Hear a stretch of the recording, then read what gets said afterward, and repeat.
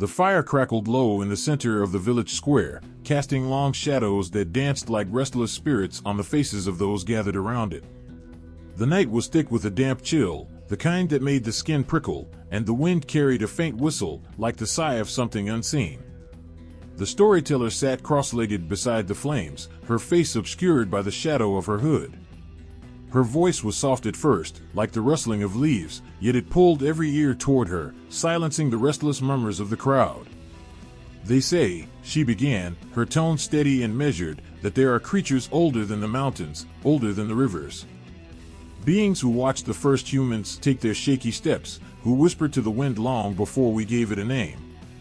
The villagers leaned in closer, children clutching their parents' sleeves, elders with their brows furrowed in anticipation. The flames flickered, and for a moment, it seemed as if the darkness beyond the fire's glow crept closer. "These creatures," the storyteller continued, "were not like us. They had no love for the world of men, no warmth in their hearts. Some lived in the sea, others in the trees, and some spun their webs in the earth below. They called them Tsuchigumo." A woman near the edge of the circle shifted uncomfortably, her hands clutching a woven scarf around her shoulders. The storyteller's eyes glinted beneath her hood, catching the firelight like an ember. "The Tsuchigumo are spiders, but not the kind you swat away from the ceiling. No.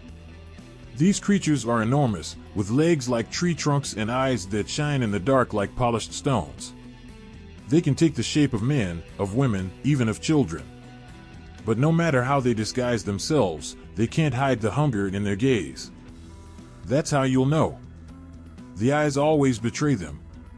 A murmur rippled through the crowd, and someone whispered, "I've heard they live in the caves near the old river." The storyteller raised a hand, and the whispering stopped. "Once, long ago," she said, her voice lowering to a near whisper, "there was a village much like this one. It sat at the edge of a forest, where the trees grew so thick they swallowed the sunlight whole. The people of the village were good folk, hard-working and proud. They farmed the land and tended their animals, and they told stories around their fires, much like we do tonight." The fire popped, sending a spray of sparks into the air. For a moment, the storyteller paused, her gaze sweeping over the faces before her. "But there was something strange about this village," she said, her voice dipping lower, almost conspiratorial. "No one ever left. Travelers would pass through, but they never stayed long. They'd leave before the sun went down, their faces pale, their hands trembling. And if you asked the villagers why, they'd only smile and say, 'It's better that way.'" A young boy sitting close to the fire clung tightly to his grandmother's arm, his eyes wide and glistening in the firelight. The storyteller let the silence stretch, her words hanging in the air like the thread of a web. "One day," she continued, "a samurai came to the village. He was weary from the road, his armor battered and his sword heavy at his side. He asked the villagers for shelter, and though they hesitated, they finally agreed. They gave him food and drink, and when night fell, they offered him a place to rest. But as he lay down to sleep, he noticed something strange." The storyteller's voice dropped to a hush, forcing the listeners to lean in closer. The house was too quiet. Not a whisper of wind, not a creak of wood. And then, he saw it, a thread. A single, silken thread, shimmering faintly in the moonlight, stretching from the ceiling to his hand. He followed it with his eyes, and what he saw made his blood run cold. The boy near the fire gasped, and the storyteller's lips curled into a faint smile. Above him, clinging to the ceiling, was a creature unlike anything he had ever seen. Its body was black as coal, its eyes glowed like embers, and its fangs were long and curved like sickles. The samurai froze, his hand inching toward his sword, but before he could move, the creature dropped, its legs reaching for him. A gust of wind swept through the square, making the fire waver. The storyteller straightened, her voice rising above the crackling flames. The samurai fought with all his might, his blade flashing in the moonlight. But the creature was fast, its movements unnatural, its limbs twisting and bending in ways that defied the human eye. It laughed as it fought, a sound like stones grinding together, and the samurai knew then that he was not fighting an animal, but something far worse. She paused, letting the weight of her words settle over the crowd. A man near the back cleared his throat, his voice trembling as he asked, "What happened to him?" The storyteller tilted her head, her hood slipping just enough to reveal a sliver of her face, sharp, pale, and strangely still. "Some say he won," she said. "That he struck the creature down and freed the village from its curse. But others say the creature spared him, sending him away with a message for the world beyond. A warning." The crowd was silent now, every face turned toward the fire, the shadows seeming to grow longer and darker. "They say," the storyteller whispered, her voice barely audible over the wind, "that the Tsuchigumo never forget.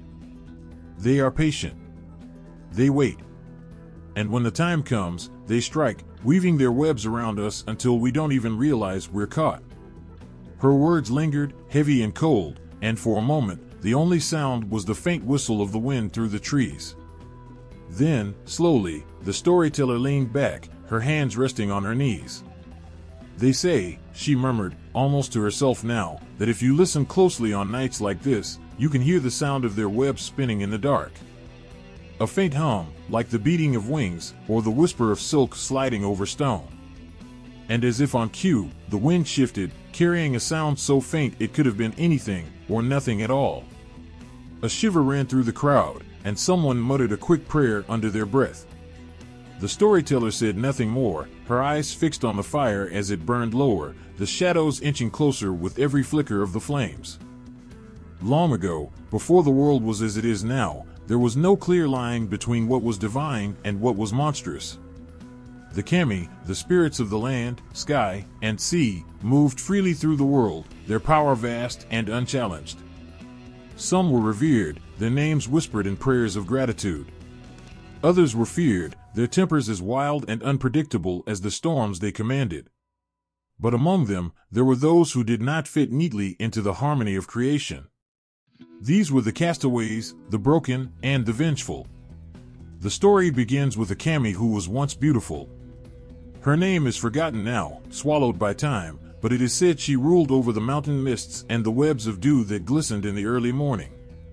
She was delicate, her touch soft as a breeze, her voice no louder than the rustling of leaves.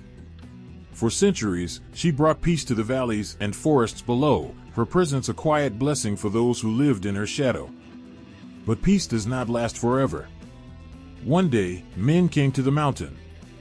They carried axes and fire, and their voices were harsh and loud.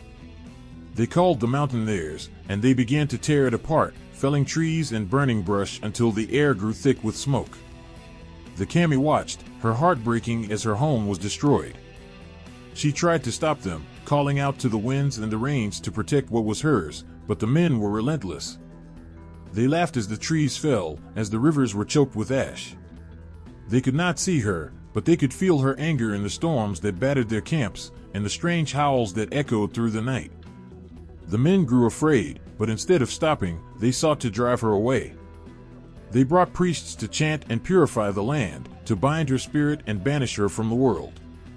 She fought back, but the prayers were strong, and the fire spread too quickly. Her mountain burned, her forests turned to ash, and her rivers dried to dust.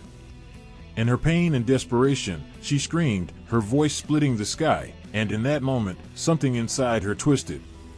She fell into the earth, her spirit sinking into the stone and soil, swallowed by the very mountain she had tried to protect. But she did not die. The kami cannot truly die. Instead, her beauty withered, her gentle touch turned sharp and cruel. Her form changed, her limbs stretching and bending into grotesque shapes, her body growing hard and black like the charred remains of her forests. Her sorrow turned to hatred, and her hatred became hunger. She became the first Tsuchigumo. Her transformation did not go unnoticed. The other kami, the ones who remained in their untouched domains, looked upon her with pity and disgust. Some believed she had been cursed by her own rage, while others whispered that she had been forsaken by the greater spirits who ruled over all things. Whatever the truth, they turned away from her, leaving her to her torment. But the Tsuchigumo was not content to suffer alone. Her hunger grew, and with it, her power. She began to spin webs, vast and shimmering, deep beneath the ground. The webs were not just threads of silk, they were traps, threads of despair and vengeance that called out to others who had been wronged. And the others came. They were kami who had been betrayed, spirits cast out from their homes by human greed or divine punishment. There was the river spirit whose waters had been poisoned, the guardian of an ancient tree cut down for its wood, the protector of a hill flattened to make way for a village. One by one, they answered the call, their pain twisting them into shapes that no longer resembled the beings they once were. Their limbs grew long and spindly, their faces gaunt and monstrous, their voices low and rasping. They were no longer kami. They were Tsuchigumo. Together, they began to weave their own world, an endless labyrinth of tunnels and webs hidden beneath the surface. It was a dark place, damp and cold, where the air hummed with the vibrations of countless threads. In this place, they plotted their revenge against the world above. The Tsuchigumo did not act immediately. They were patient, biding their time, growing stronger in the shadows.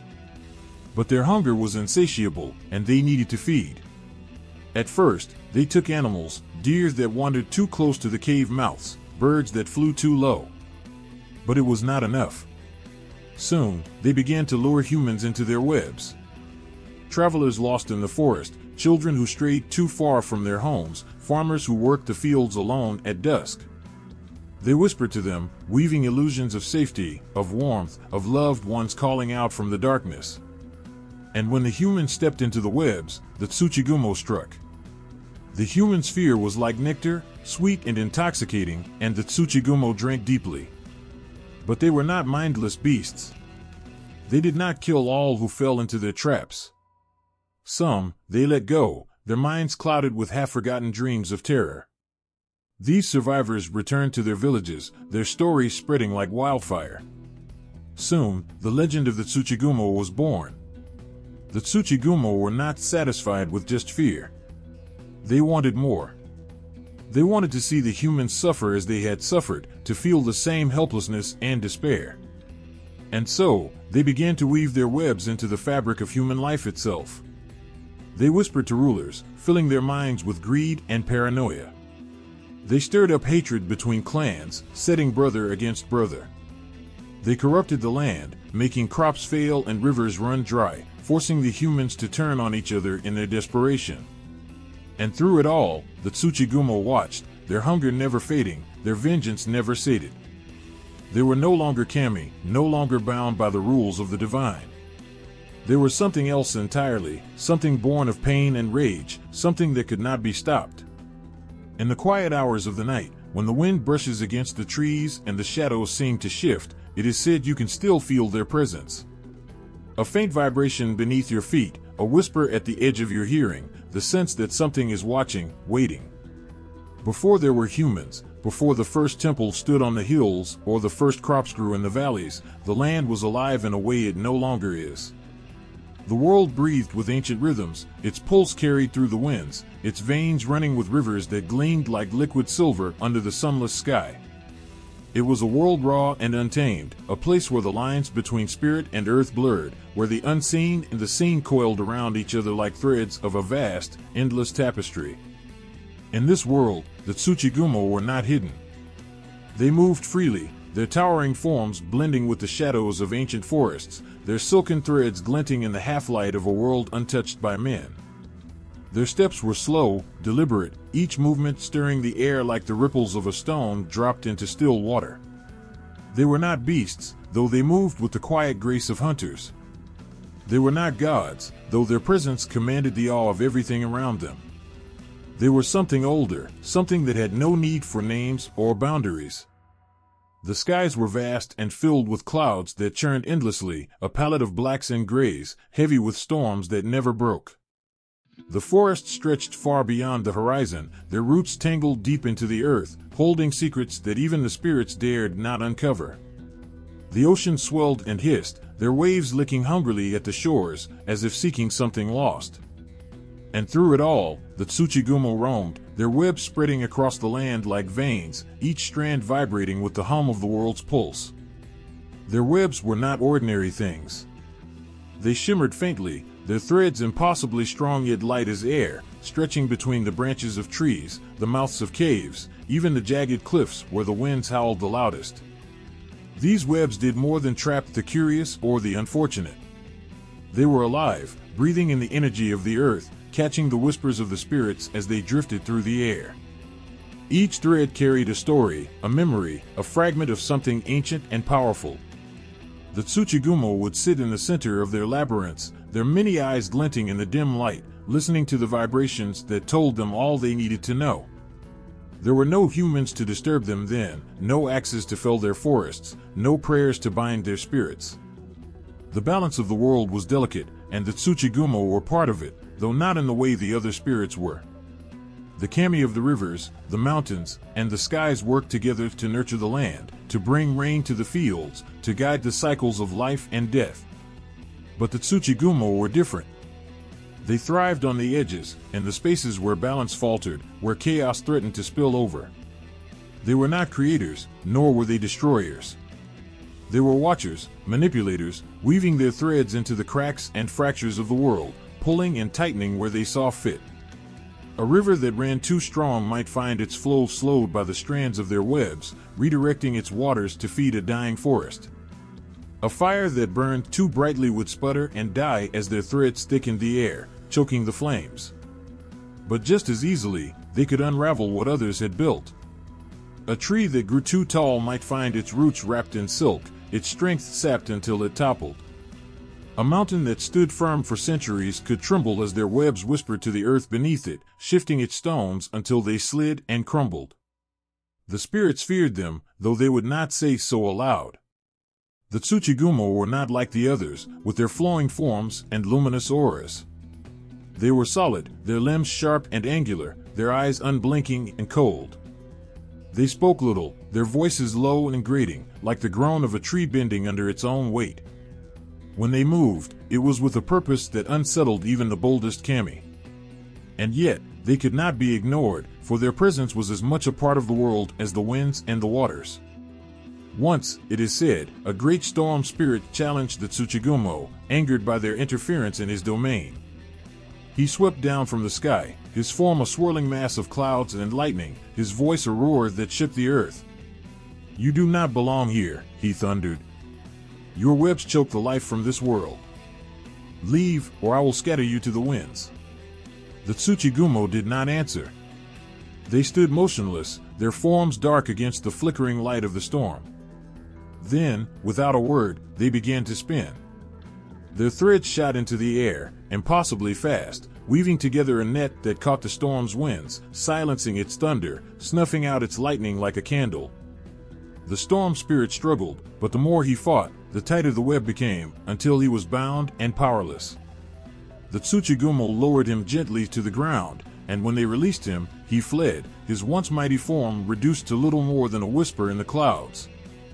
The Tsuchigumo returned to their work as if nothing had happened, their movements slow and deliberate, their webs stretching wider and deeper. They had no interest in ruling the world or dominating the spirits. They cared only for the threads, for the vibrations that told them of the world's balance, of the moments where it teetered and swayed. They were the keepers of the cracks, the guardians of the edges, and they thrived in the shadows where no light could reach. But even in this primordial world, there was a sense that something was coming, something that would change everything. The threads of their webs began to hum with a strange, unfamiliar rhythm, a vibration that spoke of life unlike anything the world had seen before. The Tsuchigumo listened, their many eyes unblinking, their limbs still. They did not know what it was, but they could feel it in the air, in the ground, and the faint tremors that rippled through their webs. And though they did not speak of it, there was a restlessness among them, a stirring that hinted at something close to fear.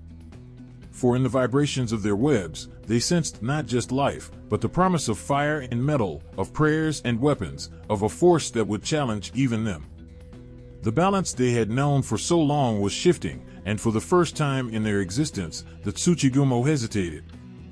The air was heavy, the kind of stillness that presses down on the skin, thick with the promise of something breaking. In the heart of an ancient forest, untouched by human hands, the Tsuchigumo gathered. Their forms loomed like statues carved from the shadows, their many legs brushing against the earth with a sound that barely stirred the silence. Their webs hung above them, stretching between the ancient trees, glimmering faintly in the dim light. The threads trembled, not from the wind, for there was none, but from something deeper, something rising from the earth and the skies all at once. It was not the first time they had felt this. For years, the vibrations in their webs had spoken of change, of something shifting in the balance of the world. But now, the hum had grown louder, sharper, a warning they could no longer ignore. The Tsuchigumo, once unshaken by storms or spirits, could feel it. The hunters were coming. At first, it had been whispers, faint and fleeting, carried on the winds that brushed the edges of their domain. Humans had come into the forests, small and fragile, with their stone tools and their trembling prayers. They were nothing, insignificant against the vastness of the world. But they grew bolder, their numbers swelling, their tools sharper. They carved paths through the trees, their fires burning brighter, their voices echoing with songs of triumph. The Tsuchigumo watched from the shadows, their unblinking eyes fixed on these creatures who dared to tread so close. They had seen spirits fall before, weakened by the prayers and rituals of humans, their once majestic forms reduced to whispers. But the Tsuchigumo were not like the others. They had no temples, no offerings, no names to be called upon. They were shadows, hidden and silent, and they believed themselves untouchable. Until the first hunter came. He was not like the others, the humans who stumbled through the forest with their crude weapons and clumsy movements. This one moved with purpose, his steps light and deliberate, his eyes sharp as blades. He carried a sword, its edge gleaming like captured sunlight, and in his other hand, he held a talisman that burned with a faint, otherworldly light. He did not flinch at the webs that stretched across his path, nor did he falter at the whispers that drifted through the trees. He walked into their domain as if he belonged there. The Tsuchigumo watched him, their bodies coiled in the darkness, waiting. They had taken humans before, luring them into their webs with illusions and whispers, their screams sweet as nectar when the trap closed around them. This one would be no different.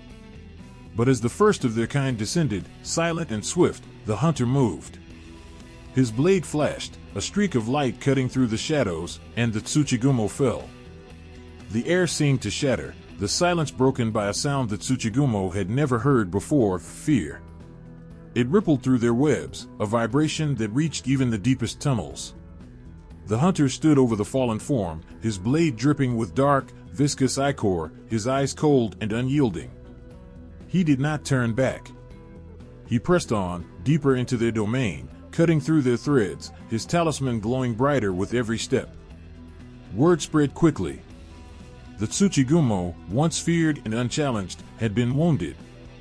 And the hunter was not alone. Others followed, armed with blades and prayers, their hearts filled with fire and purpose.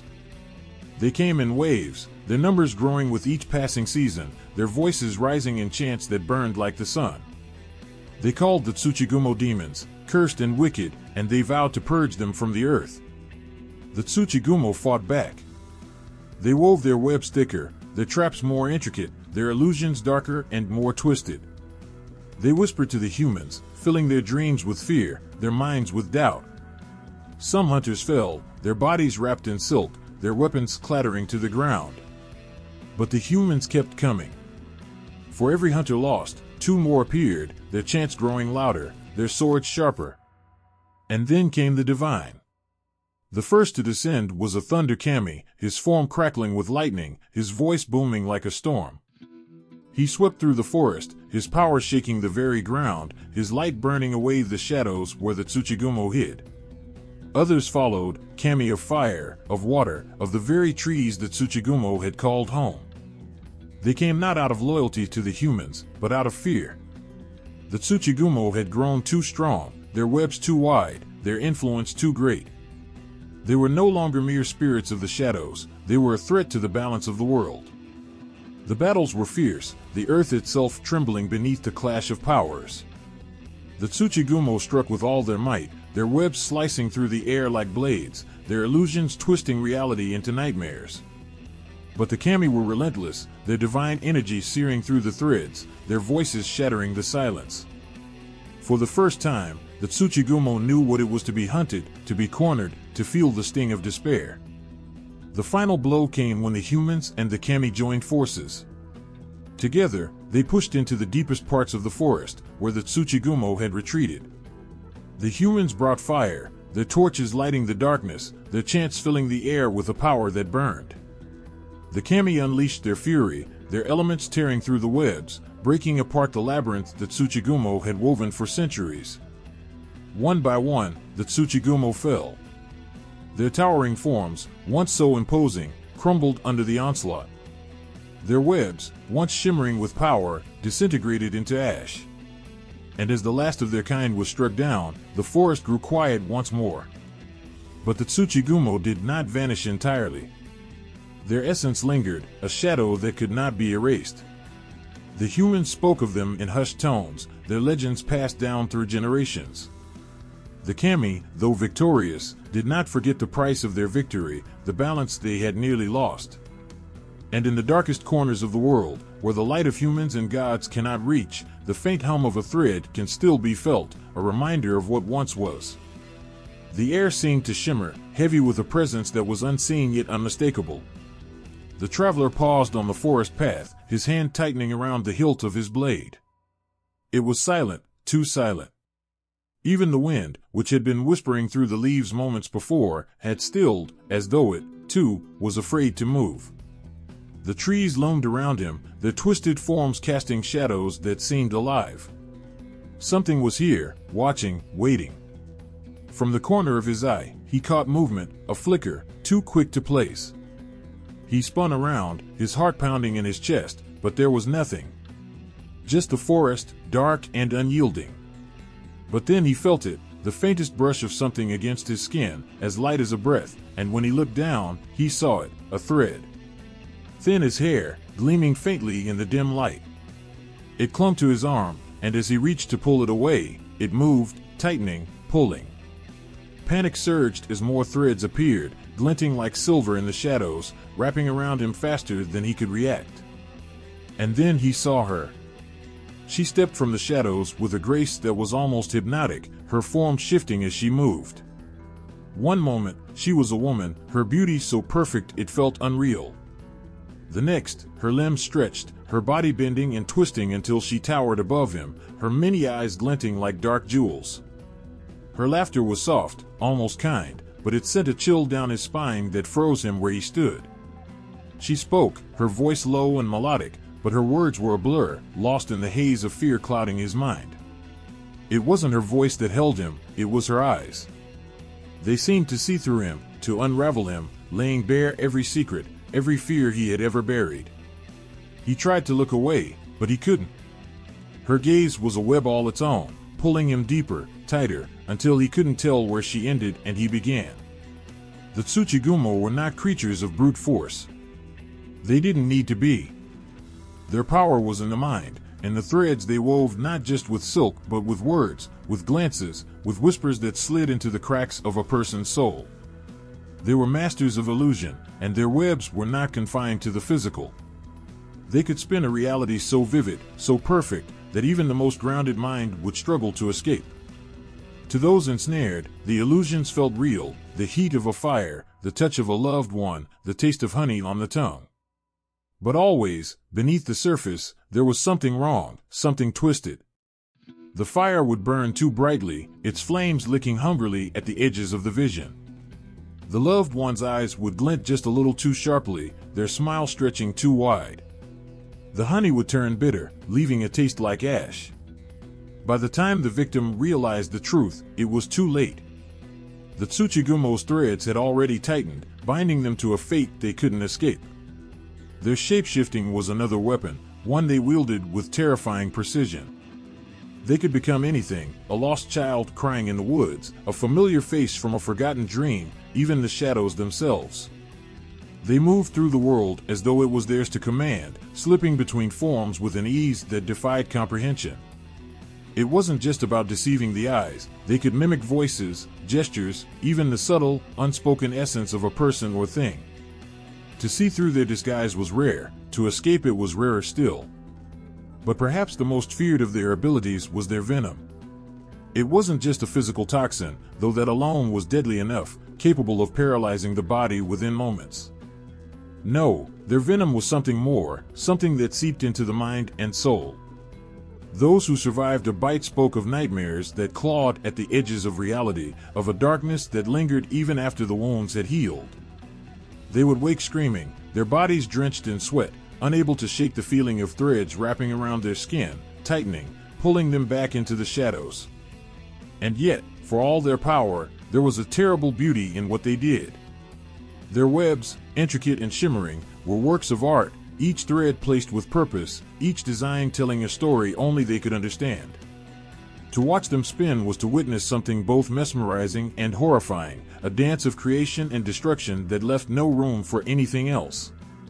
They were artists, in their own way, and their medium was fear, their canvas the human soul. Even their victims, in their final moments, would feel it, the awe, the strange, unsettling wonder at what was happening. There was a cruel elegance to the way that Tsuchigumo worked, a precision that spoke of a power far beyond what most could comprehend. And yet, for all their cunning, there was something primal about them, something raw and unyielding. They were not bound by the rules of men or gods. They were chaos, pure and unrelenting, and they reveled in it. But their power was not without cost. Their very nature set them apart, made them feared and hunted. To manipulate, to deceive, to poison, it was to mark themselves as something other, something that could never be understood or accepted. They knew this, and yet they continued, driven by something older than desire, older than fear. It was who they were, what they were. They could no more stop weaving their webs than the stars could stop shining. And so, they remained in the shadows, their threads stretching unseen through the world, their illusions waiting to ensnare the unwary.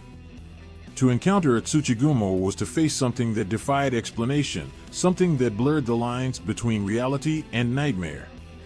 It was to lose oneself, to be unraveled, until nothing remained but the threads they had spun. The ink on the scroll seemed to shimmer faintly in the candlelight, as though it was alive. The storyteller's hand hovered over the parchment, tracing the shapes of ancient kanji with a reverence that bordered on fear. The room was silent, save for the faint crackle of the flame and the shallow breaths of those gathered around. His voice, when he finally spoke, was low and trembling, as though the words themselves carried a weight too heavy to bear. There was a time, he began, when shadows walked among us. The listeners leaned in closer, their faces pale, their eyes wide. They knew the story, of course, they had heard it in fragments, and whispers passed from one generation to the next. But hearing it now, from his lips, was different. It felt real in a way that chilled them to their bones. He told of Minamoto no Yoramitsu, the warrior who had faced the Tsuchigumo. The tale was old, older than memory, but the details had survived, etched into the collective consciousness like scars. Yoramitsu, the brave samurai, had been summoned to rid a village of its plague, a mysterious illness that seemed to sap the life from its victims. The villagers had spoken of a shadow, a presence that haunted their nights and left them trembling in their beds. Yoramitsu had ventured into the darkness, his sword at his side, his heart steady. The storyteller's voice wavered as he described the encounter, the sudden stillness of the forest, the way the air seemed to thicken as though it resisted his every step. And then, the attack. The Tsuchigumo had come from nowhere, its form shifting and twisting, its web glinting like steel in the moonlight. The battle was fierce, the samurai's blade flashing in the gloom, the creature's venom dripping from its fangs. When the final blow landed, the forest erupted into silence once more. But it was not triumph that lingered in Yoramitsu's mind as he returned to the village. It was the eyes of the creature, dark and endless, staring into his very soul as it fell. It was the realization that he had not fought a mindless beast, but something ancient, something intelligent, something that had once been more than it was now. The storyteller paused, his voice catching, and for a moment, the room was silent. Then he continued, weaving more tales, each one darker than the last. There was the tale of the monk who had ventured into the mountains to meditate, only to return with stories of a spider woman who had spun webs of gold and whispered secrets that drove him mad. There was the merchant who had strayed too far from the road, lured by the sound of a child crying, only to find himself caught in a web that shimmered like starlight. His body was found days later, his face frozen in terror, his eyes wide as though they had seen something no human mind was meant to comprehend. These stories, the storyteller explained, were not just tales. They were warnings. The Tsuchigumo were not mere monsters, they were symbols, embodiments of everything that humanity feared but could not name. Their webs represented entrapment, manipulation, the unseen forces that could twist a life into something unrecognizable. Their shifting forms spoke of deception, the way truth could be bent and broken, leaving nothing but confusion and doubt. And yet, for all their darkness, there was a strange fascination with them. Artists painted their forms, their many legs and glittering eyes captured in strokes of ink that seemed to move on the page. Poets wrote of their beauty, their grace, the way their webs caught the light like jewels. Even the most devout feared and respected them, their prayers tinged with an unspoken acknowledgement of the power they represented. One tale in particular sent a shiver through the room. It was of a small village, nestled in the shadow of a mountain said to be the home of a Tsuchigumo. The villagers had lived in fear, their nights filled with the sounds of whispers and the faint hum of threads stretching across the sky. But there was one child who was unafraid. She would sit at the edge of the forest, her tiny hands weaving threads of her own, her voice singing softly to the shadows. And one night, the Tsuchigumo came to her. It didn't attack. It didn't speak. It simply watched, its many eyes fixed on the child as she wove her little web. And then, as silently as it had come, it left. The child was never harmed, but the villagers said that her hair turned white that night, and her eyes were never the same. She would grow up to become a famous weaver, her works so intricate and beautiful that even the emperor himself sought them out. But she never spoke of that night, and when asked about her inspiration, she would only smile and say, "The threads speak to me." The room was silent now, the listeners caught in the web of the storyteller's words. They could feel it, the weight of the tales, the way they pressed against the edges of their minds like something alive. The Tsuchigumo were not just stories, they were echoes, shadows of a past that refused to be forgotten. And then the storyteller leaned forward, his eyes glinting in the candlelight, and said, "But the oldest story of all is one you won't find in any scroll or painting. It's the story of how they became what they are." His voice dropped, barely more than a whisper, and the listeners leaned closer, their breaths shallow. He spoke of the Tsuchigumo's origins, of their fall from grace, of the betrayal that had turned them into the creatures they were now. He described the sorrow that lingered in their webs, the pain that wove itself into their every illusion, their every trap. "They are not just monsters," he said, his voice trembling. "They are reminders. Of what we fear, yes, but also of what we have lost. And maybe, just maybe, of what we could become." The flame flickered, casting long shadows across the room, and for a moment, it felt as though the walls themselves were closing in. No one spoke, no one moved. And in the silence, it was easy to believe that the Tsuchigumo were still out there, watching, waiting, their threads stretching unseen through the darkness. The night was thick with an unnatural stillness. Even the wind seemed to have abandoned its course, leaving the world in a suffocating silence. Minamoto no Yorimitsu, known as Reiko, tightened his grip on the hilt of his blade. His breath came in slow, deliberate draws, the only sound in the oppressive dark. He was no stranger to danger. As a warrior of renown, he had faced men and monsters alike, but tonight felt different. The air itself seemed to hum with a presence he could not see, a presence that was watching, waiting. The villagers had whispered of a plague that came in the form of a shadow. The sick grew pale, their vitality drained as if stolen by unseen hands. Their breaths grew labored, their bodies weak. Then, they would vanish. Some spoke of a great spider, its web stretching over the land like a curse. Others dared not speak at all, their faces tight with fear. Reiko had listened, his heart steady, but now, standing on the edge of the forest, he felt it, the weight of something ancient and malevolent. A faint rustle broke the silence, and his head snapped toward the sound. The forest stretched before him, a labyrinth of twisting trees and shifting shadows. He stepped forward, his armor gleaming faintly in the moonlight. Each step felt heavier than the last, as though the ground itself resisted his advance. He could feel the eyes on him now, countless and unblinking, hidden in the darkness. He came to a clearing, and there, in the center, stood a figure. At first glance, it appeared human, a man draped in a robe that shimmered like spun silk. But something was wrong. The figure moved with a fluidity that was unnatural, its limbs bending in ways they shouldn't. Its head turned toward Reiko, and though its face was shadowed, he could feel its gaze piercing through him. A low, guttural laugh echoed through the clearing, and the figure spoke, its voice a blend of many, as though it carried the echoes of 1,000 whispers. "You have come to face me, warrior," it said. "But tell me, do you know what it is you seek?" Reiko did not answer. He drew his blade, the metal catching the light, and stepped forward. The figure tilted its head, its laugh growing louder, more twisted. Then, it began to change. The robe fell away, and its body stretched and twisted, limbs lengthening, skin darkening. What stood before Reiko now was no man. Its body was that of a spider, massive and gleaming, its legs as long as spears. Its eyes, a cluster of 8 glinting orbs, locked onto him, and its fangs dripped with venom that hissed as it touched the ground. The battle began in an instant. The creature lunged, its legs slicing through the air like blades. Reiko moved with practiced precision, his sword meeting the strikes with a clang that rang through the night. The force of the blows sent tremors through his arms, but he held firm.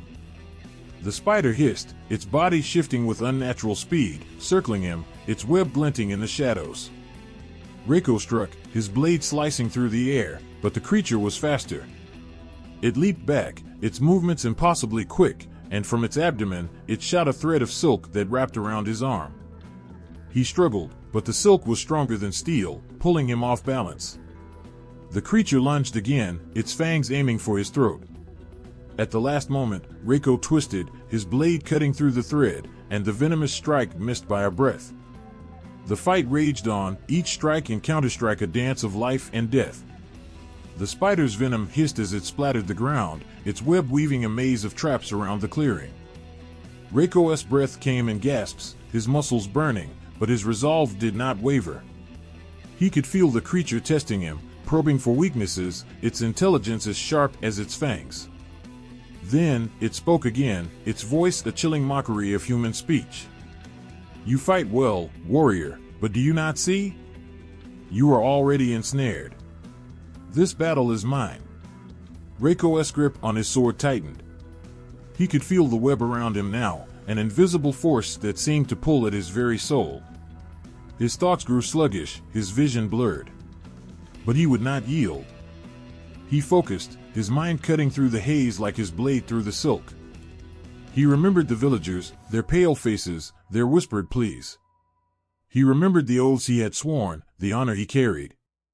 With a roar, he surged forward, his blade cutting through the air with a force that shook the ground. The spider reeled, its legs skittering as it tried to retreat, but Reiko was relentless. He struck again and again, each blow carving through the creature's defenses. Its laughter turned to screams, a sound that echoed through the forest, chilling and unearthly. Finally, with one last, powerful strike, Reiko's blade pierced the creature's body. It let out a shriek that seemed to shake the very heavens, its form convulsing, its eyes dimming. The web around him dissolved, the air growing lighter as the creature collapsed, its body crumpling into the earth. Reiko stood over it, his chest heaving, his blade dripping with dark ichor. The forest was silent once more, the oppressive weight lifted. But as he looked down at the fallen creature, he felt no triumph, only a deep, hollow ache. The spider's eyes, even in death, seemed to stare into him, their dark depths filled with something he couldn't name. Sorrow? Rage? Understanding? He turned and walked away, his steps heavy, his heart burdened. Behind him, the creature's body began to fade, dissolving into the earth, as though it had never been there at all. The villagers would call him a hero, but Reiko knew the truth. This was no victory. It was a reminder, a glimpse into a darkness that lingered on the edges of the world, waiting for those brave or foolish enough to face it.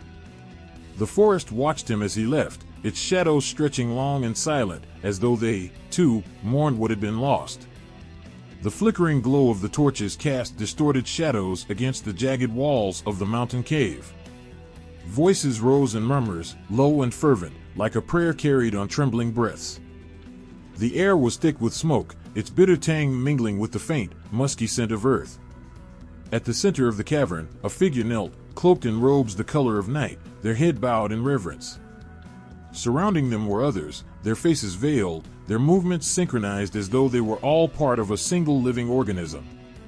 The sound of silk dragging across the ground was faint, almost imperceptible, but it sent shivers racing down spines. The Tsuchigumo had answered. Emerging from the darkness was a being of terrible elegance, its many legs moving with a quiet grace that seemed to defy the weight of its massive body. Its eyes glinted in the firelight, a cluster of gleaming orbs that seemed to see through flesh and into the very marrow of those who dared to stand before it. It did not attack, nor did it retreat. Instead, it paused, towering over the kneeling figure as if considering them, its stillness more threatening than any strike. The figure's voice broke the silence, soft but steady, carrying a strange mix of reverence and defiance. "We offer ourselves, not as prey, but as kin. In your web, we seek shelter. In your shadow, we find power." The spider tilted its head, its body shifting slightly, and for a moment, it seemed as though it might pounce. But then, it lowered itself to the ground, its legs folding beneath it like a great beast at rest. The figure rose, pulling back their hood to reveal a face marked with intricate patterns of ink, spiraling and weaving like a spider's web. The others followed, their veils falling away to reveal the same markings etched into their flesh, a sign of devotion to their otherworldly master. For centuries, these clans had existed in the hidden places of the world, mountains, forests, caves, where the light of civilization could not reach. They called themselves by many names, though to outsiders, they were often referred to as the Spider Clans. They were whispered of in fearful tones, accused of dark rituals and unnatural alliances. It was said they could summon the Tsuchigumo to do their bidding, binding them with ancient rites passed down through generations. Others claimed they were more spider than human, their bodies altered by years of living in proximity to the demons they worshipped.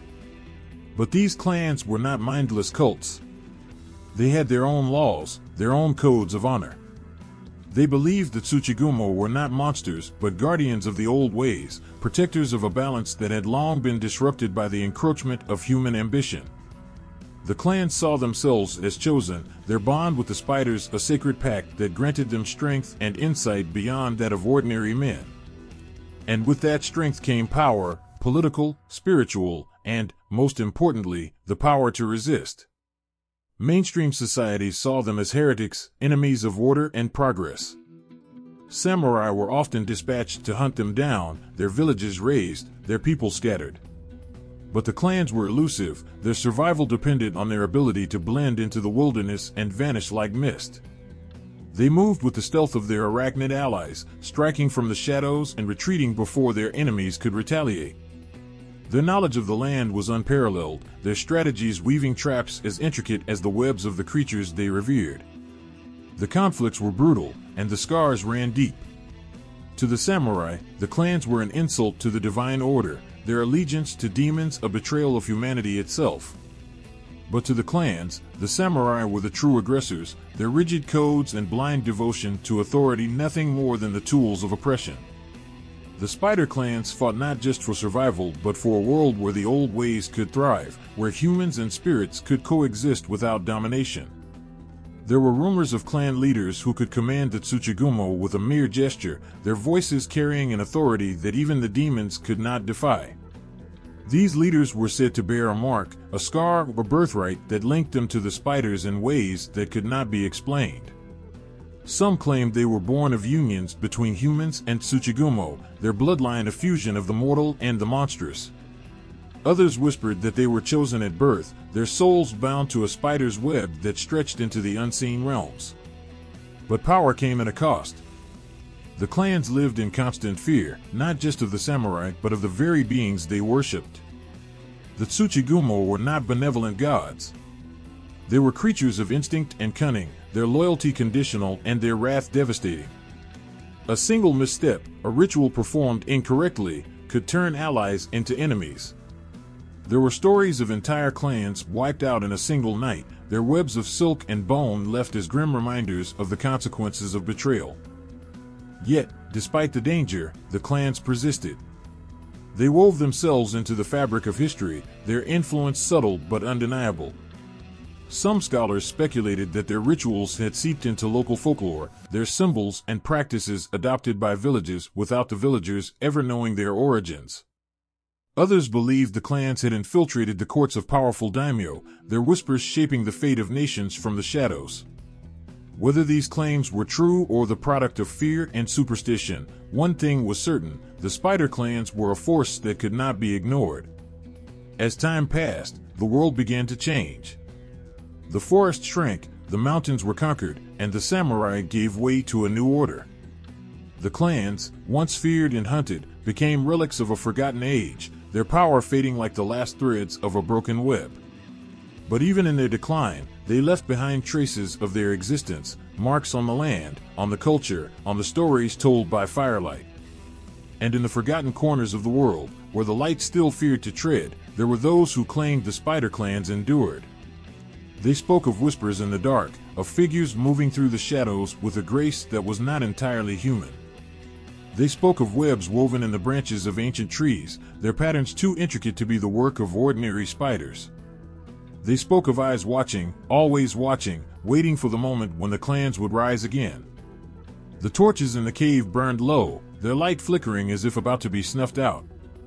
The robed figures stood in silence, their gazes fixed on the creature before them. The Tsuchigumo shifted, its eyes gleaming, its body poised. And then, with a movement so swift it was almost imperceptible, it vanished into the shadows, leaving the clan to carry on its will. The moon hung heavy in the sky, a pale, unblinking eye that bathed the landscape in its cold glow. The feudal lord's estate stood on a hill, its high walls and thick gates meant to keep out the restless world. Inside, the halls were quiet, save for the faint crackle of a dying fire in the hearth. Guards patrolled the grounds, their armor clinking softly in the stillness, unaware of the shadow creeping ever closer. The betrayal had been swift, merciless. The Lord, once desperate and pleading, had promised safety in exchange for help. The Tsuchigumo had listened, its many eyes watching as the man swore on his honor, as he groveled for protection against the rival forces closing in on his domain. It had spun its web of illusions, trapping the enemy forces in a maze of terror, turning their own minds against them until they fled in madness. The Lord had survived that night because of the spider's power, but gratitude had turned to fear. And fear, in his cowardly heart, had turned to treachery. The poison had been laced into the offering, a ritual meal prepared under the guise of honor. The Lord had smiled, his hands trembling as he presented the dish. The Tsuchigumo, in its humanoid guise, had taken the food without hesitation, its many eyes flickering with amusement as it watched the Lord squirm. It had known, of course. The bitterness of deceit was sharper than any venom. But it had waited, biding its time as the poison coursed through its body, a minor annoyance to a creature of its power. Now, it was time to repay the kindness. A soft rustle in the trees went unnoticed by the guards, their eyes fixed on the ground ahead. They did not see the glint of eyes high above them, nor did they hear the soft, silken threads drifting on the night air. One by one, the threads descended, attaching to helmets, shoulders, ankles. The guards paused, shivering as though a chill wind had passed through them, but when they looked around, the night seemed as still as ever. It wasn't until the first man fell that the panic began. He dropped without a sound, his body suspended in midair as though held aloft by invisible hands. The others froze, their shouts of alarm dying in their throats as they saw him rise higher, twisting and thrashing against bonds they couldn't see. The second man was lifted next, his spear clattering to the ground as he clawed at his chest. The webbing was invisible in the moonlight, but its strength was undeniable, pulling its victims into the canopy with an eerie, mechanical precision. The Lord was in his chambers, reclining on a cushion of embroidered silk, sipping sake with trembling hands. He had convinced himself that the threat was over, that the spider had died, and that its absence was proof of his cleverness. Yet, deep down, a gnawing unease festered in his chest. He couldn't shake the feeling that he was being watched. Every flicker of the firelight, every creak of the wooden beams overhead, sent a shiver down his spine. Then came the knock. A single, deliberate sound at the door. The guard stationed outside did not answer. The Lord hesitated, his fingers tightening around the cup, his breath shallow. He called out, his voice wavering, but no one replied. Rising to his feet, he moved toward the door, each step heavier than the last. When he finally pulled it open, the corridor beyond was empty. No guards. No sound. Just the faint scent of earth and decay wafting in from the open air. He turned to retreat, but the door slammed shut behind him, the sound echoing like a thunderclap. Panic clawed at his throat as he stumbled back, his eyes darting around the room. The fire dimmed, its flame shrinking as if suffocated by an unseen force. The shadows grew longer, deeper, pooling in the corners like living things. And then, from the darkness, it emerged. Its form was grotesque yet mesmerizing, a monstrous spider, its legs stretching impossibly long, its body covered in bristling hairs that glistened like obsidian. But its face was human, distorted by rage and malice, its many eyes blinking in unison as they locked onto the trembling Lord. The creature did not move, did not speak. It simply stared, and in that silence, the weight of his betrayal crushed him. The Lord fell to his knees, his forehead pressed to the floor as he begged for mercy. He promised wealth, power, anything to save his life. But the Tsuchigumo was unmoved. It advanced slowly, its legs clicking against the wooden floor, the sound reverberating in the Lord's ears like the tolling of a bell. The webbing came next, thin strands floating through the air to wrap around his limbs, his torso, his neck. He struggled, his cries growing more desperate as the silk tightened, binding him like an insect caught in a trap. The Tsuchigumo leaned closer, its human face inches from his own. Its breath was hot and rank, its voice a low, guttural rasp that vibrated through the room. You swore on your honor, it said, its tone devoid of emotion. Now, your honor will bear witness.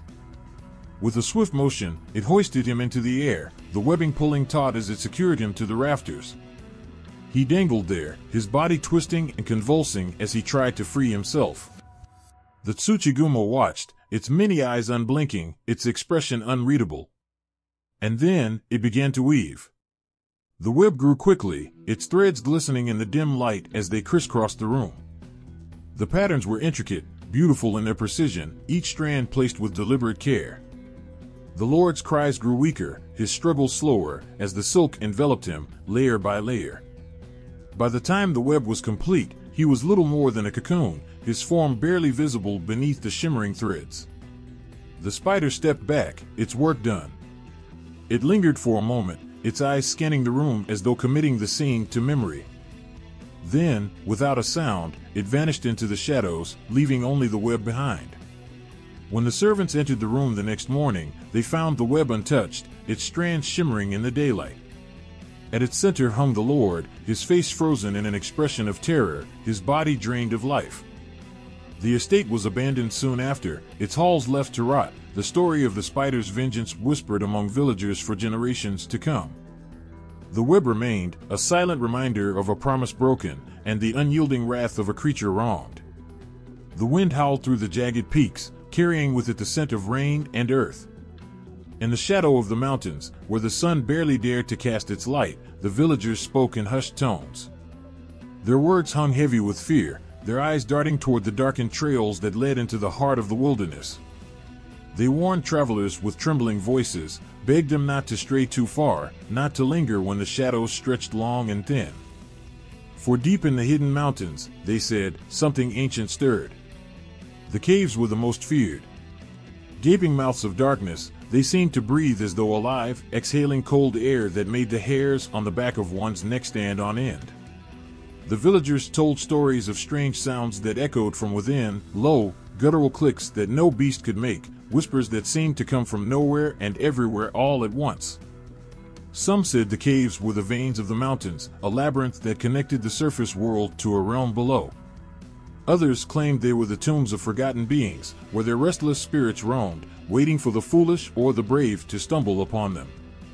The legend spoke of the Tsuchigumo as the true masters of these places. These spider demons were said to weave their webs in the deepest caverns, their silk stronger than steel, their traps invisible to the unwary. The stories described how they watched from the shadows, their many eyes glinting like stars in the abyss. Their presence was not always marked by violence. Sometimes, it was a whisper in the ear, a shadow flickering just out of sight, a chill that crept up the spine without warning. But for those who strayed too far, who ignored the warnings and ventured into the mountain's embrace, the end was always the same. There was a tale that the villagers never spoke of unless pressed, one that made even the elders shudder. It was said that long ago, a samurai had come to their village, seeking refuge after a great battle. He was wounded, his armor battered, his sword chipped from the clash of steel.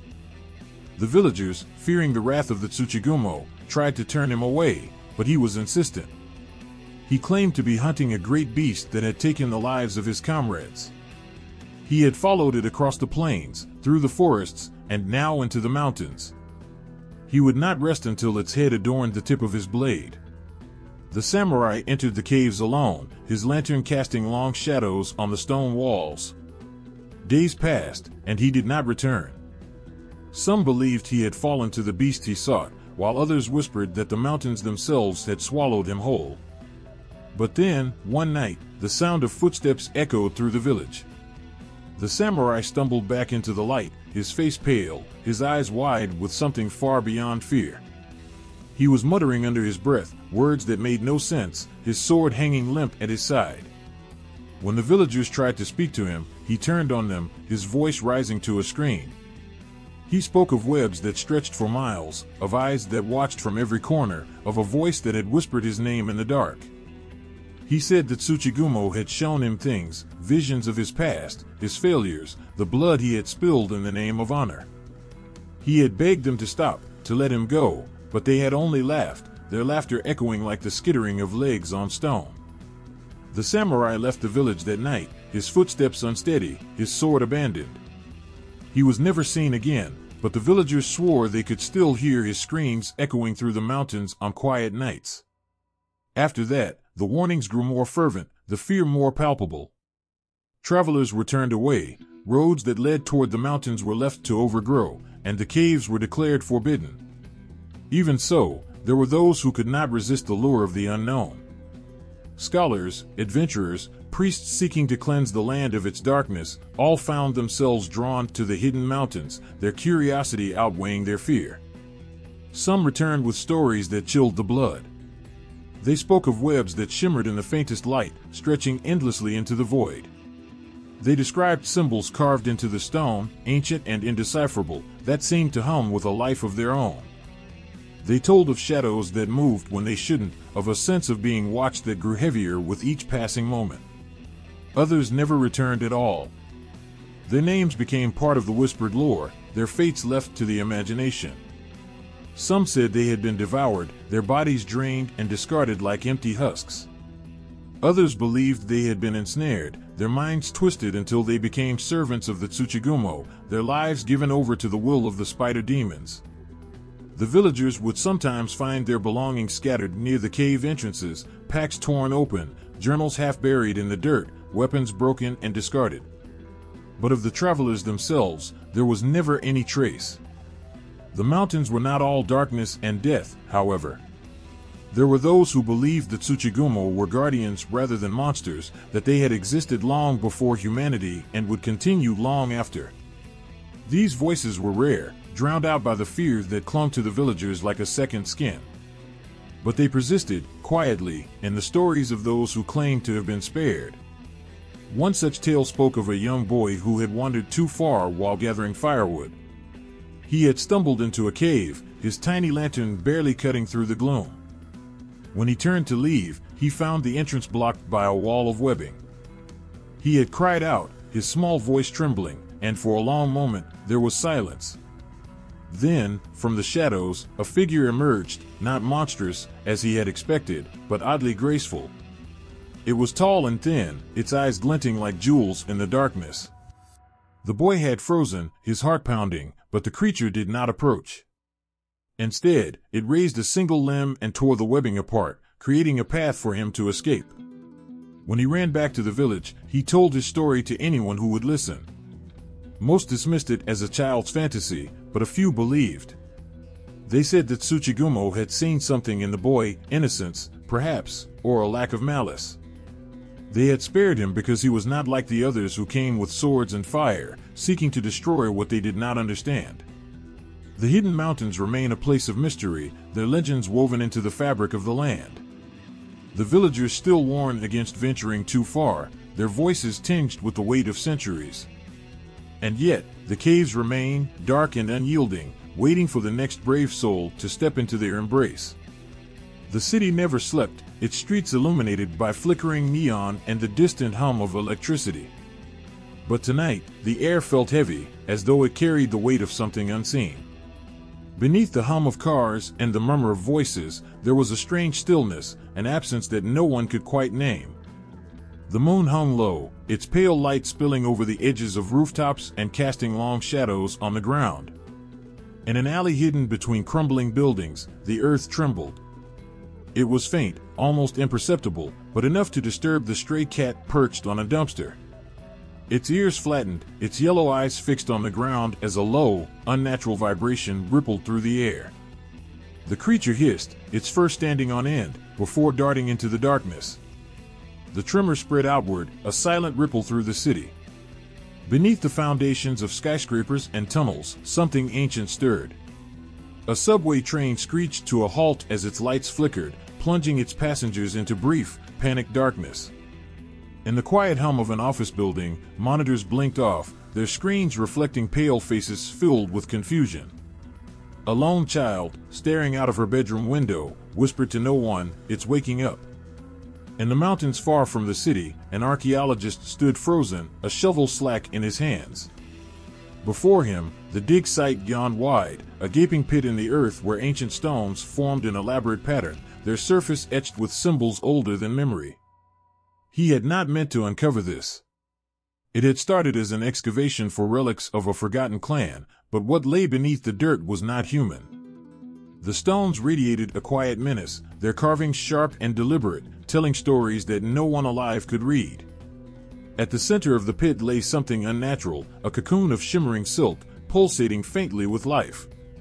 He could feel it in his chest, a vibration that matched the beat of his heart, pulling him closer despite the scream in his mind to turn and run. The air around him thickened, heavy with the smell of damp earth and something metallic, something like blood. A crack split the air. He staggered back as the cocoon quivered, threads of silk tearing away and curling like smoke. A shape began to emerge, indistinct and shrouded in shadow. He fell to his knees, clutching his chest as a voice, not human, not animal, but something vast and old, spoke without words, flooding his mind with images of hunger, of webs stretching across the land, of 1,000 eyes watching from the dark. He didn't scream. He couldn't.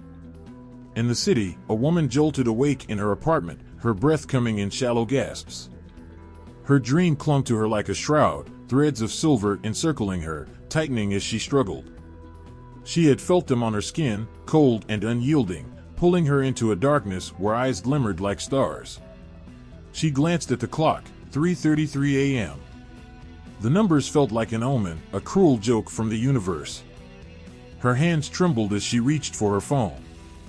The screen refused to light up, her reflection staring back at her from the black glass. She tried the lamp next, but it flickered and died. The silence in her apartment was deafening, the hum of the city outside muffled, as though the world had turned its back on her. She pressed her hand against the window, staring out at the skyline. In the distance, one of the tallest buildings seemed to sway, its silhouette distorted as though wrapped in something that shimmered like a spider's web. The next day, the city was buzzing with rumors. People spoke of strange occurrences, of power outages and unexplainable tremors. A fisherman at the harbor swore he saw shadows moving beneath the water, not the sleek forms of fish, but something else, something with legs. A street vendor told anyone who would listen about the bird carcass he found tangled in threads that glimmered like silver but burned his hands when he tried to touch them. In the outskirts, a family's dog went missing, its chain snapped as though by something far stronger than any animal. They found its tracks in the mud leading to a wooded area, but stopped when they saw the trees. Their trunks were wrapped in sticky, glistening strands, the bark beneath them stripped bare. The forest smelled of decay, and the air buzzed with an unseen energy that made their skin crawl. They turned back, their footsteps quickening, their ears straining for the sound of something following. Those who had felt the change could not shake it. The air seemed thicker, the shadows darker, and the ordinary world suddenly fragile, as though something was pressing against it from the other side, waiting for the cracks to grow wide enough. In the corners of their vision, people swore they saw shapes that didn't belong, flickering out of sight when they turned to look. Children spoke of dreams filled with spiders, their voices eerily calm as they described webs that stretched forever, binding everything in sight. And then, one by one, they began to see the signs. A priest visiting an abandoned shrine stumbled upon carvings that matched none of the kami he knew, their jagged lines forming shapes that made his head throb and his hands tremble. An old woman, tending her garden at the edge of the city, uncovered a stone buried deep in the soil, its surface warm to the touch despite the chill in the air. When she lifted it, her breath caught. Beneath it was a web so fine it seemed to shimmer like glass, its threads pulsing faintly as though alive. The first full sighting came days later. A group of hikers, venturing farther into the mountains than they should have, returned to their village pale and shaken. They spoke of a creature taller than a man, its body glistening like wet stone, its legs long and angular, tipped with claws that scraped the earth. Its eyes were what haunted them most, rows of them, black and gleaming, staring without blinking. They had run, their breath burning in their lungs, but even as they spoke, they felt its gaze on them, unrelenting. The city ignored these warnings, as cities often do, dismissing them as folklore and exaggeration. But those who lived on the edges, and the villages that clung to the mountains and forests, knew better. They could feel it in their bones, and the unease of the animals and the heaviness in the air. They spoke in whispers, repeating old prayers and lighting incense at their doorsteps, but it felt hollow, like trying to hold back a flood with open hands. For the Tsuchigumo were waking, their slumber disturbed by the encroachment of the modern world. The ancient balance had shifted, the delicate threads that held humanity and spirits apart fraying with every passing moment. And as they rose, their webs stretched farther, their shadows growing longer, their hunger sharper. The city might not have believed the warnings, but the people in the mountains knew, the spider's time had come again. The room was small and cluttered, lit only by the dim, amber glow of a single desk lamp. Books lay scattered across every available surface, their pages yellowed with age and filled with inked symbols that seemed to shift under the light. Scrolls, fragile as dried leaves, unfurled to reveal cryptic illustrations, half-drawn shapes of beasts, tangled webs, and eyes that stared too deeply. A man sat hunched over the desk, his glasses perched precariously on the bridge of his nose. His fingers, ink-stained and trembling with exhaustion, traced the lines of an old text, pausing at intervals as if daring to question its meaning. Kazuki Takahara was not a man of boldness or grandeur. He preferred shadows to light, the safety of forgotten libraries to the noise of crowded streets. Yet, as he sat there in the suffocating stillness of his study, he felt as if unseen threads were tightening around him. He wasn't sure what had drawn him to this particular myth. It had started innocently enough, a vague interest in yokai folklore, spurred by an encounter with a strange woodblock print in a museum. The image had stayed with him, a monstrous spider tangled in its own web, its legs sharp and angular, its eyes black as pitch. Something about it had unsettled him, though he couldn't explain why. Months later, he found himself knee-deep in forgotten tomes and whispered stories, chasing threads that seemed to lead nowhere, and yet always circled back to the same name, Tsuchigumo. At first, They had seemed like mere legends, the kind villagers spun to scare children into obedience. But the deeper he looked, the darker the stories became, their edges blurring until they no longer felt like fiction. The air in the room shifted, carrying with it the faint scent of damp earth. He paused, his pen hovering over the blank notebook. It was an odd sensation, as if the room itself was breathing, the walls expanding and contracting in a rhythm he couldn't see. He shook his head, dismissing it as the product of too many sleepless nights. But the feeling lingered. On the desk before him was a letter, its edges singed as though it had been plucked from a fire. It had arrived anonymously, slipped under his door in the dead of night. The paper was rough to the touch, the ink smudged in places, but the message was clear: if you wish to understand them, go to the forgotten shrine in the mountains. Bring no one. Trust no one. It was ridiculous, of course. A prank, a trap, Kazuki had no doubt of that. And yet, something about the letter gnawed him, as though the words themselves had been alive, crawling into his thoughts and taking root. Against his better judgment, he had begun preparing for the trip, driven by a compulsion he couldn't name. He didn't tell anyone where he was going. Not his colleagues at the university, not the old librarian who often helped him find his rare texts, not even the woman he sometimes shared dinner with on quiet weekends. He packed lightly, a notebook, a flashlight, a single knife he told himself was for practicality and nothing more. The mountains were cruel and unyielding, their paths winding and narrow. The air grew colder with every step, biting through his jacket and gnawing at his exposed skin. He followed the directions from the letter, though there were no maps to guide him, only vague descriptions of landmarks long eroded by time. It felt absurd, this hunt for something that might not even exist, but the further he climbed, the less certain he became of what was absurd and what was real. By the time he reached the shrine, the sun was sinking below the horizon, casting the world into a twilight haze. The structure was small, almost unremarkable, hidden beneath a canopy of trees so thick that their branches tangled like the threads of a web. It looked abandoned, the wood darkened by age and rot, the stone steps cracked and covered in moss. Yet, as Kazuki approached, he felt it, the weight of eyes. Not human eyes, but something else, something older. The feeling was suffocating, pressing down on him until his breath came in shallow gasps. He turned slowly, scanning the forest, but saw nothing beyond the shadows that stretched unnaturally long in the fading light. He forced himself up the steps, his hand gripping the railing to steady himself. Inside, the shrine was barren, its walls stripped of decoration. At the center of the room lay a small altar, its surface covered in dust except for a single spot where the wood was clean and smooth. On it lay a fragment of silk, its threads shimmering faintly despite the lack of light. Kazuki's hand hovered over the silk, his instincts screaming at him to leave. But something else, a hunger, a need, pushed him forward. His fingers brushed the fabric, and the world shifted. He was no longer in the shrine. The air around him was dense and alive, filled with the sound of skittering legs and whispered voices that overlapped until they became a single, maddening drone. He couldn't see the source of the sound, but he could feel it, closing in on him from all sides. The ground beneath him was sticky, pulling at his feet as he struggled to move. Ahead, in the distance, a shape began to form. It was massive, its outline jagged and unnatural, its limbs moving in slow, deliberate motions.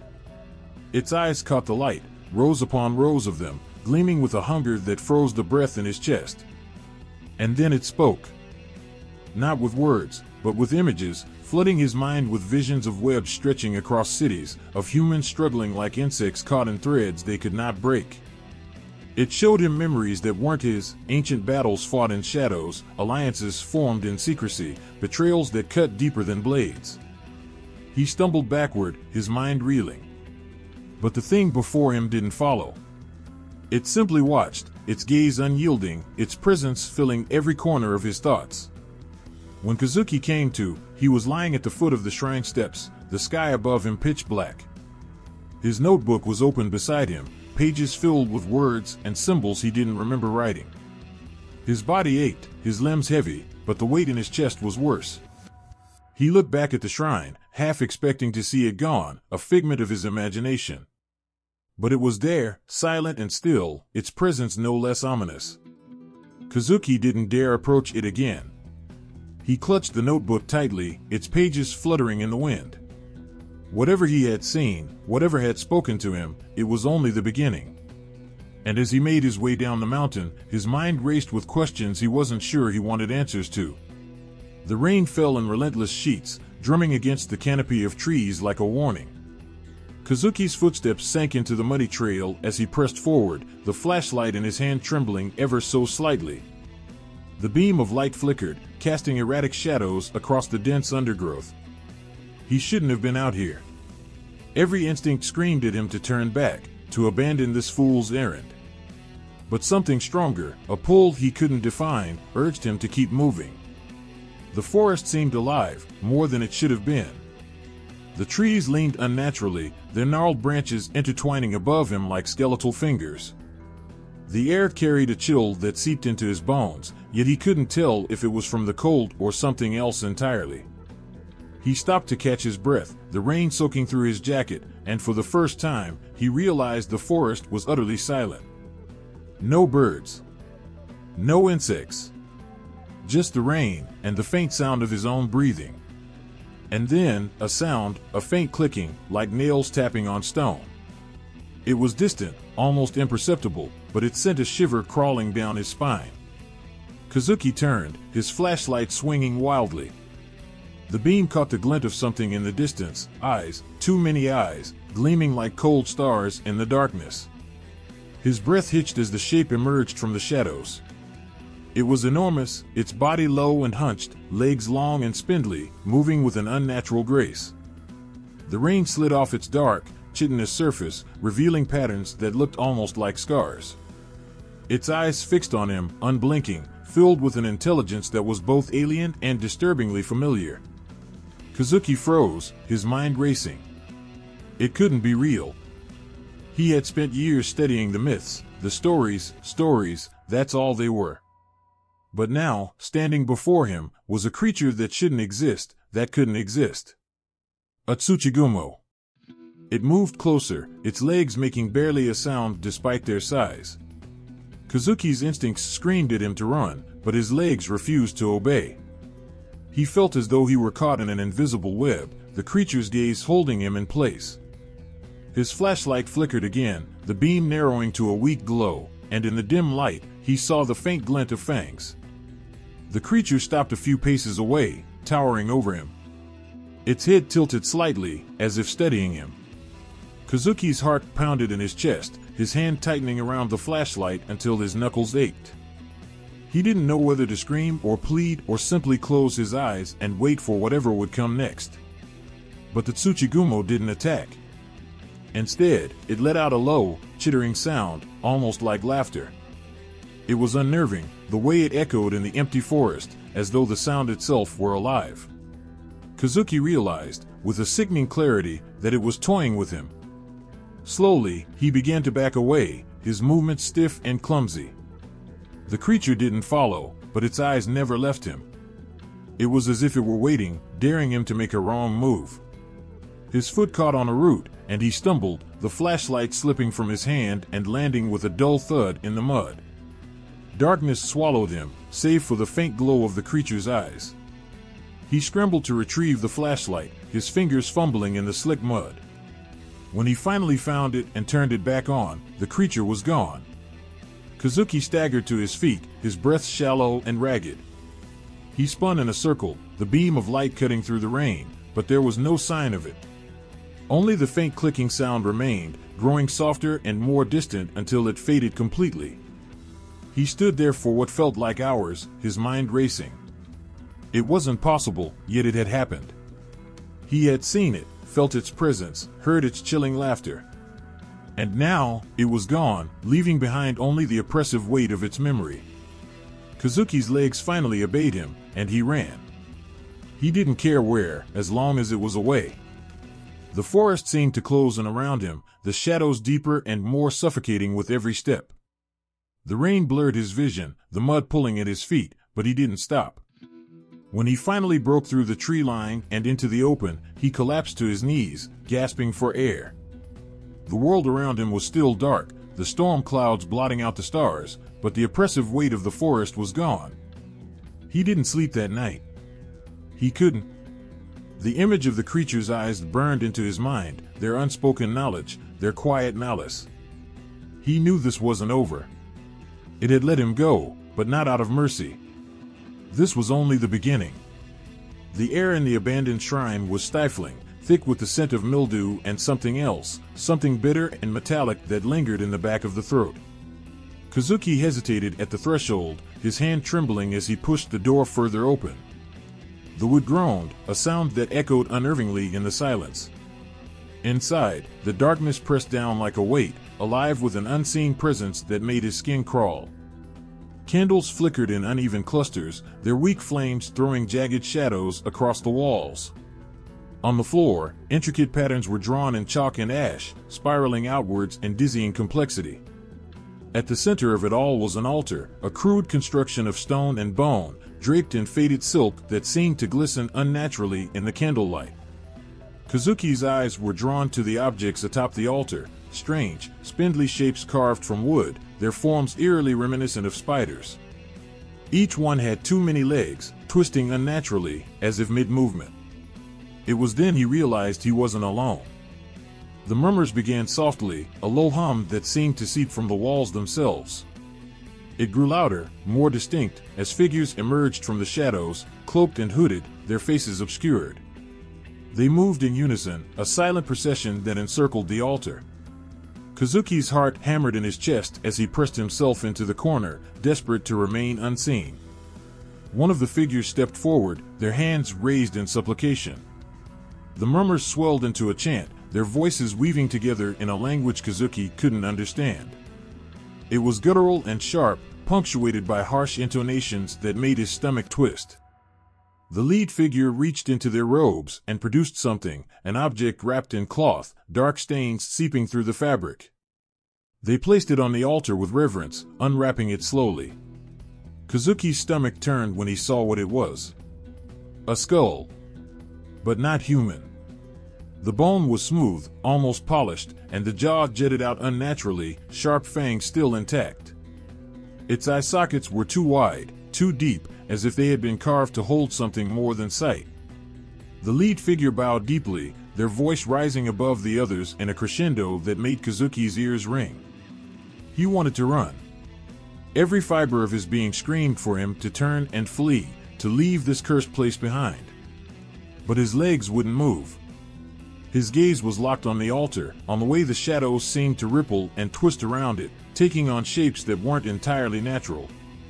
One of the shadows moved independently, stretching towards the ceiling, and Kazuki swore he saw the outline of legs, long, spindly legs that reached out as if searching for something. The chanting stopped abruptly, leaving a silence so profound it was deafening. The lead figure straightened, their hood falling back to reveal a face that was both human and not. Their skin was pale, almost translucent, and their eyes glinted like polished obsidian. They turned, scanning the room, and Kazuki ducked behind a pillar, his breath catching in his throat. "We are the keepers of the ancient pact," the figure said, their voice resonating with an unnatural cadence. "The chosen who will weave the threads of the old ways into the new.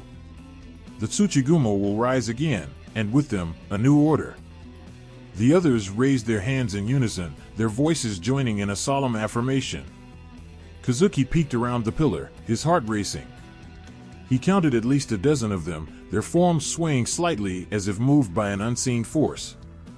The lead figures turned back to the altar, raising their arms high.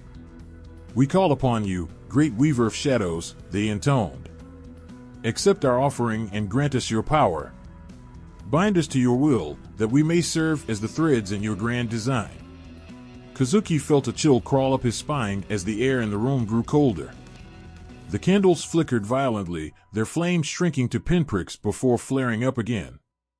The shadows around the altar deepened, pooling together in an inky mass that seemed to writhe and pulse like a living thing. And then, from the darkness, it emerged. A limb, impossibly long and segmented, reached out from the void, its movements unnervingly deliberate. The limb was followed by another, and another, until the shape of a spider began to form, its body obscured by the swirling shadows that clung to it like a shroud. Its eyes gleamed in the candlelight, reflecting the room in fractured images. The cult members dropped to their knees, their heads bowed in unison. The lead figure stepped forward, their hands trembling as they extended them towards the creature. It leaned down, its movements eerily smooth, and Kazuki could feel its gaze piercing through him even though he was hidden. "You honor us," the figure said, their voice quivering with a mixture of fear and reverence. "Guide us, and we will do your bidding." The creature let out a low, chittering sound, its mandibles clicking in a way that made Kazuki's stomach churn. It reached out one of its limbs, brushing the figure's outstretched hands. The contact was brief, but the figure staggered back as if struck, clutching their chest. When they looked up, their eyes had changed, now reflecting the same glinting light as the creature's. Kazuki's grip tightened around the strap of his satchel. He needed to get out of there, but every movement felt like it would betray him. The creature shifted its gaze, and for a horrifying moment, he thought it had seen him. It tilted its head, its mandibles twitching, and Kazuki felt an overwhelming sense of dread wash over him. But then the lead figure spoke again, drawing its attention back to the altar. Kazuki seized the opportunity, inching towards the door as quietly as he could. His heart thundered in his chest, each step feeling agonizingly slow. He could still hear the creature's chittering, the sound burrowing into his mind like an insidious whisper. As he reached the door, he risked one last glance back. The creature was fully emerged now, its body towering over the cult members, its limbs casting long, jagged shadows across the room. The lead figure knelt before it, their head bowed, as the others chanted once more, their voices rising in a haunting crescendo. Kazuki slipped through the door and into the night, the cold air hitting him like a slap. He ran without looking back, his mind racing. This wasn't just myth or legend anymore.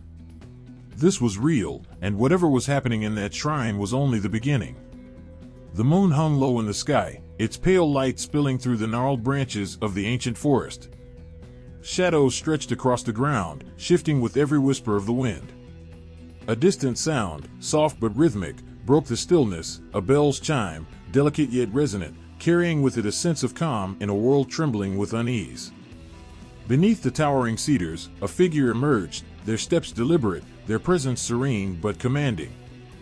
She wore the white and red robes of a shrine maiden, her every movement exuding a quiet power. A bow was slung across her back, and in her hands, she carried a bundle of sacred arrows etched with protective talismans.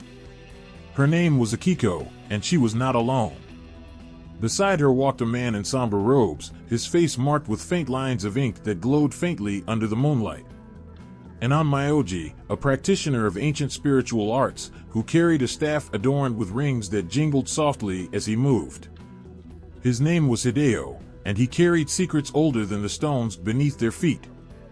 As they approached a clearing, a third figure joined them, stepping effortlessly out of the shadows. It was a yokai, but not the kind to inspire fear. This one, a kitsune, had an air of mischievous elegance. Its silver fur shimmered in the moonlight, and its many tails swayed lazily behind it. Late as always, it teased, its voice light yet laced with an undertone of seriousness. "Do humans always move so slowly?" "We take the time to measure our steps," Akiko replied, her voice steady. "Unlike you, we can't disappear into the ether at will." The kitsune laughed, a melodic sound that echoed through the clearing. But the amusement in its eyes faded quickly. "They're moving faster now. The Tsuchigumo are stirring, and their threads stretch farther than you realize." Hideo nodded, his face grim. "The signs are everywhere. Crops rotting overnight. Villages consumed by silence. Even the winds feel heavier, as if laden with their poison." Akiko stepped forward, her gaze unwavering. "Then we must act. Together." This was no ordinary alliance. Humans and yokai had rarely stood side by side, their histories fraught with mistrust and conflict. But now, faced with the resurgence of a terror that threatened them all, the lines between them blurred. Each brought something unique to the fight, a strength, a skill, or a gift that tipped the scales in their favor. And it was this union, fragile but unyielding, that gave humanity its first glimmer of hope. The kitsune flicked its tails, its sharp eyes scanning the horizon. The spiders are clever. They don't strike head-on. They weave their traps, drawing you in before you even know you're caught. And yet, Hideo said, his voice firm, they can be undone. Even the strongest web has its weakness. The clearing grew silent as they exchanged a knowing glance. From the depths of the forest came a faint rustling, and moments later, more figures emerged. Some were human, warriors armed with blades and bows, their faces hardened by resolve. Others were yokai, their forms shifting in the moonlight, some towering and fearsome, others small and unassuming. Among them was a tengu, its wings folded tightly against its back, its sharp beak gleaming in the dim light. A mujina followed close behind, its round face serious, its hands clutching a staff tipped with a glowing crystal. They had come from different places, some drawn by duty, others by vengeance or necessity. But they were here, bound by a common purpose. Hideo stepped into the center of the gathering, his staff planted firmly in the ground. "We face an enemy that thrives on fear and chaos," he began, his voice carrying over the crowd. "An enemy that seeks to unravel the bonds that hold this world together. But they are not invincible. They can be fought. They can be defeated." The tengu stepped forward, its voice sharp and commanding. "Their arrogance is their weakness. They underestimate us because they believe themselves untouchable. That will be their undoing." Akiko raised her bow, her fingers brushing against the talismans on her arrows. "We have the tools," she said. "Sacred rites, ancient spells, and the strength of those who refuse to bow to darkness." The kitsune grinned, its fangs glinting. "And don't forget a little trickery of our own. The spiders may weave their webs, but they're not the only ones who can set traps." A murmur of agreement rippled through the group. The yokai shifted, their forms becoming more distinct in the moonlight. Some bore scars from past battles, reminders of the cost of defiance. Others carried artifacts, blades imbued with spiritual energy, charms meant to ward off malevolence. Together, they were a patchwork of the old and the new, the mystical and the mundane. As the night deepened, the group began to move. They traveled through the forest in silence, their steps carefully measured. The air grew colder, the trees more gnarled and twisted, as if the land itself recoiled from the presence of the Tsuchigumo. Akiko felt the weight of the bough in her hands, a comforting reminder of her purpose. Hideo muttered under his breath, the faint glow of his markings intensifying with every word. The kitsune led the way, its sharp senses guiding them through the labyrinth of shadows. It paused suddenly, its ears twitching. "We're close," it whispered. The group halted, their breaths visible in the frigid air. Ahead, the forest opened up to reveal a desolate field, its soil cracked and lifeless.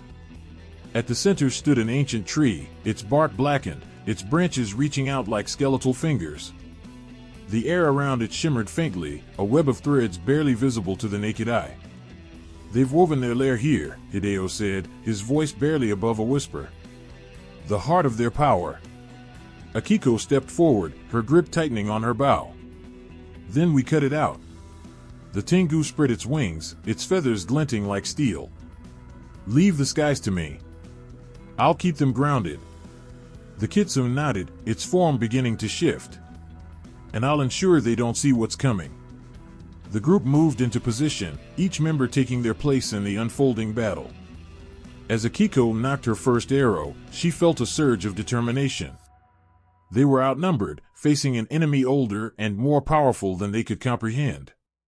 But they had something that Tsuchigumo lacked, a unity born not of fear or domination, but of choice. The first arrow flew, piercing the shimmering web with a burst of light. The tree trembled, its branches writhing as if alive. From the shadows, the Tsuchigumo emerged, their eyes gleaming, their fangs bared. The battle began, a clash of light and darkness, of ancient power and unyielding resolve. And in that moment, as the forest came alive with the sounds of conflict, Akiko knew one thing for certain: they would not stand alone. The night pulsed with an unsettling energy, a tension that lingered just beyond the senses, like a whisper too faint to hear but impossible to ignore. The forest seemed alive with eyes, some watchful, others indifferent, and a few burning with malice. Beneath the towering canopy, unseen threads wove a tapestry of connections between creatures older than the stars. These were not the threads of the Tsuchigumo, but of something far more intricate, a web of alliances, rivalries, and ancient pacts between the yokai themselves. On the banks of a still and blackened lake, two figures stood locked in a heated exchange. One was a Naparabo, its featureless face tilting this way and that as it spoke in an eerie, melodic voice. Across from it stood a Yukiana, her pale skin gleaming like frost under the faint moonlight, her breath curling in icy tendrils that hung in the air. "They'll swallow the mountains first," the Naparabo said, its tone smooth but tinged with unease. "Then the rivers, then the villages. You think your icy domain will be spared?" The Yukiana's lips curved into a faint smile, her voice colder than the wind that rustled through the trees. "Let them try. I do not fear their webs. My cold will freeze them in place before they can reach me." "And what happens when they use humans to tear through the snow?" the Naparabo pressed, stepping closer. "They won't stop until they've spun their webs across everything. Even you cannot freeze the world." The Yukiana's smile faltered, replaced by a flicker of doubt. She turned her gaze toward the horizon, where the distant mountains loomed like slumbering giants. "And what of you?" she asked softly. "What does a faceless ghost seek to gain from all this? Will you fight, or will you vanish into the shadows as you always do?" Before the Naparabo could respond, the surface of the lake rippled violently. A massive, scaled figure emerged, its serpentine body coiling as it rose, water streaming from its emerald green hide. The Mizuchi, a guardian dragon of rivers and lakes, fixed its golden eyes on the two yokai with a commanding glare. Its voice was deep and resonant, vibrating through the ground itself. "Enough bickering. We waste time while the spiders grow stronger." The Yukiana and the Naparabo fell silent, their gazes shifting uneasily toward the Mizuchi. It towered over them, its presence both awe-inspiring and unnerving. The Mizuchi's scales shimmered in the faint light, each one bearing the marks of battles fought long ago. It spoke again, its tone firm. "The Tsuchigumo are not invincible, but neither are they fools. They know which yokai will stand against them and which will fall to their side. Even now, their whispers reach the ears of those who crave power. Oni, Joragumo, and others who see humanity as prey, they will align with the spiders." The Yukiana frowned, her frost-covered fingers tightening into fists. "And the rest of us? Do we simply watch as the world falls apart?" The Mizuchi's golden eyes gleamed with a knowing light. "Not all yokai seek destruction. The Kitsune, the Tengu, the Kodama, even the spirits of the mountains, they will resist. But resistance means nothing without unity. The Tsuchigumo thrive on division, on exploiting the cracks in our alliances." As if summoned by its words, a faint rustling came from the trees, and another figure stepped into the moonlight. A Kitsune, its 9 tails flicking gracefully behind it, tilted its head in greeting. Its eyes sparkled with mischief, but its expression was grave. "Unity among yokai," it said, its voice lilting with sarcasm. "That's a rare sight, isn't it?" The Mizuchi growled low, the sound rumbling like distant thunder. "We have no choice. If we do not unite, the Tsuchigumo will pick us off one by one." The Kitsune shrugged, its tail swaying. "Perhaps. But don't forget, not all yokai share your noble ideals. Some see the spiders as a means to an end. Why fight the tide when you can ride it?" The Yukiana narrowed her eyes, frost crackling at her feet. "You speak as though you'd side with them." The Kitsune chuckled softly, the sound like wind through dry leaves. "Not I. I have no love for the Tsuchigumo. But I won't pretend their promises aren't tempting to others. Power, dominion, fear, those are powerful lures." The Naparabo's voice cut through the tension like a blade. "Then we must be stronger lures. Those who can be persuaded must be persuaded. Those who cannot must be stopped." The group fell silent, their gazes turning once more toward the mountains. Somewhere in the distance, a faint, rhythmic sound began to echo through the night. It was not the chime of a bell or the call of an owl, but something darker, more insidious. A vibration in the earth, a reminder of the Tsuchigumo's growing influence. The Mizuchi lowered its massive head, its voice a low rumble. "We have little time. The threads are tightening. If we do not act now, they will strangle us all." The kitsune stepped forward, its expression uncharacteristically serious. "Then let us act. If the Tsuchigumo have their web, we will weave our own, a network of yokai willing to fight for balance, for survival." The Yukiana's breath frosted the air, her voice resolute. "But how do we find them? How do we convince them to stand with us?" The kitsune's eyes gleamed, its tails curling. "Leave that to me. I know where to look." And so, the gathering began to disperse, each yokai moving with purpose, their individual strengths adding to the fragile alliance. The Yukiana returned to her frozen domain, her icy resolve tempered with newfound determination. The Mizuchi sank back into the lake, its golden eyes watching the horizon for the first signs of encroaching danger. The Naprabo disappeared into the shadows, its faceless form a reminder of the unknown. But it was the kitsune who lingered, its gaze fixed on the distant mountains. Its mischievous smile returned, but there was a fire in its eyes, a flicker of something deeper than cunning. The kitsune knew the path ahead would not be easy. Alliances would be tested, loyalties questioned, and sacrifices made. Still, as it turned and vanished into the forest, its voice echoed faintly through the trees, a whisper of hope carried on the wind. "The spiders may weave their threads," it murmured, "but so can we." The air was heavy, almost suffocating, as though the very atmosphere itself had grown tired of holding its secrets. The ground trembled faintly, a rhythm like a heartbeat far below the surface, steady and unyielding. Standing at the mouth of a cavern, shrouded in darkness so profound it seemed alive, it was impossible not to feel the pull of something ancient. Something vast. Something waiting. A whisper of wind slipped through the cavern's jagged opening, carrying with it an unsettling sound, an almost imperceptible hum. It wasn't the kind of hum that came from air moving through cracks in stone. No, it was alive, a vibration that seemed to come from the walls themselves, as though the earth was breathing, groaning, speaking in a voice too deep to understand. The descent began with an unshakable sense of foreboding. Every step downward brought a change in the air, colder, heavier, charged with an energy that pressed against the chest. Shadows danced along the uneven stone walls, shapes that shouldn't have been there. Was it a trick of the mind? Or were unseen eyes already watching, waiting for the intruders to draw closer? The passage twisted and spiraled downward, deeper than any natural cave should have gone. At times, the path narrowed, forcing anyone foolish enough to tread here to squeeze through suffocating crevices that felt like the earth itself was trying to consume them. And then, without warning, it widened into an immense chasm. Here, the light from the surface was swallowed entirely. Torches did little to pierce the oppressive darkness, their flames flickering weakly, as though they too feared what lay ahead. The ground beneath was uneven, soft in places as though the earth had been spun into silken threads. With each step, the faintest stickiness clung to boots and bare feet alike, a warning that this place did not belong to humans. And then, as the faint glow of phosphorescent moss began to outline the cavern's walls, the truth revealed itself. This was no ordinary underground world. This was the domain of the Tsuchigumo. Above, below, and all around, webs stretched endlessly, their delicate silver strands catching what little light there was. But these were no mere spider webs.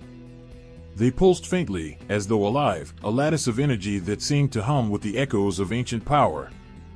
The threads were thicker than human arms in some places, twisting together like ropes, forming vast bridges that spanned the immense cavern. They connected everything, the stone walls, the towering stalagmites, even the air itself, creating a web so intricate and vast it was impossible to tell where it began or ended. In the distance, shapes moved. At first, they seemed like shadows, indistinct and fleeting. But as they came closer, their forms became clear. massive, hulking figures with too many legs and too many eyes. Their bodies glistened, covered in dark, chitinous armor that reflected the faint glow of the webs. The Tsuchigumo were not like the spiders of the surface. They were far larger, more intelligent, their movements deliberate and predatory. One of the Tsuchigumo paused, its many eyes scanning the cavern. It moved its mandibles slowly, almost thoughtfully, as though considering whether to attack or wait. Its legs clicked softly against the stone, the sound echoing unnervingly in the cavern's vast emptiness. Then, without a sound, it retreated into the shadows, disappearing as quickly as it had appeared. But its presence lingered, a reminder that this was their world, and any trespassers were prey. Deeper still, the cavern opened into what could only be described as a city. If such a word could even apply to a place so alien, so utterly removed from human understanding. Vast structures made of stone and webbed stretched upward, their spires spiraling like the horns of a demon. Some glowed faintly with an inner light, their surfaces etched with runes that seemed to shift and writhe when looked at too closely. Others were shrouded in complete darkness, their shapes barely discernible against the void around them. At the center of it all stood the heart of the web world, a structure so massive it defied comprehension. A towering spire of silk and stone, it rose higher than the eye could follow, its peak lost in the darkness above. The web threads that radiated from it were thicker and brighter than anywhere else, pulsing with energy that seemed to ripple outward, feeding the entire cavern. It was here that the Tsuchigumo gathered, their massive forms circling the spire like worshippers before an altar. Their movements were slow, deliberate, as though performing some ancient ritual. Some spun new threads, adding to the web's impossible complexity, while others simply watched, their many eyes reflecting the faint light like tiny, unblinking stars. At the base of the spire, a figure stood. Unlike the others, it was smaller, humanoid in shape, but cloaked in shadows that shifted and coiled around it like living things. Its voice, when it spoke, was a low, resonant hum that carried through the cavern like a vibration in the bones. "The threads are fraying," it said, its words echoing in the silence. "The balance is failing." The Tsuchigumo closest to the spire hissed softly, their mandibles clicking in unison. It was not a sound of fear, but of agreement, of understanding. The figure raised a hand, its fingers impossibly long, tipped with claws that glinted faintly in the dim light. "The humans will not stop," it continued. "They think they can contain us, trap us in their stories and myths. But the web is eternal. And we are its keepers." Another hiss rose from the Tsuchigumo, louder this time, a chorus of voices that reverberated through the cavern like the rumble of distant thunder. The figure lowered its hand, and the energy in the web seemed to intensify, the pulsing threads growing brighter, their hum deepening. In that moment, it became clear that the web was more than just a physical structure. It was a conduit, a living network that connected not only the cavern, but the surface world above. Every strand carried energy, information, power. And the Tsuchigumo controlled it all. Above the spire, the darkness began to shift, twisting and swirling like a storm cloud. Shapes moved within it, impossible to define, but vast and terrifying. The figure at the base of the spire raised its head, its voice rising in a final, resounding declaration. "The time has come. The web will consume all." And as the words echoed through the cavern, the threads began to move. Slowly at first, then faster, weaving and twisting with a purpose that defied comprehension. The web world came alive, a vast, living entity with a will of its own. And in its center, the Tsuchigumo waited, patient and unyielding, knowing that their time was near. The sun dipped below the horizon, casting an eerie glow over the landscape. The night, always thick with the promise of secrets, felt heavier than usual. In the shadows, something stirred. Quiet footsteps echoed, but they weren't those of an ordinary traveler. These steps were calculated, purposeful, made by someone who knew exactly what they were walking into. A figure cloaked in black moved swiftly across the rugged terrain, eyes narrowed, scanning the surroundings. This wasn't a man wandering through the night, hoping to find something.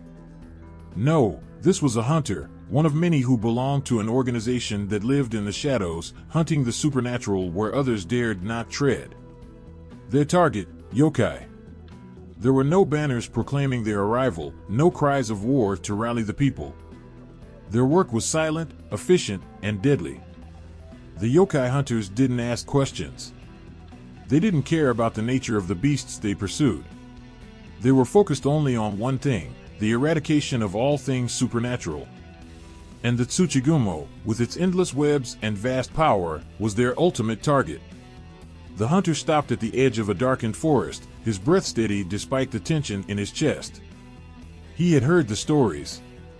He had seen the remnants of yokai attacks, villages destroyed, crops poisoned, people vanishing without a trace. No one dared speak of what had caused it. Those who did were either silenced or disappeared, lost to the shadows. But the hunters knew the truth. They had fought creatures like the Tsuchigumo before. Massive, insidious, they were more than just beasts. They were manipulators, weavers of fear and deceit, using their webs to entangle not just the body, but the mind. The hunter adjusted the strap of his weapon, feeling the weight of the blade against his back. His hand tightened around the hilt, the cool metal a comfort. He was ready. Above him, the trees swayed in the wind, their limbs creaking, whispering. But it wasn't the wind. He knew that now.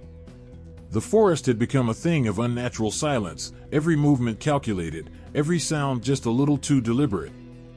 Something was waiting. Watching.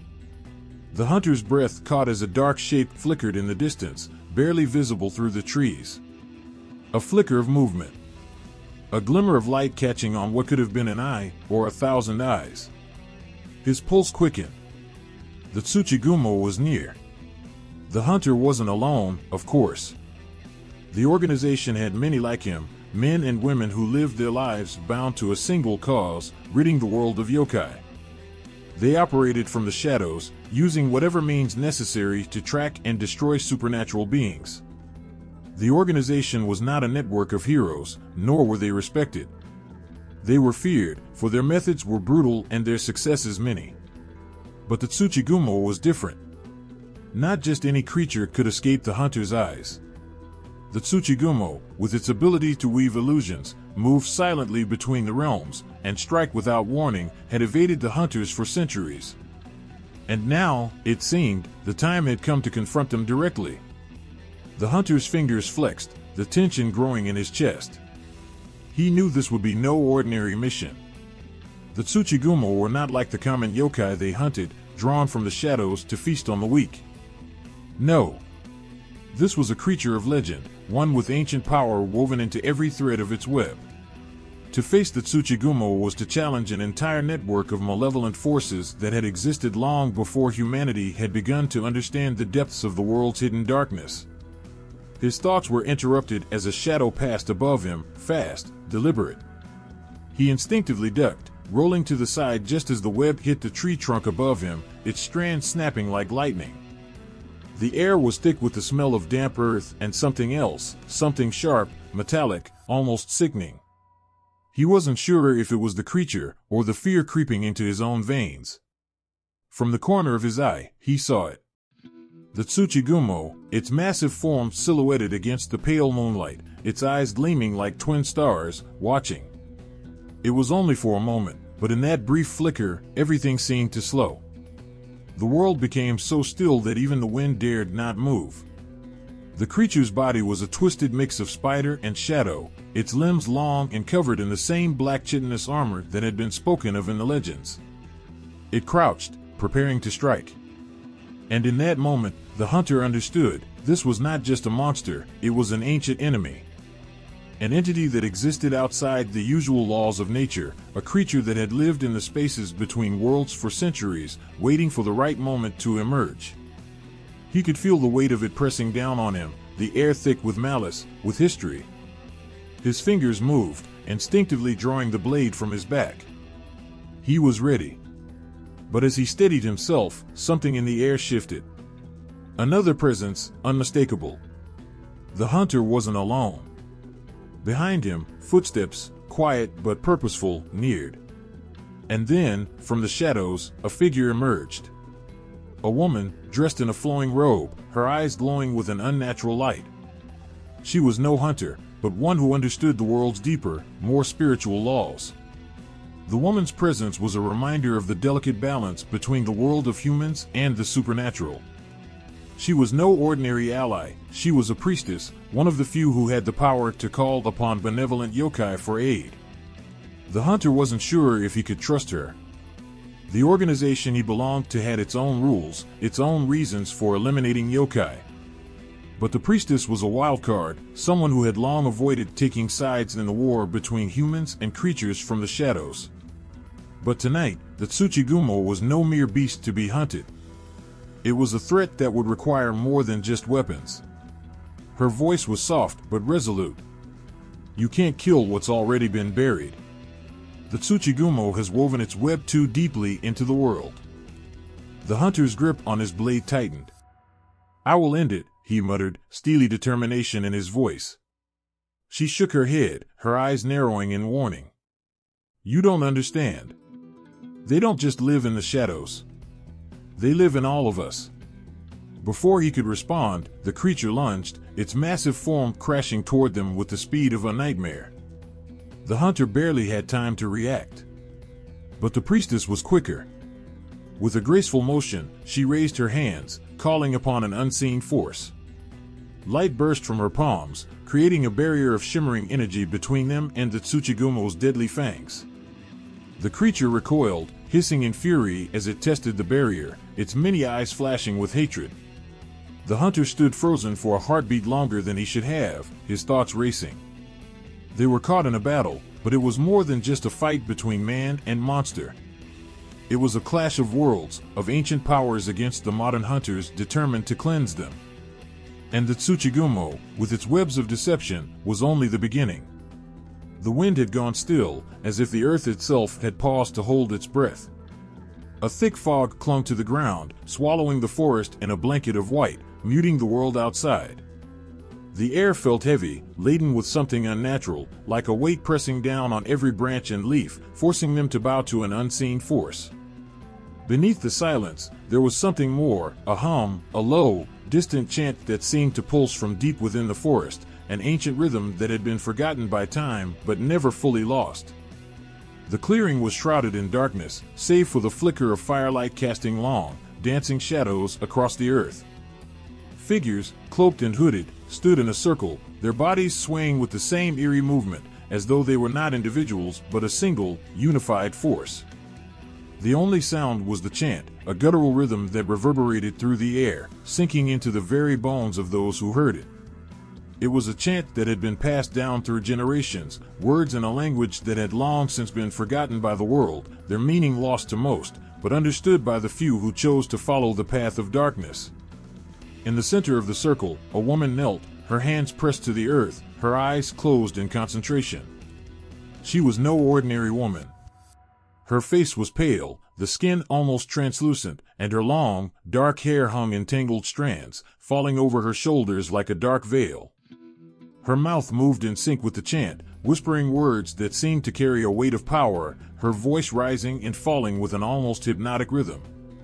The firelight danced around her, casting eerie shadows over her features, but it was the markings on her skin that caught the eye. Strange symbols, etched into her flesh with precision and care, glowed faintly in the fire's light. These were not the symbols of any ordinary ritual, they were the sigils of the Tsuchigumo, the spider spirits, woven into the very essence of the woman herself. Her connection to the creatures of the dark was deep, unshakable. Her devotion to them was absolute. Around her, the others continued their chant, their voices blending together into a single, almost melodic hum. As the chant grew louder, the woman's body trembled, her head tilting back as if she were in a trance, the very earth beneath her seeming to respond. And then, from the depths of the fog, a figure emerged. Its form was dark, barely visible against the swirling mists, but the eyes gleamed, many eyes, glowing in the darkness, watching, waiting. The woman opened her eyes, and for a moment, it seemed as though the entire world had paused. Her gaze met the creature's, and in that brief exchange, there was an understanding. A bond that transcended language, time, and even death. The Tsuchigumo had arrived. The chant reached a crescendo, the energy building, swirling around them, as if the very fabric of the world was bending to the will of the cult. The figure in the center, the woman, raised her arms, her fingers splayed wide, as though she were reaching out to the heavens themselves. A low growl rumbled from the creature, a sound that seemed to shake the ground beneath their feet, and the cultists began to move in unison, their bodies shifting like marionettes in the hands of an unseen puppeteer. They began the ritual. Their movements were precise, practiced, every gesture, every word spoken, held meaning, a purpose. Each cultist stepped forward in turn, holding out an offering. Some brought flowers, blackened, wilted petals that had been plucked from a graveyard. Others offered bones, human bones, their origins unknown, their presence chilling. And as each offering was laid before the Tsuchigumo, the air grew colder, the darkness deeper. In the midst of the ceremony, the woman spoke, her voice clear now, rising above the chant. "Come, Great One," she called. "Come, Spider of the deep earth. We offer ourselves, our blood, our souls, in service to you. We are your children, born of your webs, and we shall return to you what you have given." As the final word left her lips, the earth trembled violently. The fire sputtered and flickered, its light dimming in the sudden onslaught of darkness that fell upon the ritual site. The Tsuchigumo, the creature of legend, began to move. Slowly at first, but with increasing speed, its limbs stretching, its form unfurling from the depths of the fog. Its eyes, dozens of them, each one glowing with an otherworldly light, focused on the woman, the cult, as it came to life, like a spider weaving its web around its prey. The woman smiled, her lips curling in anticipation, her heart racing. This was the moment she had waited for, the moment when the world would shift and break, when the Tsuchigumo would rise once more, ready to fulfill its dark purpose. The ritual was complete. Around her, the other cultists fell to their knees, their heads bowed in reverence, their eyes wide with adoration. They had given everything to the Tsuchigumo, to the spiders that ruled the darkness, to the creatures that lived beneath the earth, in the forgotten places where the sun never touched. And now, they would receive their reward. They would become one with the spider, one with the web. But it was not just power they sought. No, the true purpose of the ritual was something darker still, to bring the Tsuchigumo back into the world of the living.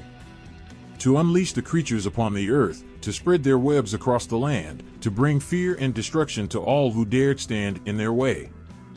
The cult's devotion to the Tsuchigumo went beyond mere worship. It was a pact, a promise that bound them to the creature, a promise that, in return for their faith, they would be granted the strength to control the world. As the creature rose higher, its massive form towering over the cultists, the air grew thick with a sense of impending doom. The woman's breath quickened, her body trembling with the anticipation of what was to come. She could feel it in the air, the power, the overwhelming presence of the Tsuchigumo. It was here, and it would not leave until its work was done. The fire sputtered out, leaving only darkness in its wake. The woman's voice rose once more, louder than before, her chant now a declaration, a command. "The time has come. We are the children of the spider. We are the harbingers of the end." The Tsuchigumo let out a roar that shook the earth itself, its many eyes glowing with hunger, with fury. It was ready.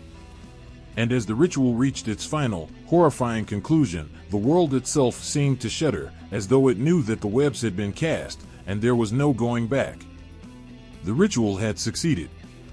And in its wake, the Tsuchigumo would rise. The forge was cold, the air thick with the scent of old iron and the sting of burning embers.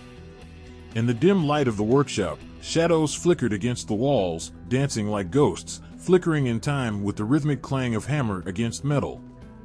A figure, hunched over the anvil, worked tirelessly, his face sweat-streaked and hardened with years of labor. His hands were steady, but his eyes were distant, focused not on the weapon he was crafting, but on something far beyond, something only he could see. The sound of hammer striking metal rang out like a heartbeat, the rhythm steady and unwavering. But it was not just any weapon being forged here. No ordinary blade, no simple tool of war. This was something much more powerful. It was something born of legend, something that would be used against the Tsuchigumo, the monstrous spiders that had tormented the world for centuries. A weapon that could pierce their dark webs and tear through the very fabric of their twisted realm. The blacksmith's brow furrowed in concentration as he worked the molten metal. His movements were deliberate, each strike of the hammer shaping the blade, binding it with the ancient power that had been called upon for this very purpose. The weapon was not just a blade, it was an instrument of destiny. It had to be perfect. It had to be strong enough to face the terror that lurked in the shadows. Legends told of weapons that were forged with the blood of gods, with metals mined from the heart of mountains that had never seen the sun, with mystical powers that had been lost to time. These were not just weapons, they were curses. Curses meant to bring an end to a darkness that had haunted the world for millennia. Curses that could not be wielded by just anyone, but only by those chosen by fate. The blacksmith's hammer struck again, a sound like thunder reverberating through the workshop.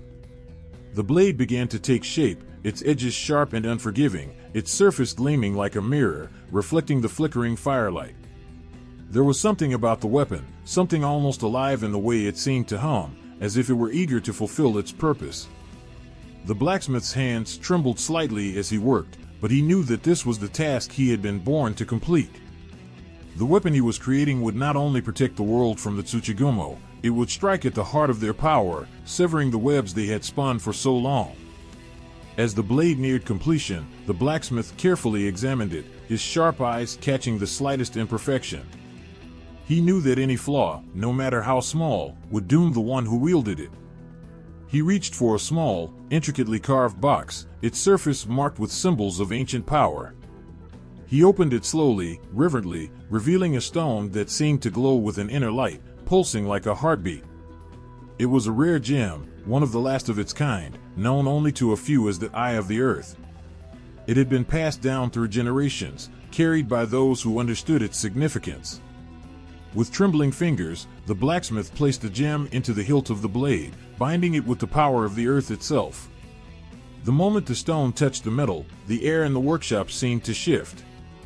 The flames in the forge flickered violently, as though they were responding to some unseen force. The blade glowed, its edges now tinged with an ethereal light that had not been there before. It was no longer just a weapon, it had become something more. It was a force of nature, forged in the depths of the earth, imbued with the will to destroy. The blacksmith stood back, his hands shaking as he looked at his creation. He had forged a weapon that could fight the Tsuchigumo, a weapon that could sever their connection to the world. But he also knew the price. The weapon was not just a tool, it was a burden. Only one who understood the weight of that burden could wield it. The door to the workshop creaked open, and a figure stepped into the room, shrouded in the cloak of a wandering warrior. His face was shadowed, but his eyes gleamed with a fierce determination. The blacksmith did not need to see his face to know who he was. He had been expecting him. The warrior had come for the blade. Without a word, the blacksmith reached out and handed the weapon to the warrior. Their fingers brushed briefly, and in that moment, a silent understanding passed between them. The warrior did not ask questions, nor did the blacksmith offer any answers. The blade had chosen him, and he had come to claim it. As the warrior gripped the hilt of the cursed weapon, a surge of power coursed through him, like electricity, like fire. It was as if the weapon itself was alive, resonating with the blood of those who had forged it. The warrior's muscles tightened, his grip firm, and he could feel the ancient power thrumming beneath his skin, ready to be unleashed. He turned the blade in his hand, feeling the weight of it, the balance, the purpose it held. He knew what he had to do. The Tsuchigumo had awoken from their long slumber, and the world was on the brink of destruction. Only this weapon, forged from the earth's very bones and blessed by the gods themselves, could defeat the spiders. Only it could cut through their webs and tear apart their dark world. But even as the warrior prepared to leave, to face the coming storm, he felt a coldness in the air, a presence just beyond his reach. He looked back at the blacksmith, his eyes filled with unspoken words. The blacksmith gave a small nod, as though he knew the warrior's thoughts. The weapon had been forged, but its true test was yet to come. And so, with the cursed weapon in hand, the warrior stepped out into the world, the weight of destiny heavy on his shoulders. The blade gleamed in the dim light, its power undeniable, but the warrior knew that it was not just the weapon that would see him through. It was the will to fight, the courage to stand against the darkness, that would carry him forward. The Tsuchigumo would soon learn that there were forces in this world that could not be controlled, that could not be bound by their webs. And the warrior, armed with the cursed blade, would be the one to show them. The forest was silent, save for the occasional rustle of leaves stirred by the wind. But beneath the calm surface of nature, something dark and ancient stirred. The trees groaned under an unseen weight, their trunks twisting and creaking as if they knew what was about to unfold. In the distance, a figure stood still, gazing into the shadowy depths of the woods where the light barely reached. For a long moment, the figure remained frozen, as if sensing something old, something forgotten, watching from the shadows. The air seemed thick with an unspoken tension. Was it fear? Or was it something more profound, something unsettling? The Tsuchigumo. They had been painted as nothing more than monsters, bloodthirsty creatures that lurked in the shadows, weaving their webs of terror, hungry for destruction.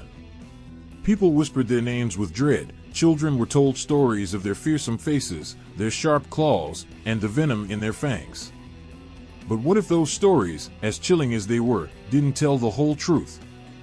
What if the Tsuchigumo were not the villains everyone thought they were? What if they had once been something else, something more, something with a past that was twisted by betrayal and circumstance, not evil? The figure's hand reached out, brushing the surface of the old tree, its bark rough and scarred. His mind wandered back to the old tales, the legends passed down through generations, stories of great betrayal. He had always thought of the Tsuchigumo as evil, as the embodiment of the darkness that clung to the corners of the earth.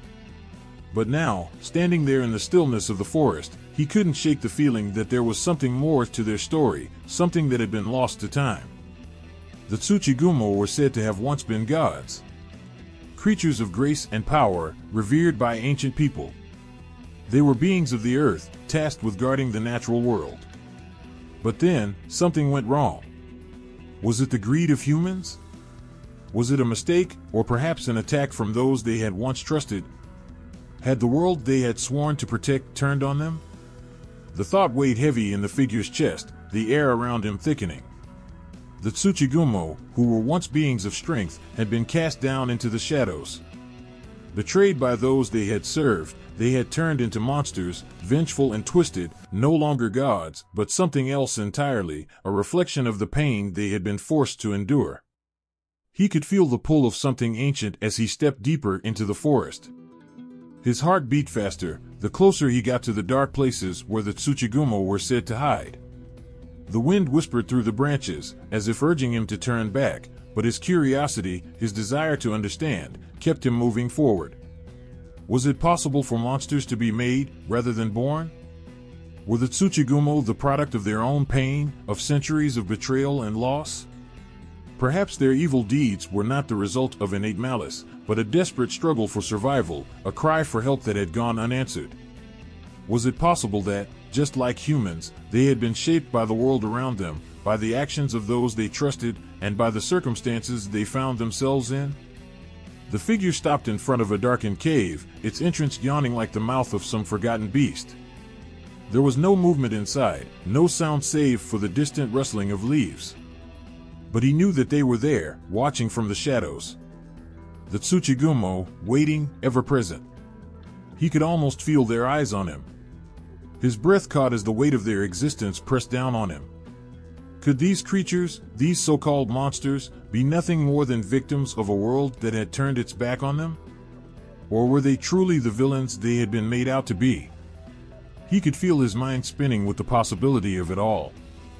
The Tsuchigumo had once been revered, honored even. They had held a place of power in the natural world, their webs woven not for destruction, but for the protection of all that was sacred in the earth. But something had shattered that peace. Something had driven them to the edge, forcing them to retreat into the shadows and become what they were now. Could it be that their hunger for vengeance was not born from malice, but from a deep, aching grief, a grief that no one had ever stopped to understand? And as the figure stood there, his thoughts racing, a shiver ran down his spine.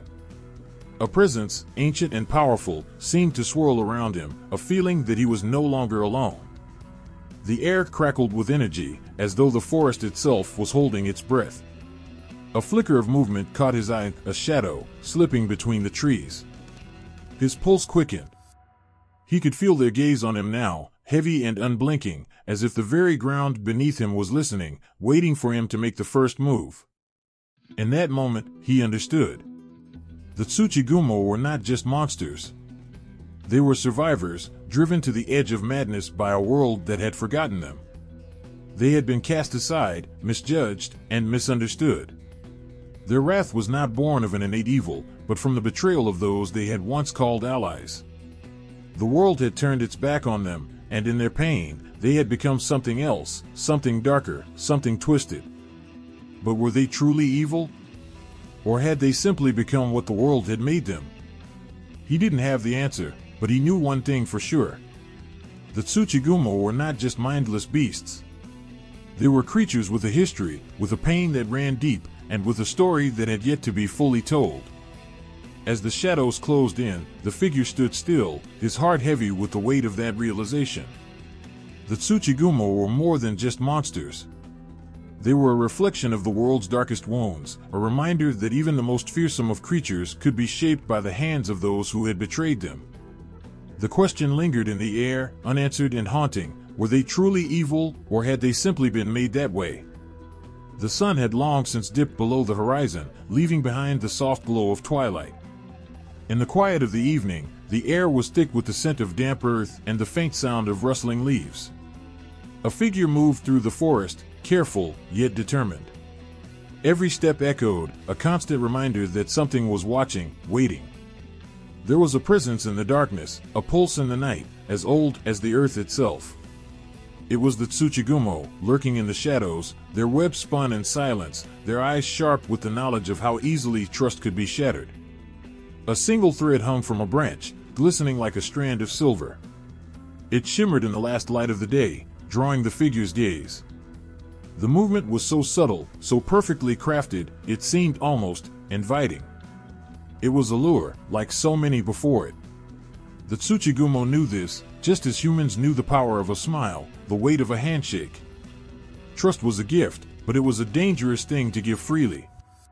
The figure paused, hand hovering just above the delicate web. He could feel the tug of something more than curiosity, something darker. There was a pattern here, something familiar. The Tsuchigumo, just like humans, knew the art of manipulation. They spun their webs not just of silk, but of promises. They knew how to make others trust them, how to pull their victims closer with each thread of deception, until escape was no longer an option. The figure had heard the stories, the tales of those who had been trapped, lured into a web of lies, betrayed by the very creatures they had once thought of as allies. The Tsuchigumo were masters of the art. They weren't mindless beasts, they were clever, patient, and ruthless. They understood the human heart, its desires, its fears, its need for connection. In their own way, they were just like humans. They knew how to manipulate, how to twist trust into something dangerous, how to weave a bond that could snap at the slightest provocation. And yet, the figure couldn't help but feel a strange connection to them. How many times had humans done the same? How many times had they trusted only to find that trust betrayed, woven into a web of lies and deceit? The Tsuchigumo weren't so different from the humans they had once served, the ones who had turned their backs on them. In the end, weren't they just reflections of each other's darkest impulses? The wind shifted, and the figure stepped forward, brushing against the delicate thread. The web trembled, alive with an energy that seemed to pulse with purpose. It was almost as if the forest itself was holding its breath, waiting for the inevitable. Trust had been given. A trap had been set. And the hunter had become the hunted. A shiver ran down the figure's spine as the realization hit him. The Tsuchigumo's manipulation was subtle, like the slow unraveling of a dream. They didn't strike without warning, they didn't lash out in fury. Instead, they waited, patiently, as the thread grew tighter around their victim. It was a slow suffocation, a quiet annihilation of trust. And in that silence, the victim had no choice but to fall deeper into their grasp. It was not unlike the way humans behaved, the way they betrayed each other. A glance behind the mask of politeness, a whispered word, a promise broken in the dark, these were the webs humans wove for themselves. These were the ways in which they trapped one another. The figure's heart raced as the air grew colder, the weight of the situation pressing in on him. He could almost hear the Tsuchigumo's quiet laughter, the sound of a world unspooling. They didn't need brute force, they didn't need to chase their prey. All they needed was patience. They knew that the heart would break on its own, that trust would unravel with a few well-placed words, a few carefully laid plans. Wasn't it the same for humans? How often had they betrayed one another for power, for love, for control? How many friendships had been ruined by jealousy or greed? How many hearts had been shattered by the weight of lies? The Tsuchigumo understood this darkness, perhaps better than anyone. They were a reflection of the worst parts of humanity. In a way, they were mirrors, showing humans their own ugly truths. They were the ones who watched and waited, weaving their webs not just with silk, but with the very desires and weaknesses of those they ensnared. But there was a difference, wasn't there? The Tsuchigumo had been betrayed first. They had been left alone, abandoned by those they had once served. The darkness that had crept into their hearts was born not from malice, but from hurt. They had been wronged, and in their pain, they had learned to trust no one, to weave their webs tighter with each betrayal. The figure's thoughts were interrupted by a soft scraping sound, a rustle of movement in the shadows. Something was stirring in the depths of the forest, something ancient and powerful. The Tsuchigumo had sensed him, felt his presence. They were watching, waiting for him to make his move, just as he had watched them. There was no escape now. The web was complete, and he was caught in it. But as the figure turned to face the darkness, he couldn't help but wonder, who was the true monster here? Was it the Tsuchigumo, who had been shaped by betrayal and grief, or was it humanity itself, so quick to abandon those who had once trusted them? Perhaps, in the end, there were no true monsters. Perhaps, like the Tsuchigumo, humans were just creatures, shaped by the hands of others, weaving their webs of manipulation and betrayal, each one more tangled than the last. And as the shadows closed in, the figure realized that he was no longer sure who was the fly, and who was the spider. Perhaps they were one and the same. There is a moment when everything stills. The world around you seems to hold its breath, and time stretches, just for a second. It's in that silence that you hear it, the soft sound of your own heartbeat, the rush of blood in your veins, the frantic thoughts racing in your mind. It's in these moments of quiet that the truth becomes impossible to ignore. Humans are fragile. We wear the masks of strength and resolve, but beneath them, we are just as vulnerable as any creature. A man walks down a narrow street, his footsteps echoing against the cobblestone. The weight of the day presses down on his shoulders, the burdens of life too heavy to ignore. He's tired, but he can't stop. He's always been running, hasn't he? Running from something he doesn't understand. Running from the doubt that gnaws at his soul. Fear follows him, a shadow in the corner of his vision. He can feel it, creeping closer, wrapping its fingers around his heart. It's always there, in the pit of his stomach, a constant reminder that he's not as strong as he pretends to be. Humans are masters of hiding their weakness. We've perfected the art of wearing masks, of pretending that everything is fine when inside, we're crumbling. We smile at the world, put on brave faces for our families, for our friends. But there's a fragility to us that we can't escape. It lurks beneath the surface, waiting to break through. The fear. The greed. The envy. It's all there, buried deep inside, festering in the dark corners of our hearts. We don't talk about it, but it's always there, clawing at the edges of our consciousness.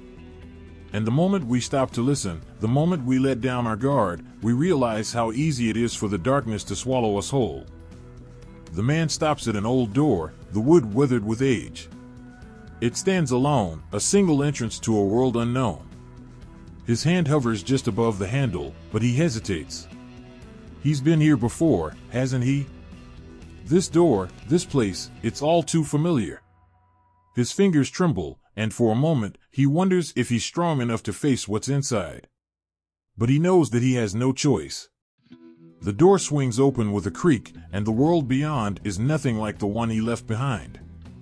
It's darker, colder, and the air is thick with the weight of unspoken things.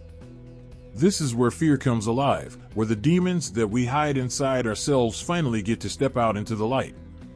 Inside, the shadows twist and writhe like living things. The man feels their presence, like an electric charge in the air. They are his fear, his shame, his regret. He can't see them clearly, but he knows they are there, just out of sight. Waiting. Watching. And the longer he stands in that darkness, the more he feels it, a gnawing, insistent pull toward the edge. The fear, the temptation to give in, to let the shadows take over and surrender to the darkness. It whispers to him, telling him that it would be easier to give in. That he wouldn't have to fight anymore. All he has to do is let go. It's at this moment that he realizes the truth: humans are fragile because we are capable of corruption. Not just from the outside, but from within. It is in our very nature to falter, to give in when the pressure becomes too much. We break. We bend. And in those moments, we become something we never thought possible. We become our own monsters. His mind races back to the stories he's heard, the stories about the Tsuchigumo. They, too, were born from pain. Born from betrayal. The more he thinks about it, the more he realizes that the monsters of the world aren't always the ones we see. Sometimes, the real monsters are the ones we hide inside ourselves. They are the thoughts we dare not voice, the actions we regret, the moments we can never take back. And just like the Tsuchigumo, we are shaped by our experiences, by the weight of our own fears. We are defined by the darkness that lives inside us, and the longer we ignore it, the more powerful it becomes. A voice, soft and low, calls out to him from the darkness. It's his own voice, yet not. It whispers to him of weakness, of failure, of the choices he's made. The things he's done that he can never undo. And for a moment, he wonders if he can escape it. If he can turn away and walk back into the light. But the truth is, he doesn't know if he can. The fear is too great. The temptation too strong. It's then that he feels it, the pull of the web.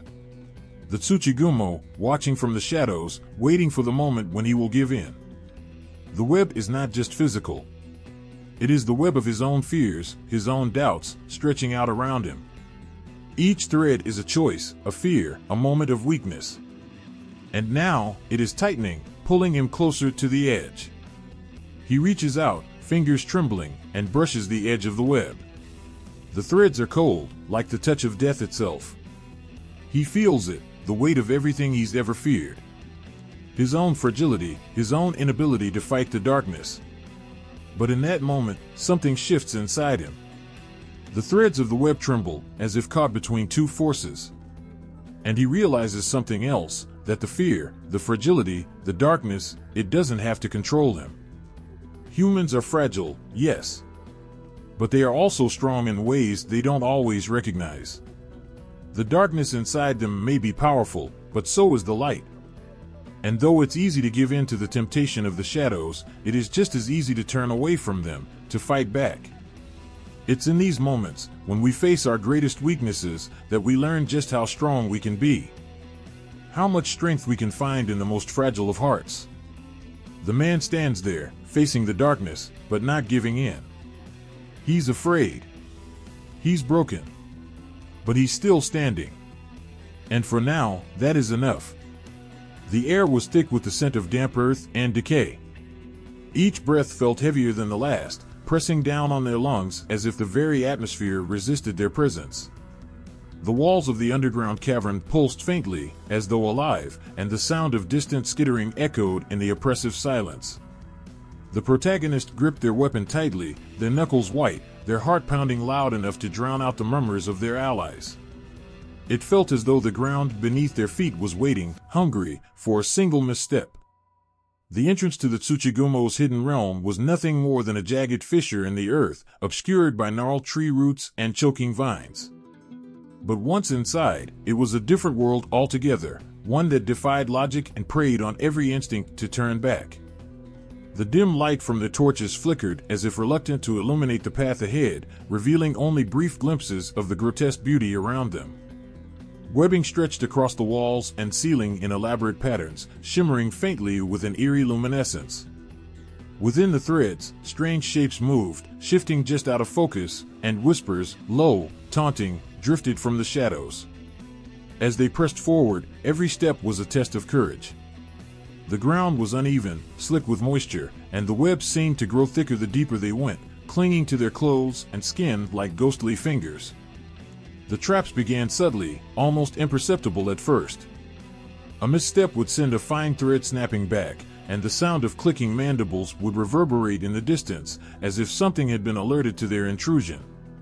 The tension among the group was palpable, each person glancing nervously at the others, searching for reassurance that no one dared voice. But the real danger came not from the traps themselves, but from the illusions that wove themselves into the very fabric of the underground world. It began innocuously enough, a flicker of movement in the corner of the eye, the faint sound of a familiar voice calling from the darkness. The protagonist felt their heart lurch as they thought they saw someone they'd lost long ago, standing just beyond the reach of the torchlight. It was only when they blinked, shaking their head to clear the fog of emotion, that they realized the figure was gone. It left behind a chill, a reminder that nothing here could be trusted, not even their own senses. The illusions grew stronger the deeper they ventured. At one point, the walls of the cavern seemed to close in, narrowing until it felt impossible to breathe. The air itself seemed to pulse with malevolence, and shadows twisted into shapes that mocked their movements. The protagonist stopped, gasping, convinced that the ground beneath their feet was falling away into a yawning abyss. It took the steady hand of an ally on their shoulder, the grounding sound of their voice, to pull them back from the brink. Even then, the doubt lingered. How much of what they saw was real? How much was the work of the Tsuchigumo, weaving their illusions into the minds of their prey like threads in a web? The group encountered their first true obstacle at the edge of a chasm that seemed to stretch endlessly in both directions. The faint glow of the webbing illuminated a rickety bridge made of brittle wood and thick strands of spider silk. It swayed precariously, as if daring them to cross. The decision was not easy. To go back was not an option, but to step onto the bridge felt like stepping into the jaws of a predator waiting to spring. One by one, they crossed, the creak of the wood and the faint snap of threads beneath their feet filling the silence. Each step was agony, a test of nerve and balance. Halfway across, the protagonist froze as they felt a strand of silk brush against their ankle, and a low, guttural growl rose from the darkness below. They forced themselves to move, each step a battle against the primal urge to run. On the other side of the chasm, the traps became more cunning, more personal. The Tsuchigumo were no longer content to let them stumble blindly. Instead, they began to play with their minds, pulling at their memories and fears. The protagonists found themselves separated from the group, standing in a corridor where the walls shimmered like water. Voices whispered from every direction, familiar voices, voices that carried promises of safety and warmth. The temptation to follow them was overwhelming, but something in the back of their mind kept them rooted. They whispered to themselves, a mantra of resistance, and pushed forward. When they finally rejoined the others, it was clear that they were not the only one who had been tested. One of their allies sat trembling, staring at their hands as if they no longer recognized them. Another gripped their weapon tightly, their eyes darting to every shadow with a mixture of fear and rage. The illusions had taken their toll, sowing doubt and mistrust among the group. But there was no time to stop, no time to recover. The Tsuchigumo were watching, waiting for a moment of weakness. The climax of their descent came in a cavern so vast it felt as though they had stepped into another world entirely. The ceiling was lost in darkness, and the ground was covered in a dense, shimmering web that seemed to pulse with life. In the center of the cavern stood an altar, surrounded by twisted, skeletal figures draped in webbing. It was here that the Tsuchigumo had made their nest, their sanctuary. The air was thick with their presence, and the protagonist felt the weight of countless eyes watching them from the shadows. As they prepared to move forward, the ground beneath them shifted, and the first of the Tsuchigumo emerged. Its body was massive, its legs spanning the width of the cavern, its eyes glowing with an otherworldly light. The group braced themselves, their weapons at the ready, but it was not the creature's size that terrified them. It was the intelligence in its gaze, the sense that it was not merely a beast, but something far more calculating and cruel. The battle that followed was a blur of chaos and terror. The Tsuchigumo moved with a speed that belied its size, its legs striking out like spears. The group fought valiantly, their weapons cutting through the webbing and striking true, but for every wound they inflicted, the creature retaliated with twice the fury. The protagonists found themselves face to face with the beast, their heart racing as they dodged its attacks. In that moment, they realized that this was not just a fight for survival.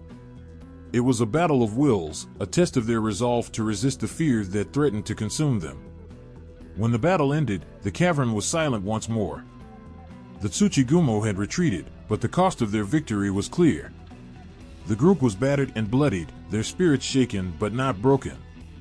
As they stood in the cavern, surrounded by the remnants of the web, the protagonists felt a flicker of hope. They had faced the traps, the illusions, the darkness itself, and they had survived. But the war was far from over, and the Tsuchigumo were far from defeated. The fight ahead would be even harder, but for now, they had proven one thing: even in the face of overwhelming fear, humanity could endure. The air felt heavier, thicker, as if the cavern itself was holding its breath. No sound dared to break the suffocating silence, no skittering of legs, no distant whispers. It was a void of stillness, an unnatural quiet that spoke louder than any roar. The protagonist stood at the threshold of a massive chamber, the torchlight barely piercing the darkness ahead. They could feel it, a presence so vast and ancient that it pressed against the edges of their mind, filling them with a dread they couldn't shake. They weren't just standing at the entrance to another cavern, they were standing in the lair of something far beyond human comprehension. The webbing here was different. It wasn't the wild, chaotic strands they'd encountered before. It was deliberate, calculated, intricate patterns of silk that spiraled and wove into shapes that almost seemed to pulse with life. At the center of the room stood an enormous, cocoon-like structure, suspended by a lattice of threads that glowed faintly with an otherworldly light. And from within it came the sound of movement, slow and deliberate, like the shifting of a massive, slumbering beast. A voice echoed then, low and resonant, seeming to come from every corner of the cavern. It wasn't a voice in the conventional sense, it was something that crawled into their minds, dripping with malice and intellect. "You have come so far, and for what?" it purred, its tone laced with mockery. "To be devoured? To watch your world unravel as it always has?" The voice was neither male nor female, it was something ancient, timeless, and impossibly cruel. The cocoon shuddered, and from within, a massive figure began to emerge. The protagonist's breath caught in their throat as they took a step back, their legs trembling with the urge to flee. First came the legs, long, spindly, and glistening like polished obsidian. They moved with a grace that was almost hypnotic, each step deliberate, each movement calculated. Then came the body, impossibly massive yet eerily elegant, a blend of arachnid and something far more grotesque. Her eyes were the last to emerge, rows of glimmering, multifaceted orbs that seemed to see straight through the flesh and into the soul. She was the queen. Her presence was overwhelming, a force that seemed to bend the very fabric of reality around her. Her body shimmered with a strange, ethereal glow, and her movements carried a quiet confidence, the kind that came from centuries of dominion over all who dared challenge her. She was no mere creature, she was a god in her own right, a living embodiment of power and vengeance. "You think yourselves heroes," the queen said, her voice dripping with disdain. "But you are nothing more than insects scrambling to escape the inevitable." She moved closer, her legs clicking softly against the webbed floor, and the group instinctively stepped back. Her gaze swept over them, cold and calculating, as though she were dissecting them with her eyes alone. The protagonists felt their knees buckle under the weight of her stare. Every instinct screamed at them to run, but something inside kept them rooted, defiant. They tightened their grip on their weapon, even as their palms grew slick with sweat. They knew they were no match for her, not in strength, not in cunning. But they had no choice. To back down now would mean surrendering everything they had fought for. The queen tilted her head, as if amused by their resolve. "Do you think your weapons will harm me? Do you think your courage will shield you from what I am?" she hissed. "You humans, so fragile, so foolish. You scorn what you do not understand, and yet here you are, thinking yourselves saviors." She moved with startling speed, closing the distance between them in the blink of an eye. The protagonist barely had time to raise their weapon before one of her legs shot out, knocking them off balance. They hit the ground hard, the air rushing from their lungs as pain shot through their side. The queen loomed over them, her many eyes glinting with a mix of triumph and disdain. "You cannot kill me," she whispered, her voice like a blade slicing through the air. "I have seen empires rise and fall. I have feasted on kings and gods alike. What are you compared to them? What makes you think you will fare any better?" But the protagonist didn't respond. They pushed themselves to their feet, their bodies screaming in protest, and raised their weapon once more. There was a fire in their eyes now, a spark of defiance that refused to be extinguished. They weren't just fighting for themselves, they were fighting for everyone who had suffered, for everyone who still clung to hope. The queen's laughter echoed through the chamber, a sound that sent shivers down their spine. "Foolish child," she said. "You amuse me, but this ends now." She lunged, her legs slicing through the air like blades, and the protagonist barely managed to dodge in time. The battle that followed was a blur of chaos and desperation, the queen's movements almost too fast to follow, her attacks relentless. But the protagonist fought back with everything they had, refusing to give in to the fears that threatened to consume them. The queen was not invincible, they realized. She was powerful, yes, but she was not without weakness. She underestimated them, dismissed them as insignificant, and that was her mistake. The protagonist exploited every opening, every moment of hesitation, chipping away at her defenses piece by piece. It wasn't enough to defeat her, not yet, but it was enough to hold their ground.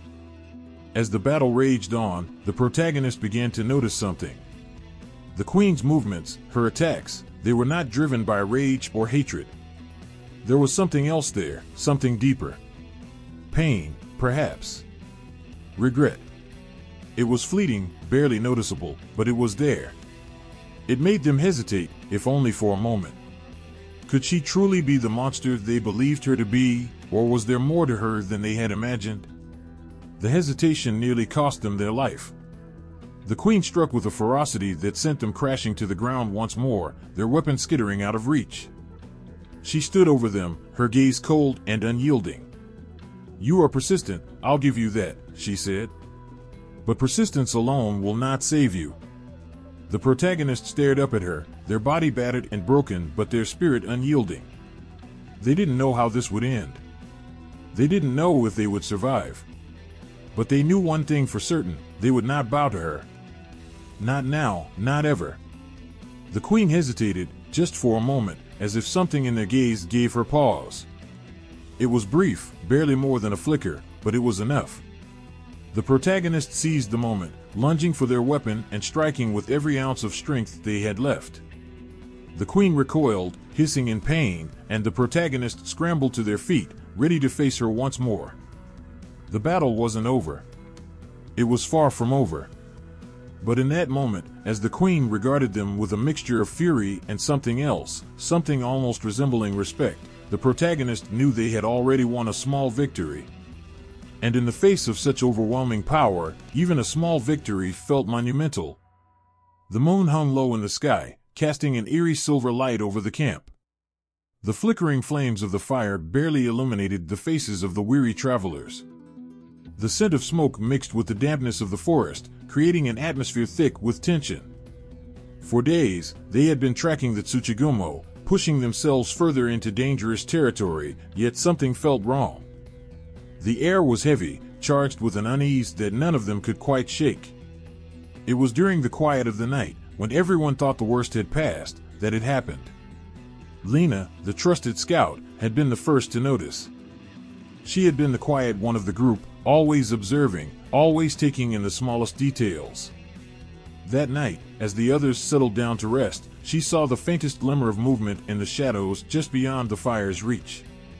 At first, she thought it was nothing, just the wind, or an animal. But then, she saw it again, a figure slipping silently through the trees.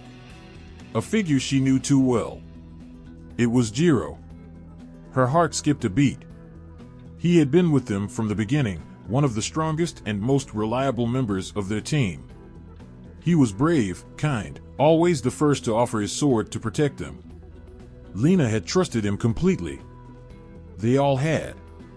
But there he was, moving like a shadow, away from the camp and toward the dark edge of the forest. The direction that led to the Tsuchigumo's lair. Lena's breath caught in her throat as a chill crept up her spine. She hesitated for only a moment before she moved, her feet silent against the ground, her instincts urging her to follow. She had to know what he was doing. She kept her distance, watching as Jiro met someone hidden in the darkness, just out of sight. Lena's pulse raced. She couldn't make out the face, but she knew that figure. It was one of the Tsuchigumo cult members. The sight of the hooded figure, their hands glowing faintly with the same eerie energy the cult had been using to manipulate the creatures, made Lena's blood run cold. Her stomach twisted. It couldn't be true. Jiro couldn't be working with them. But as the two figures exchanged words in hushed tones, Lena felt a sinking sensation in her chest. The betrayal was real. There was no mistaking it. She turned back to the camp, her heart heavy, her mind a whirlwind of thoughts. She had to confront him. She had to make sense of this, but the fear that gripped her heart was a suffocating weight. How could this have happened? How could Jiro, someone she had trusted with her life, turn against them? The worst part was, she wasn't sure who to trust anymore.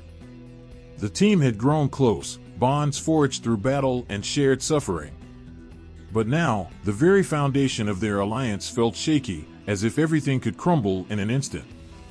When Lena returned to the camp, she found the others still asleep, unaware of the treachery unfolding right under their noses. Her hands were trembling as she knelt beside the fire, staring at the flames as if they held some answer she couldn't grasp. She had to tell them. She had to make them understand. But the weight of the betrayal gnawed at her, leaving her paralyzed. What would they do? Could they ever trust Jiro again? The thought of losing him, of turning on one of their own, made her stomach churn. But the truth was undeniable. In the morning, Lena tried to act as though nothing had changed, though the air felt thick with the secret she now carried. Her eyes kept drifting to Jiro, and every time she caught a glimpse of him, a wave of guilt and confusion washed over her. He was still the same. Still the man who had fought by their side, who had bled with them. But now, she couldn't escape the sickening feeling that something had shifted. It was when they gathered to make their plans for the next step of their mission that the truth came to light. Lena could no longer keep the secret. She took a deep breath, her heart pounding, and met the eyes of her companions. "There's something you need to know," she said, her voice barely above a whisper. Jiro stiffened at her words, his face momentarily paling. The others looked at him, confused, and then back to Lena. She didn't wait for permission. She couldn't. "I saw him," Lena said, her voice cracking. "I saw Jiro meeting one of the cult members. He's working with them." The words hit like a punch to the gut. The air seemed to freeze, and for a moment, there was nothing but stunned silence. The faces of her comrades twisted in disbelief, and then anger. Betrayal had a smell, a sharp, metallic scent that filled the air and clouded their judgment. Jiro opened his mouth to protest, but no words came out. His eyes darted from one face to another, as if searching for some sign of understanding, some way to explain the unexplainable. But the damage was done. There was no turning back. "You're lying," Kaori, the group's healer, said, her voice tight with emotion. "There must be some mistake. Jiro would never." "He would," Lena said, cutting her off. Her voice was steady, but the pain in her eyes was raw. "I saw him. He's working with them." The others stood still, the weight of her words sinking in. The silence was deafening, and the tension hung like a dark cloud over them all. Jiro finally spoke, his voice hoarse, broken. "It's not what you think," he said, his eyes darting nervously. I wasn't. But it was too late. No one was listening anymore. Trust had shattered, and all that was left was the jagged, bloody remains of it. The betrayal cut deep. It was more than just the revelation of Jiro's actions. It was the crushing weight of doubt that settled in, not just about him, but about all of them. How could they know who they could trust anymore? How could they go on with this mission, knowing that someone had been lying to them, working against them from the very beginning? The anger that surged within the group was palpable. They had all suffered so much, had put so much on the line, only to find out that their own had been betraying them. The fear that had already gripped them now took on a sharper edge. The enemy wasn't just the Tsuchigumo. The enemy was among them. In the days that followed, Jiro was left with nothing but silence and distance.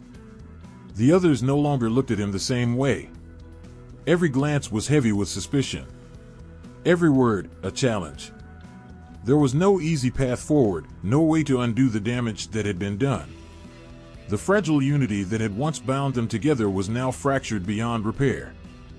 And as they continued their march toward the Tsuchigumo's lair, the weight of the betrayal lingered like a ghost, whispering doubts into their hearts. Would they ever trust again? Would they ever be whole? In the end, Lena didn't know the answers. All she knew was that the world had become a much darker place, where trust was a rare and fragile thing, and betrayal, like a poison, could seep in from the places you least expected. The air in the cavern was thick with tension. The walls pulsed, as if alive, breathing in time with the heavy footsteps of the group. The flickering light of their torches cast long shadows, stretching and twisting, making the cave seem even darker, even more oppressive. It felt like the very ground beneath them was waiting, holding its breath. And then, they saw her. The Tsuchigumo Queen. She was standing at the center of the vast, hollow space, her spider-like form towering over them. The size of her was monstrous, a twisted combination of human and arachnid features, her eyes glowing a pale, unnatural blue. Each movement she made was deliberate, her limbs gliding over the ground like silk threads being pulled by an invisible force. For a moment, there was silence. The group stood frozen, gazing at the creature who had orchestrated the chaos they had fought so hard to survive. This was the source of it all, the embodiment of their nightmares. Her voice broke the stillness, soft at first, like the whisper of silk on skin. "So, you have come," she said, her words smooth, each one laced with an eerie calmness. "You, who have dared to challenge the Tsuchigumo, to tear apart what I have built." The ground seemed to shift beneath their feet, and a cold chill ran down their spines. The sense of dread grew heavier with every second. She was more than just a leader, more than a mere figurehead. She was the heart of the web, the master of all that had been unfolding around them.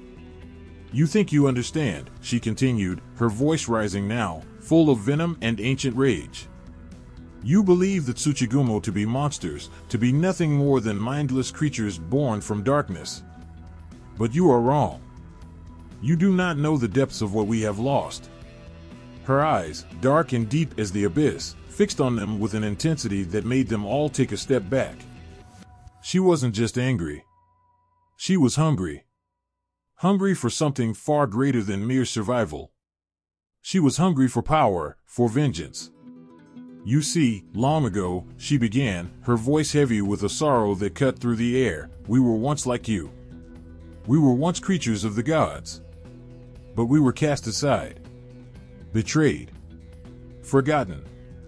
We were made to be shadows in this world, caged and suppressed, while humanity flourished. The gods turned their backs on us, thinking we were nothing more than beasts to be ignored. And now I will show them the error of their ways." Her words hung in the air, thick and suffocating, like a web slowly tightening around them. The realization hit them hard, that Tsuchigumo's ambition was far more than just a desire for power. It was a thirst for revenge, revenge against the very gods who had abandoned them. The queen's eyes flickered with a cold fire, and she stepped forward, her many limbs moving in a disturbing harmony. "I will restore us. I will take back what was once ours, and this world, your world, will pay for the sins of your gods. For too long we have been kept in the shadows, but no longer. I will bring the Tsuchigumo back into the light, and we will reclaim what is rightfully ours." The weight of her words hit like a hammer, crushing the hope that had once kept the group moving forward. She wasn't just a leader, a monster. They were dealing with an ancient force, one whose ambitions reached far beyond the petty conflicts of humanity. The Tsuchigumo's thirst for vengeance was as old as time itself, as deep as the earth, and it was aimed at everyone who had ever turned their back on them. The queen's voice dropped to a low, menacing whisper. "I will not stop until every last human is kneeling before me, until every god is brought to their knees. This world will burn, and from the ashes, a new order will rise, one where we are the rulers. Where I am the ruler." The air crackled with the power that surged around her, a force so strong it was almost tangible. It was as if the very earth beneath their feet was thrumming with the energy of her rage and ambition. They could feel it in their bones, a deep, resonating hum that made their hearts beat faster, their breaths come short. One of the group, a man named Kaido, took a shaky step forward, his hand trembling on the hilt of his sword. "You think you can destroy us," he said, his voice wavering with fear and defiance. "You think you can bring down the gods?" The queen's eyes gleamed with cold amusement. "It is not about destroying you. It is about making you understand. You will witness the power of the Tsuchigumo, the wrath we have been forced to bury for centuries. And then, perhaps, you will see the truth. The gods did not protect you. They turned their backs on all of us." She reached out, her many legs moving in a graceful but terrifying motion, and the ground beneath them shifted once more. The earth seemed to open up, the darkness of the cavern spreading like a mouth ready to swallow them whole. The queen's gaze turned to each of them, lingering on each face with a look of pity and disdain. "You are the final obstacle," she said softly, "the last thing standing in the way of my ascension. I have given you a chance to leave, to save yourselves. But you will stay, and you will witness the birth of a new era." The group stood frozen, a mixture of fear, anger, and disbelief churning inside them. They had come this far, but this revelation shattered everything they had thought they knew. The Tsuchigumo weren't just monsters. They weren't just enemies to be defeated. They were beings who had been wronged, beings who had been betrayed by the gods themselves. The queen's laughter echoed through the cavern, cold and bitter. It sent a shiver down their spines, but it was not the sound of victory. It was the sound of someone who had been pushed too far, someone who had lost everything and was now willing to tear down the world to get it all back. "You have no idea what you're facing," she whispered, her eyes narrowing with a cruel satisfaction. "But you will soon. The world will fall. And when it does, there will be nothing left but the Tsuchigumo." As her words settled over them, the weight of her ambition hung like a dark cloud. It wasn't just the Tsuchigumo they had to fear. It was the promise of destruction, of an ancient, vengeful power that would stop at nothing to see the world burn. The fight wasn't just for survival anymore. It was for everything that had ever been. For the gods. For humanity. For the future. And in that moment, they realized just how far the Tsuchigumo were willing to go to reclaim their power, and how much they themselves would have to sacrifice to stop it. The sun had barely begun to set when the screams started. At first, they were distant, like the wind carrying the sounds of some faraway nightmare. But the wind shifted, and with it, the cries of terror grew louder, more frantic, raw. They were no longer distant sounds, they were real, and they were coming for them. In the small village, the peace that had once settled like a warm blanket was torn apart in an instant. The people didn't know what was happening, they only knew that the earth trembled beneath their feet. And then, like some twisted storm, the Tsuchigumo descended upon them. The ground cracked open, and from the earth rose the cult, like shadows from a nightmare, cloaked in darkness, their eyes burning with fanatic devotion. Behind them, the Tsuchigumo followed, their enormous spider-like bodies crawling over the land, casting a dark veil of terror. They weren't just attacking the village, they were consuming it, their presence like an insatiable hunger that swallowed everything in its path. Buildings collapsed in seconds as the Tsuchigumo tore them apart, their massive limbs swiping through the walls as if they were made of paper. The villagers, stunned and terrified, ran through the streets, shouting in panic. But there was no escape. No safe place to hide. The very ground seemed to betray them as the earth split open, revealing more monstrous creatures, their eyes glowing with a malevolent light. There was no reasoning with this chaos. No way to stop it. The air was thick with smoke and dust. The scent of burning wood filled the air, choking everyone who breathed it in. Screams echoed through the streets, mingling with the sound of destruction as the Tsuchigumo tore through the heart of the village. The heroes, still far from the chaos, could feel the pull of the battle, the weight of what was unfolding. They knew they had to act, but every second they waited felt like an eternity. As they rushed toward the village, the sky darkened further, casting long shadows over the earth. The ground quaked beneath their feet as if the very world was being torn apart. They could hear the shrill cries of the villagers, the sound of something ancient and terrifying, something that had been awoken from its slumber. The Tsuchigumo had come, and with them, they carried death. The village was already overrun when they arrived. The once peaceful streets were now a battlefield, littered with broken structures and the remnants of lives torn apart. There was no time to mourn. No time to think about what had been lost. The Tsuchigumo were everywhere, their eyes glowing like fiery pits, their limbs swinging and slashing through the air. And then, in the midst of it all, the leader of the Tsuchigumo appeared, her figure like a dark, imposing shadow against the smoke-filled sky. Her eyes gleamed with malicious satisfaction as she surveyed the destruction.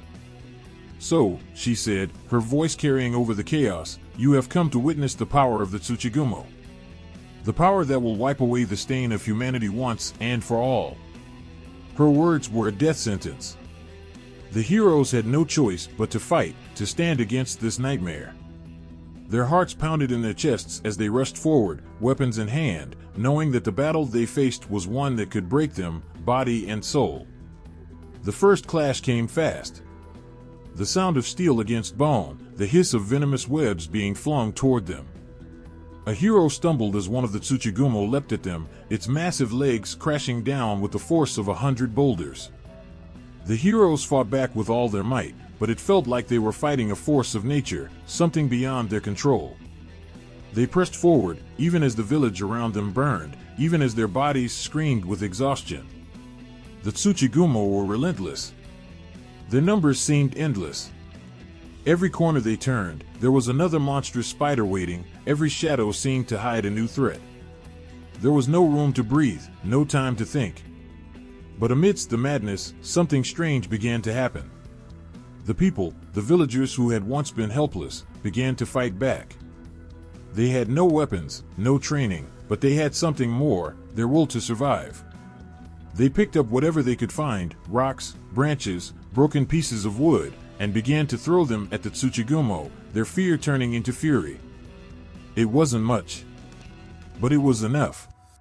Enough to give the heroes a chance to regroup, enough to show that the fight wasn't over.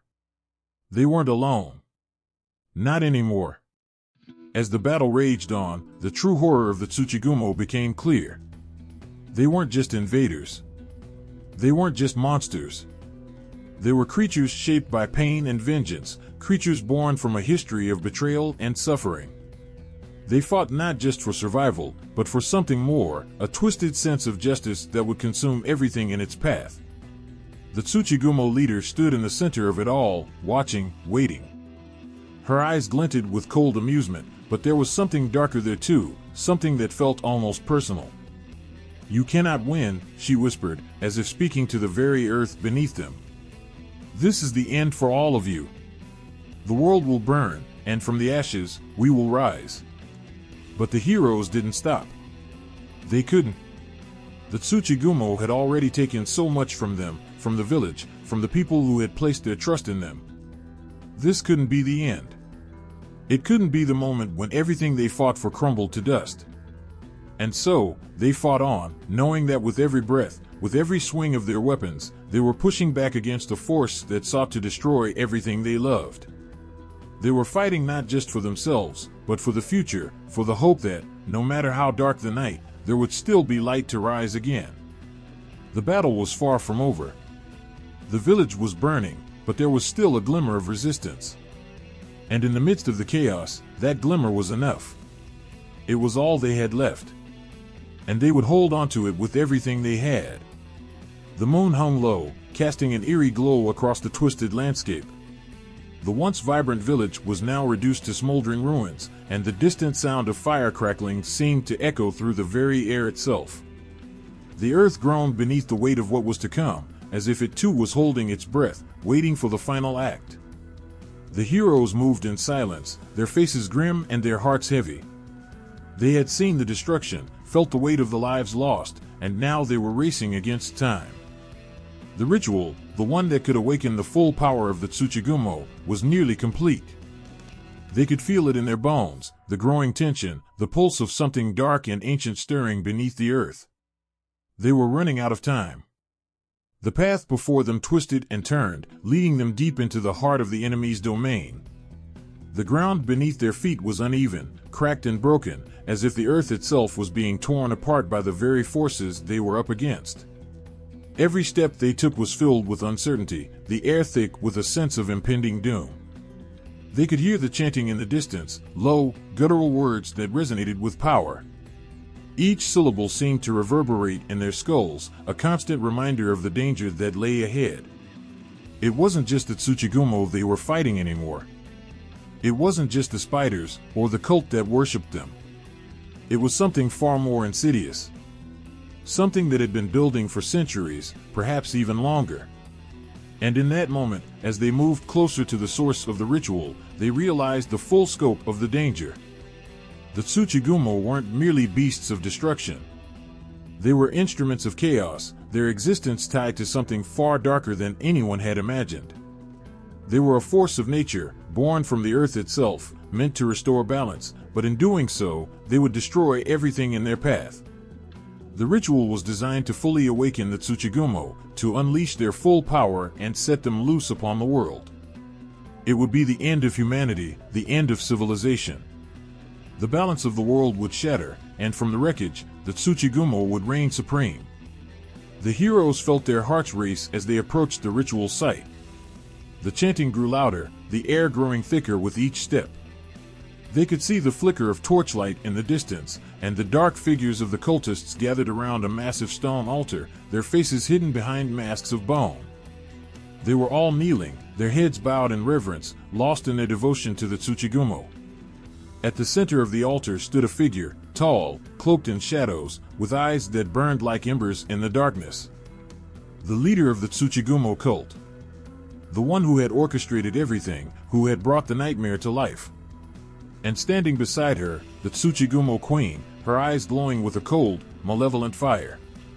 She was the embodiment of vengeance, of fury, and as she raised her arms toward the sky, it felt as if the world itself was bending to her will. The heroes knew they had moments, mere moments, to stop it all. Every fiber of their being screamed at them to run, to turn away from the overwhelming darkness before them. But they couldn't. They wouldn't. This was their final chance to save what was left of the world. Their feet moved forward, faster now, driven by the desperation and the knowledge that failure would mean the end of everything. They fought through the cultists, who seemed to appear out of nowhere, their eyes empty, their movements unnaturally fast and wild. The air was thick with the smell of incense, the sharp tang of blood, and something else, something ancient and dangerous. The heroes fought with all they had, their bodies battered and bruised, but they didn't stop. The ritual had to be stopped, no matter the cost. With each step closer to the altar, the pressure in the air grew. It felt like they were wading through an ocean of darkness, the weight of it pressing down on them from every direction. The chanting reached a fever pitch, the words no longer comprehensible, a twisted song of power that seemed to reverberate through the very bones of the earth. And then, just as they reached the altar, the Tsuchigumo queen turned her gaze upon them. Her eyes, cold, calculating, and full of rage, locked onto theirs. It was a moment of pure, unrelenting malice, and in that instant, the heroes understood. She had known they would come. She had been waiting for them. "You are too late," she hissed, her voice like a venomous whisper. "The world will burn, and you will be nothing more than dust." The ritual was already nearly complete.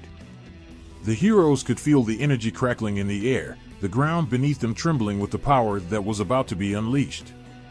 They had no choice but to act quickly, to throw everything they had at the heart of the ritual and hope it was enough. The heroes rushed forward, weapons raised, desperation in their hearts. The queen's laughter echoed through the night as she stepped back, allowing the ritual to unfold fully. But in the chaos, and the madness of the moment, one hero, a quiet, unassuming figure, lunged forward, reaching out toward the altar. It was a moment that would define everything.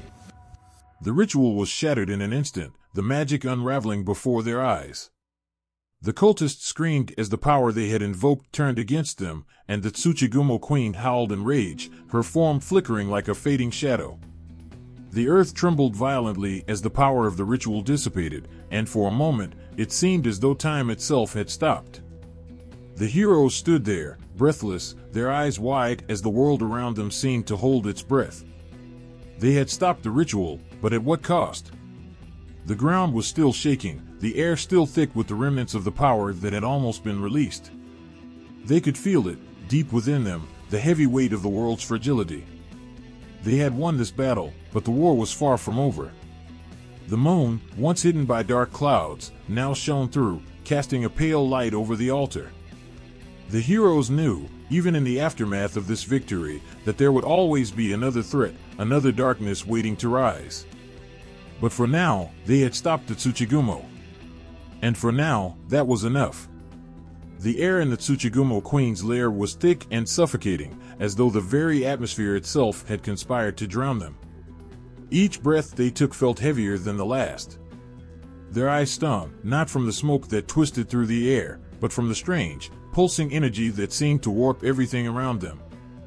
It was as if reality itself was bending, twisting into shapes that weren't meant to exist. The lair was vast, but every corner seemed to close in on them, each shadow dark and suffocating. The walls, slick with webs that glistened like threads of broken dreams, felt alive. And in the center of it all, the queen. Her eyes were dark pits, like twin black holes, and her smile, cruel and knowing, seemed to stretch wider with every passing second. But it wasn't just her presence that was terrifying, it was the place itself. It was a place where nothing was as it seemed, where the ground beneath their feet shifted with every step they took, and where the air itself seemed to pulse with dark, unfathomable power.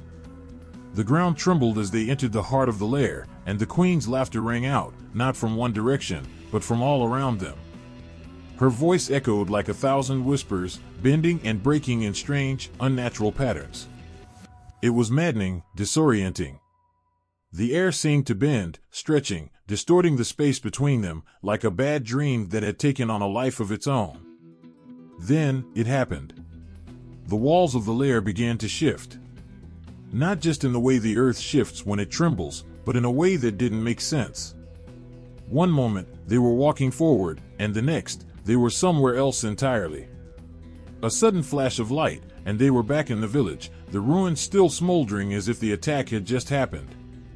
They heard the screams again, so real, so loud it felt like it was happening right next to them. But when they turned around, nothing was there. No one was there. Just shadows. And then it changed again. The ground began to crack beneath their feet, fissures opening up like giant jaws ready to swallow them whole. The faces of the villagers, they had seen them dead just moments before, now appeared, their eyes hollow and lifeless. They reached out, their voices not begging, but accusing. The sound of their voices was like ice on their skin, chilling them to their bones. The heroes froze, feeling the weight of it. For a second, they didn't know if they were in the lair of the Tsuchigumo queen anymore or lost somewhere inside their own minds. They could feel the walls closing in, could feel the power of the queen's will pressing down on them, testing their resolve. But this wasn't just a test of their physical strength. No. It was something far worse. It was a test of their sanity. A test of how long they could hold onto their own minds before the web of illusions completely consumed them. And then, they saw it. A figure, standing at the center of the shifting landscape. It was one of their own, a friend they had fought alongside. But something was off. The figure's eyes were empty, hollowed out like the others. It spoke, but its voice was wrong, twisted. You failed them. You couldn't save them. It was their worst fear, the nightmare that had haunted them every night since the attack. The voice of guilt. The voice of failure. You let them die, the figure whispered again, the words sinking into their minds like poison. You weren't strong enough. They could feel it, creeping into their hearts, feeding on their doubts. Their minds reeled, unsure of what was real and what was just the Queen's doing. The world around them felt like it was slipping through their fingers, like the very fabric of reality was unraveling and they were powerless to stop it. They tried to move forward, but their feet felt as though they were stuck in thick, sticky webbing. Every step was an effort, each movement slower than the last. The lair was alive, feeding off their fear, their uncertainty. It was as if the very air was soaked in it, and every breath they took made it harder to escape. And then, without warning, everything shifted again. The ground beneath them vanished entirely, and they were falling. The world spun around them, disorienting and chaotic. They felt their bodies being tossed like leaves in a storm. Their stomachs lurched as they plummeted, and all they could hear was the Queen's laughter, so loud, so all-encompassing, that it seemed to fill every corner of their minds. When they landed, it was as if the world had changed yet again. They were no longer in the lair. Instead, they stood in the middle of an endless field, the grass beneath their feet soft and untouched. The sky was dark, but there was a faint glimmer of light on the horizon. For a moment, they thought they had escaped. They thought they had found safety. But then, the Queen appeared. She was not the towering, monstrous figure they had seen before. No, this time, she was different. She was human. Or at least, she looked human. She stood before them, her eyes soft, her smile sweet. But there was something wrong about it. Something so wrong that it made their hearts ache with fear. You've come all this way, she said, her voice smooth and enticing. But it's all for nothing. She stepped forward, and the ground beneath their feet began to shift again. The grass twisted into webs, thick strands of silk wrapping around their ankles. The light on the horizon dimmed, and the air grew cold, heavy with the weight of despair. You can't win, the Queen continued, her voice now a whisper, a lure. You never could. You were never meant to. With a sudden, jarring motion, the ground gave way, and the heroes fell once more into darkness.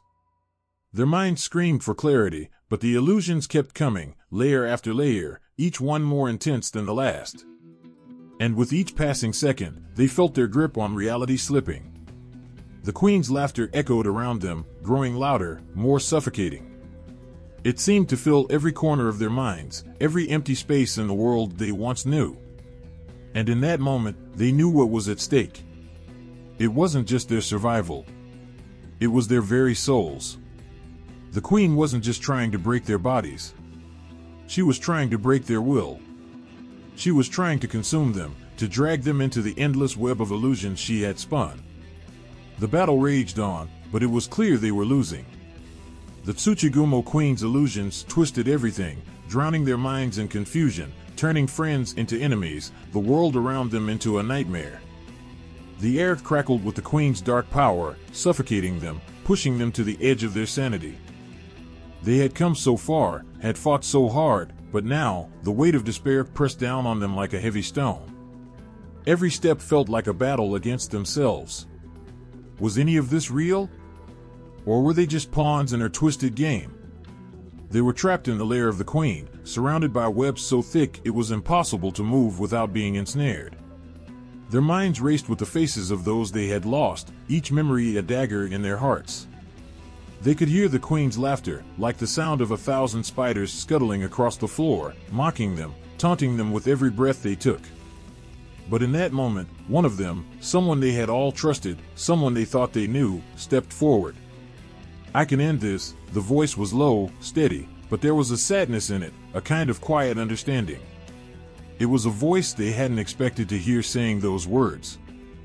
the last person they thought would give up. The figure moved forward, stepping toward the heart of the Queen's dark power, the only way to break the web that had bound them in this hell. The others reached out, desperate, terrified. "No, don't. You can't." The words were choked with fear, the kind of fear you feel when you know that you're about to lose someone you love more than anything else. But the figure didn't stop. There was a fire in their eyes, a fire that burned with a quiet resolve, a determination that outshone the darkness around them. "This is the only way," they said, voice breaking only for a moment, but when it did, it shattered something deep inside the others. The world seemed to pause for a heartbeat. Time itself held its breath as the weight of what was happening sank in.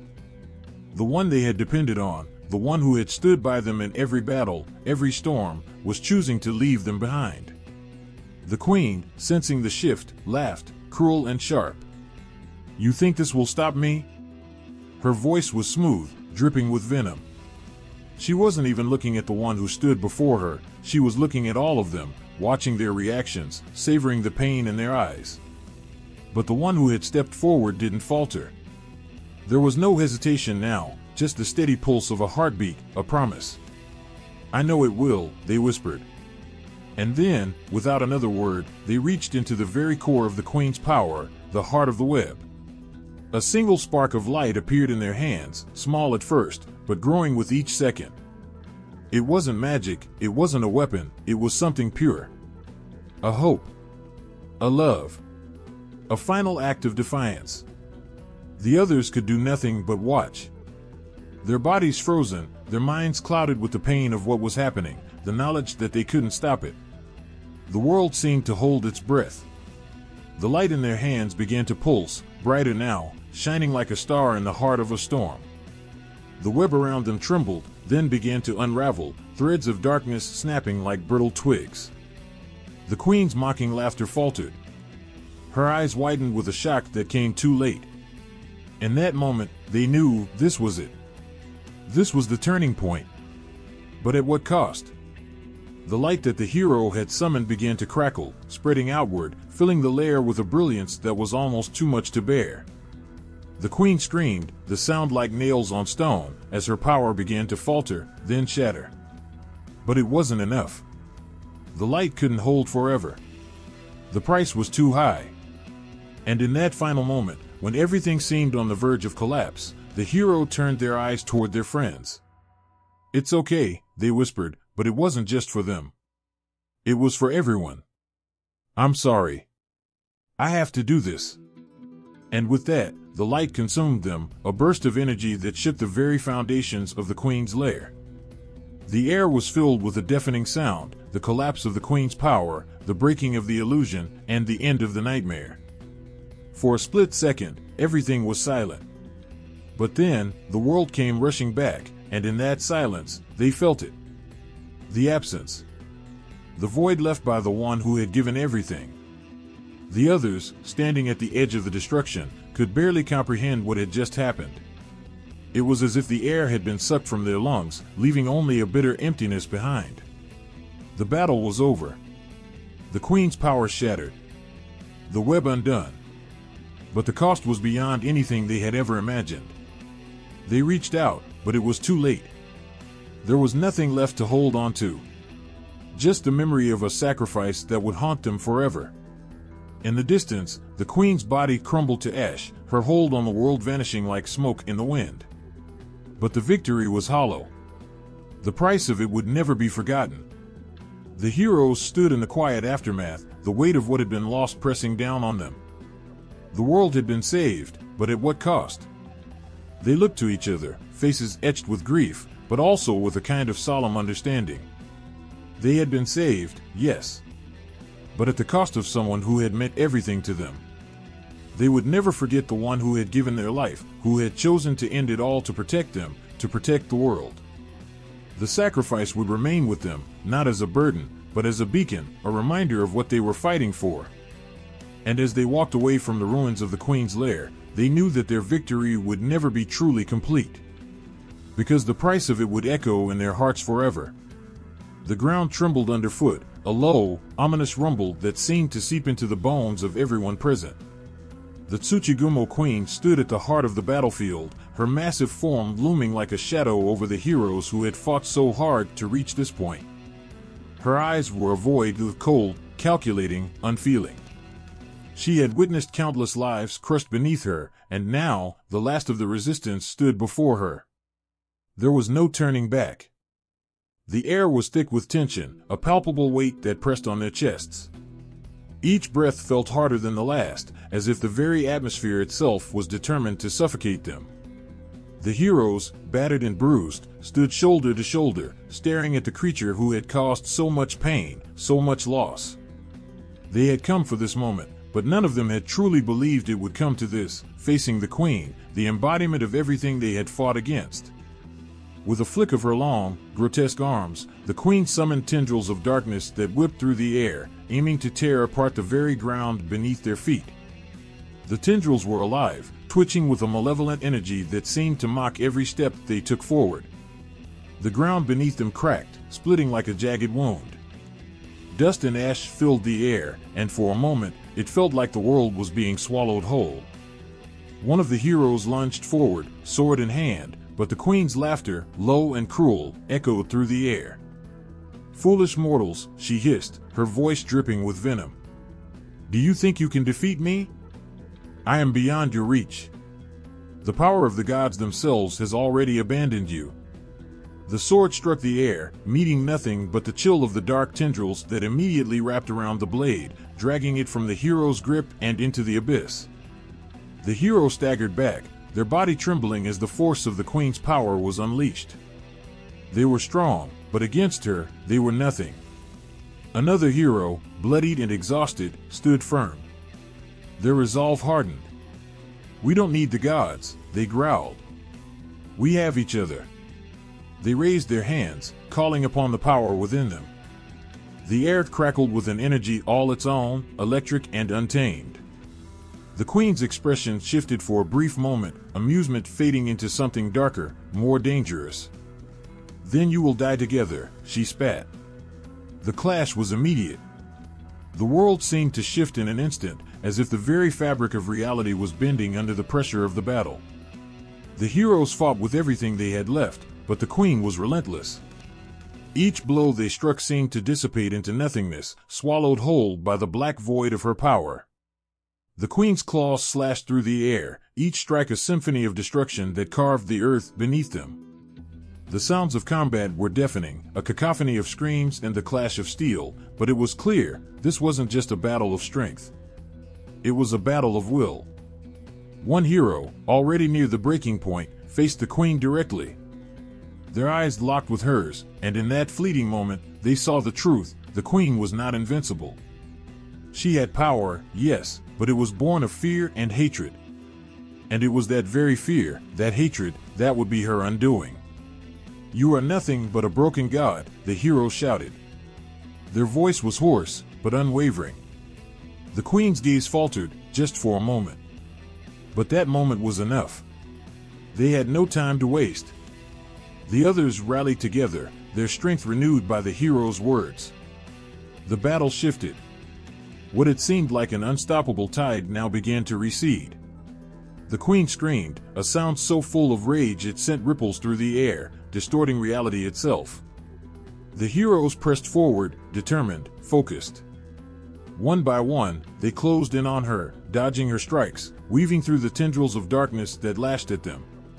Time seemed to stretch, every movement felt like it took an eternity, each breath a battle of its own. Their bodies screamed for rest, for relief, but they couldn't stop now. Not when the end was so close. The final blow came when one hero, breathing heavily, found an opening. With all the strength they could muster, they drove their blade into the queen's heart, a sharp, piercing strike that sent a wave of energy through the air. The queen let out a terrible shriek as the blade sank deeper, her form twisting and convulsing, her power unraveling like a thread pulled from a tapestry. For a moment, everything was still. The world held its breath as the queen's eyes, once filled with nothing but malice, now seemed to dull, the light fading from them. Her massive form collapsed to the ground with a final, earth-shattering thud. Silence followed, thick and heavy. The heroes stood, panting, their bodies trembling, but the weight of victory, of survival, felt impossible to fully grasp. It had ended. The queen, the force that had terrorized them all, was no more. But the price had been steep. Their bodies were battered, their souls scarred by the horrors they had faced. Some of them looked around, searching for the friends they had lost along the way, but they were gone. The cost of the battle had been too high. For a moment, there was nothing but the quiet rustling of the wind, the aftermath of the chaos that had unfolded. The world seemed to breathe again, but it was a slow, painful breath. It would take time for the wounds to heal, for the scars to fade, and for the world to truly know peace once more. The heroes stood together, bruised but unbroken, their eyes meeting in silent understanding. They had fought for this moment, for this chance at peace. But peace came at a price. And though the queen had fallen, they knew the battle was far from over. The storm had passed, but the echoes of it would remain forever. The smoke still clung to the sky, an acrid reminder of the devastation that had unfolded. The once vibrant village, now a broken shell of its former self, lay beneath a sky that seemed too heavy, too dark. The sun had set, but it felt as though the world itself had forgotten how to rise again. There was no joy in the victory, no celebratory cheer to mark the end of the battle. The price of this war was too high. The battlefield was littered with remnants of both the heroes and the Tsuchigumo forces. The earth was scorched, and every step seemed to echo with the weight of the lives lost. It was as if the very soil had absorbed their pain, their cries, and their blood. The once serene landscape had become a graveyard of both human and yokai alike. The memories of fallen comrades haunted the air, their faces flashing in the minds of those who remained. Among the ruins, the survivors walked with heavy hearts. They were alive, yes, but it didn't feel like victory. The world around them seemed empty, as if the land itself had lost its will to carry on. The heroes, once full of hope, now wore expressions etched with exhaustion and sorrow. They had succeeded in their mission, but the cost was almost too much to bear. One by one, the villagers who had survived the siege slowly emerged from their hiding places. Their eyes were wide, filled with fear and disbelief. They had lost so much, too much, and now they were left to pick up the shattered pieces of their lives. Many of them couldn't look at the heroes. How could they? After everything, how could they face the ones who had caused so much destruction, even if it was necessary? The faces of the fallen yokai, the ones that had once been their allies, haunted them, too. There was no easy answer to the questions that hung in the air. The yokai, too, were left to face the consequences of the battle. Their forces had been decimated, their queen slain, but their existence had been shaken to the core. The ones who remained, those who had fought for the Tsuchigumo, now wandered in a daze. Were they to live in shame, forever marked by the blood of their queen? Or had they, too, been pawns in a greater game? Some yokai, who had once fought alongside the humans, now stood apart, unsure of their place in a world that had cast them aside. The protagonist, standing amidst the wreckage, felt the weight of it all more than anyone. The faces of their fallen friends, the ones who had sacrificed so much, haunted them, tugging at their heartstrings. The final battle had been a testament to their strength, but also to their vulnerability. They had been pushed to the brink of madness, their bodies broken, their souls scarred. But what now? The war was over, but the peace that followed seemed like an illusion. Could they ever truly find solace in this world again? Could anyone? Their thoughts wandered to the friends they had lost along the way. Every face that had once smiled at them was now gone, erased by the hands of the queen or the brutal war that had claimed them all. It was a cruel reminder that, for every step forward they had taken, they had lost something precious. The bonds they had forged were now memories, and memories, however cherished, never brought the dead back. They looked toward the horizon, where the last traces of daylight flickered like a dying flame. The world was still broken, and it seemed like there was no way to fix it. The cities, the villages, the lives, they had all been shattered by the Tsuchigumo's reign. What was the purpose of all this struggle? What had been the point of fighting if the world still lay in ruins? The survivors, yokai and human alike, began to gather in the village square. No one spoke at first. The silence was thick, suffocating. It was as if everyone was waiting for someone to say the right words, but no words could make sense of the chaos. The villagers stared at the heroes, their eyes filled with a mixture of gratitude and fear. They had been saved, but at what cost? Were they truly free, or had they simply traded one terror for another? The heroes knew the truth. They had defeated the Tsuchigumo, but they hadn't erased the scars. The damage had already been done. The battle had not been won without sacrifices, and those sacrifices would never be forgotten. There was no victory here, only survival, and survival often left more questions than answers.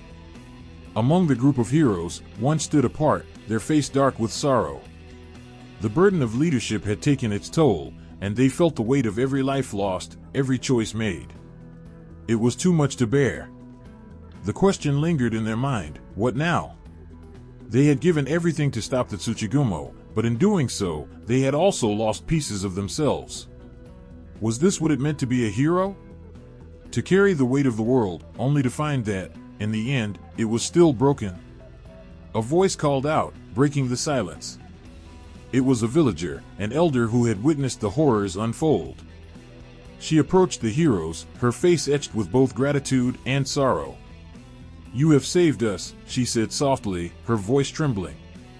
"But who will save us from the pain of what we have lost?" The question hung in the air, unanswered.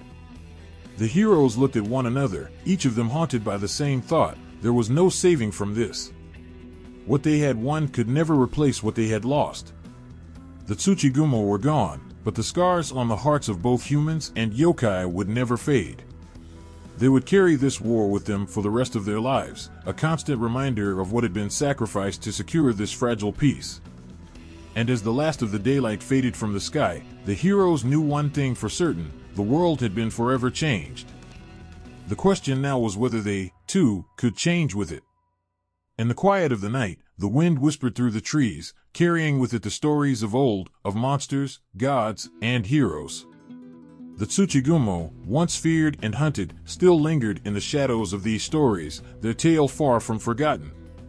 Over time, their image had transformed, like the crumbling remnants of an ancient sculpture, weathered by the passage of years. The fear had dulled, but the fascination had only grown. In every corner of the world, from the remote villages to the bustling cities, the echoes of the Tsuchigumo's reign haunted the collective consciousness. Children, wrapped in the safety of their homes, would listen to their parents speak in hushed tones about the terrible spiders that lurked in forgotten places, waiting to return. They were told to never venture into the woods alone, to never stray from the safety of the village. And when the moon hung low in the sky, and shadows danced on the edges of their vision, the legends crept into their minds, twisting the everyday into something monstrous, something strange. But not all stories are born of fear. The Tsuchigumo, once seen as mindless terrors, had become symbols of something deeper, more complicated. They were no longer just monsters lurking in the dark corners of the world. They had become metaphors for something greater, something that pulsed beneath the surface of human existence. The rage of the Tsuchigumo was not just the rage of a species, but of a people betrayed, their homes stolen, their power stripped from them. In every tale, there was a trace of empathy for the creatures who had fought desperately to protect their world. Perhaps, they weren't just monsters at all. In cities and villages where the Tsuchigumo had once been the epitome of evil, there were now whispers of understanding. The same legends that had once driven fear into the hearts of the common people had shifted, gaining a new layer of depth. There were stories of vengeance, of loss, of a yearning for a place in a world that seemed to abandon those who didn't fit the mold. The Tsuchigumo's story became more than just a warning to stay away from the woods. It became a reminder that the world was not always as simple as it seemed. That there were those who, in their desperation, would go to unimaginable lengths for survival. The creatures who had once been demonized for their monstrous appearances were now seen in a different light. In the quiet of libraries and the soft pages of books, scholars began to see the Tsuchigumo not as just beasts, but as victims of their circumstances, trapped in a struggle for survival. The myths had morphed into something more tragic than terrifying. They were no longer solely the enemies, but the protagonists in a story of displacement, loss, and survival. Among the younger generations, the Tsuchigumo were no longer seen as threats lurking in the shadows. Instead, they had become figures to be studied, to be understood. They became the embodiment of the misunderstood. As new legends emerged, so too did a more complex picture of the creatures. The stories told in dark corners of taverns were no longer just warnings, they were reflections of a world grappling with its own fears, its own darkness. People began to question what it meant to be good or evil. Was there a line? Was the Tsuchigumo queen, with all her rage, really so different from the humans who had driven her to such extremes? Some saw the Tsuchigumo's wrath as a warning of the dangers of unchecked ambition, the thirst for vengeance that consumed even the most noble of hearts. Others whispered that the queen's fall was a lesson about the fragility of power and how the very thing that gives one strength can also lead to their undoing. The ancient stories had taken root in modern society, creeping into conversations, finding their way into art, music, and literature. The influence of the Tsuchigumo had seeped into the psyche of the world. Artists painted murals depicting the clash between humanity and the monstrous beings, each image laced with the haunting question, who was the true villain here?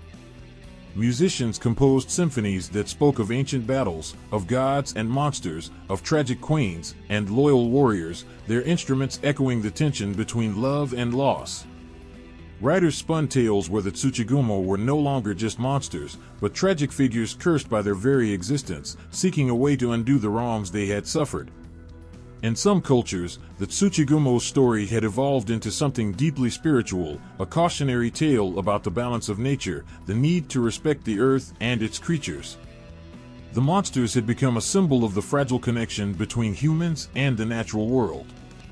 They were not simply creatures of wrath, but representatives of the wild places, forests, mountains, and caves, places where humans dared not tread, where mysteries lurked just out of sight. Yet, as time moved on, the fear of the Tsuchigumo never fully faded. In the quiet moments, in the dead of night, when the wind howled through the trees, their stories resurfaced. They weren't just legends, they were warnings. A subtle reminder that the world, with all its beauty and wonder, still held dangers beyond comprehension, things that could never be fully understood, no matter how much time passed. The Tsuchigumo were still the spiders in the dark corners, waiting. And there were still those who feared them. Stories had a life of their own, and in some places, the Tsuchigumo remained the ultimate nightmare. Their presence in the modern world was not always as a creature to be studied, but as one to be feared, whether in the form of a monstrous arachnid or in the shape of something far more insidious. Fear of the unknown, of what lies just beyond the reach of human understanding, never truly left the world. The Tsuchigumo were a reflection of that fear, something wild, untamed, and impossible to control. But no matter how the story of the Tsuchigumo was told, no matter how their image morphed with each telling, one truth remained unchanged: they were never forgotten. The legends continued to influence, to shape, and to haunt. And as the world spun on, the shadow of the Tsuchigumo continued to stretch across generations, their story reborn with each retelling, echoing through the ages, leaving behind the timeless question: what truly lies in the heart of a monster? The air was thick with the smell of rain. It clung to the earth, as if the world itself had been washed clean by the storm, but there was something else, a subtle chill, a lingering presence that could not be shaken. The village seemed quieter than usual, as if the very ground had grown heavier with the passing of time. People went about their business, their movements slow, deliberate, like shadows trying to escape the weight of memories that hung in the air. Even now, after everything that had happened, something still felt wrong. It was not the physical scars left from the battle, those had healed over time. It was something deeper, something intangible. There were whispers among the people, murmurs that drifted through the alleys like smoke, about strange things that could not be explained. People spoke of seeing figures in the corner of their eyes, fleeting glimpses of shapes that should not have been there, figures that vanished the moment they tried to focus on them. Ghosts, they said. Spirits of those who had fallen during the battle. But they were not just the spirits of men. The Tsuchigumo had been defeated, or so they thought. The queen's reign had ended, her influence shattered, but no one spoke of the ones left behind. The smaller creatures, the ones who had followed her blindly, who had been bound by her will. Where had they gone? Had they been destroyed? Or had they slumped back into the shadows, waiting for a chance to rise again? There were those who said that the Tsuchigumo's curse was not easily broken. It lingered, like a mark that could not be erased, waiting to be passed down. A figure stood alone by the old well, the moonlight casting long shadows over their face. Their eyes were distant, as if they could see something that no one else could. There was a restless energy about them, a sense of something unsettled, unfinished. They had fought alongside their friends, fought with everything they had, but the battle was far from over. Not in the way that mattered. Every day, they felt it. The pull, the weight. Something had been changed within them. They hadn't seen it at first, the subtle shift in the air, the way the shadows seemed to stretch just a little bit longer. But now, it was undeniable. Their reflection in the water was not their own. The face staring back at them was familiar, yet foreign, like a mask that had been painted on their skin. Something had been left behind in the aftermath of the Tsuchigumo's defeat, something that could not be undone.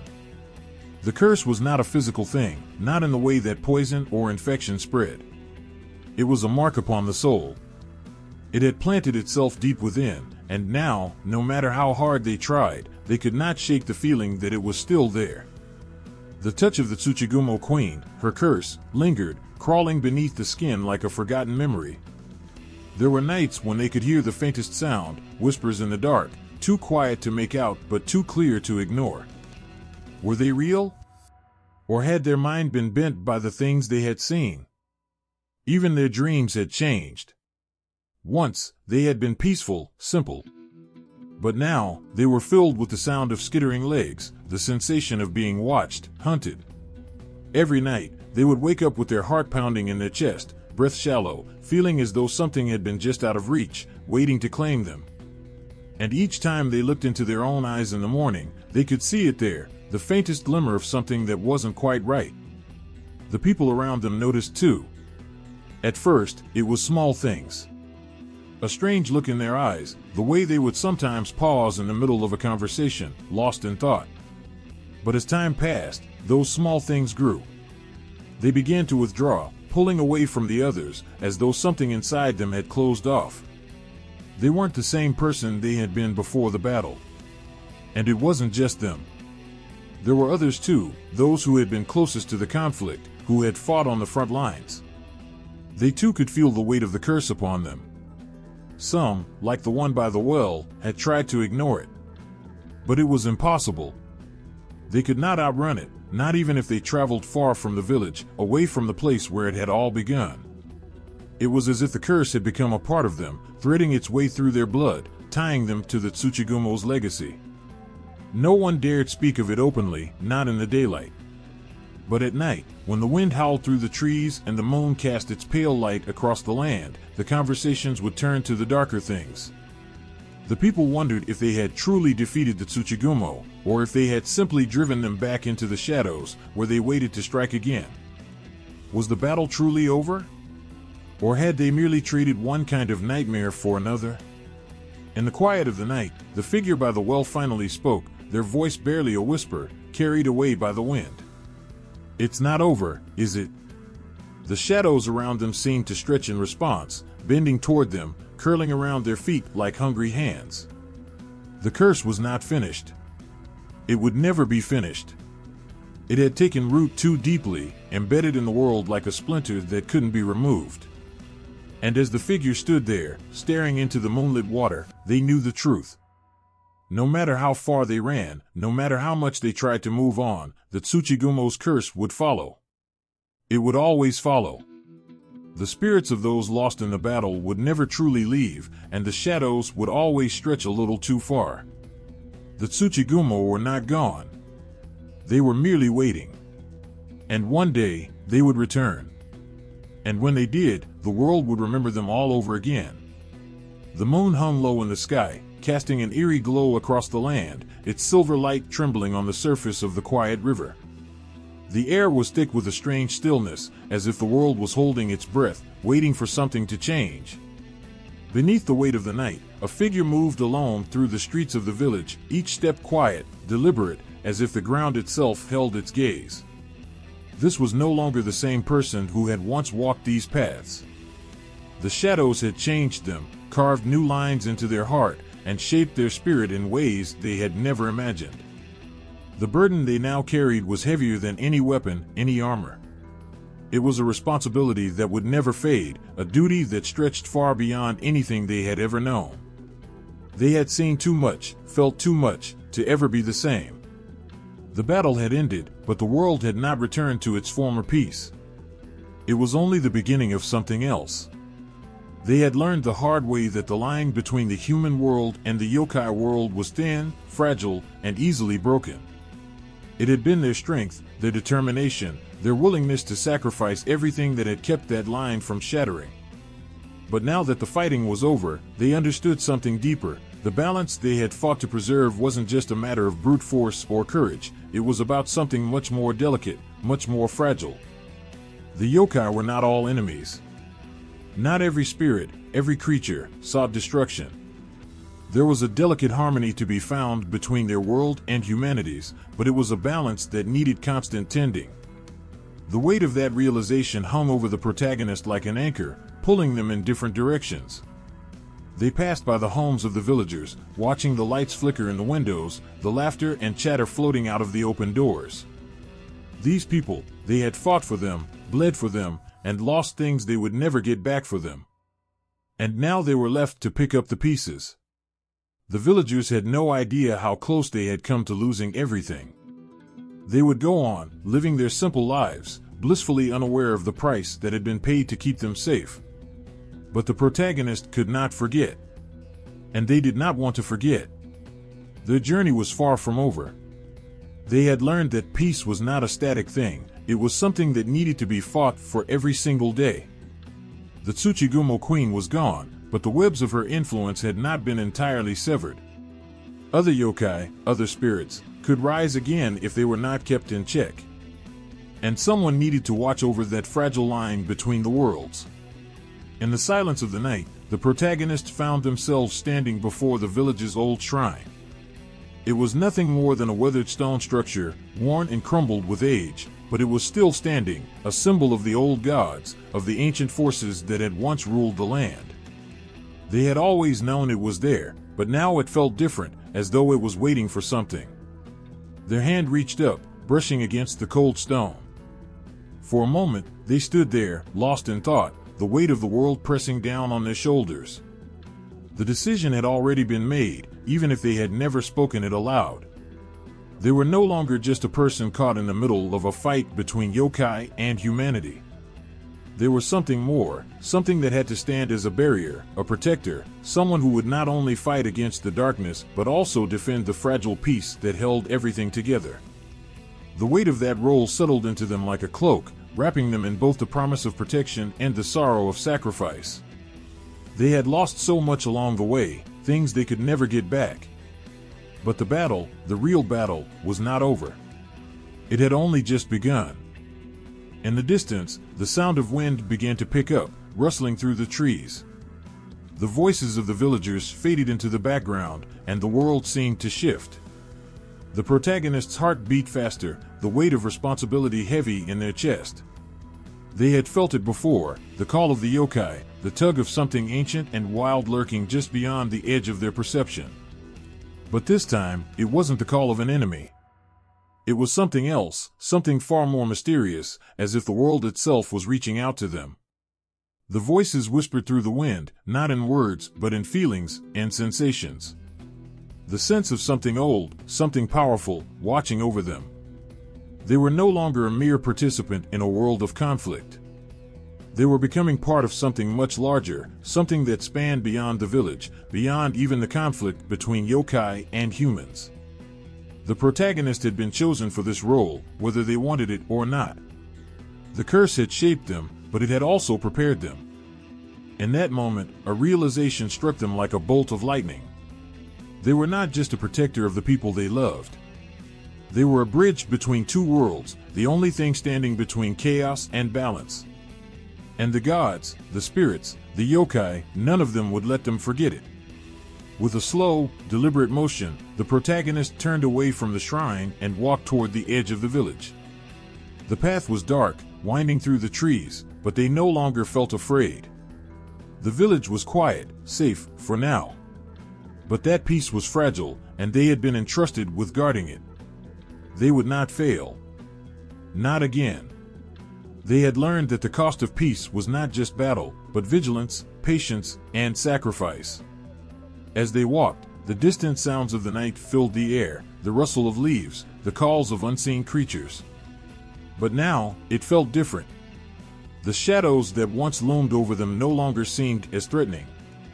They were part of the world now, part of the cycle of life and death, light and dark. The protagonist had become something more, something necessary for the balance. And as they walked deeper into the night, they knew that they would continue to fight, to protect, to be the guardian that the world so desperately needed. The sky was a bruised purple, the last traces of sunlight hanging by a thread before the night swallowed it whole. The wind had died down, and everything seemed still, too still. The world felt like it was holding its breath. Beneath the stars, a sense of unease lingered, hovering like smoke, just out of reach. It had been quiet for so long, the kind of quiet that gnaws at your bones, making you wonder if the calm was only a prelude to something worse. The protagonist stood in the center of the village, their gaze fixed on the horizon. Everything seemed peaceful, yet there was something lurking, a shadow at the edge of their thoughts, something that would not go away. In the months that followed the final battle, life had resumed. The villagers went on with their simple routines, unaware of the horrors that had almost consumed them. The yokai, for the most part, had retreated into the hidden corners of the world, as if the storm had passed. But the protagonist knew better. Peace, real peace, was never a given, it was fragile, constantly at risk of being shattered by forces just beyond comprehension. A soft rustle stirred the leaves behind them, and instinctively, their hand went to the hilt of the blade at their side. But it was just a breeze, pushing through the branches of the ancient trees that lined the village. They let out a breath they hadn't realized they'd been holding. Still, the unease lingered. The silence felt like an invitation to something that had not yet revealed itself. The Tsuchigumo were gone, but had they truly been defeated? The protagonist remembered the words of the wise old spirit, the one who had warned them about the depths of the Tsuchigumo's reach. They are not easily slain, and their webs, though cut, are never fully unraveled. Beware, for even in their death, they may yet live. The echo of those words sent a shiver through their spine. Could it be? Could there still be a piece of the Tsuchigumo Queen's power, hidden somewhere, waiting to emerge again? A sudden chill swept through the air, far colder than the night should have been. The trees trembled, their branches creaking as if something heavy was pressing down on them. The ground beneath the protagonist's feet seemed to pulse with an energy that was familiar, too familiar. In the distance, a faint glow appeared along the horizon, a light that flickered like a dying star. It was too far to be anything of immediate concern, but it drew their attention. The protagonist's heart quickened, and they turned away from the village, walking toward the source of the light. The shadows of the forest stretched long and dark around them, as if the night itself was alive, watching. With each step they took, the air grew thicker, heavier. The forest seemed to close in, as if the trees themselves were leaning in to listen, to watch. The glow ahead grew stronger, more intense, until it could no longer be ignored. It was not the light of a distant fire or a lantern, it was something more ancient, something that carried a weight far beyond what the eyes could comprehend. The protagonist stopped at the edge of a clearing, their breath catching in their throat. There, in the center, was a stone altar, ancient and weathered. Its surface was cracked, as though something had once been sealed there, something powerful enough to leave a mark on the world. The glow came from beneath the altar, seeping through the cracks like a pulse from the heart of the earth itself. The feeling in the air was wrong, twisted, as if something buried deep within the world was stirring, waking from a long slumber.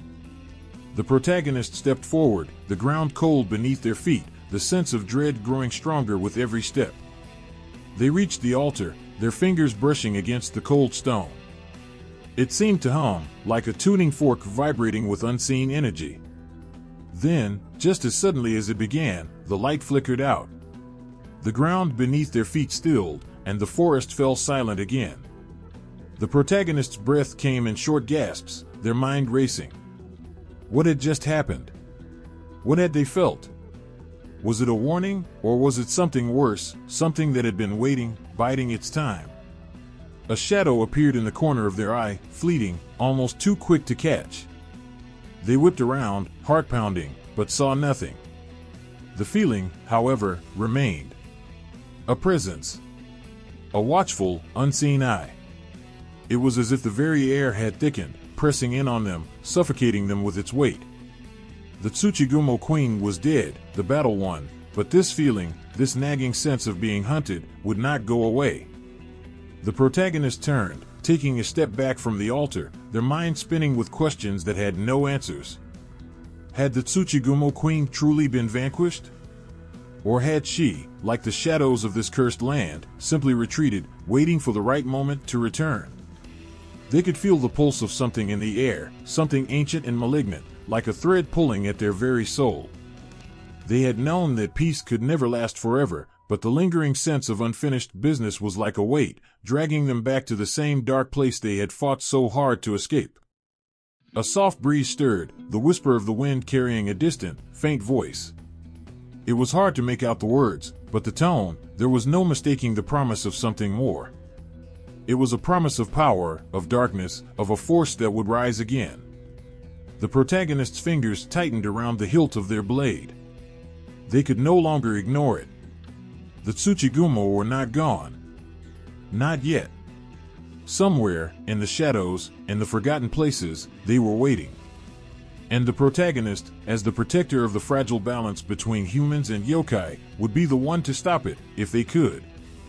For now, all they could do was stand in the darkness, feeling the weight of the unseen thread pulling tighter with every breath.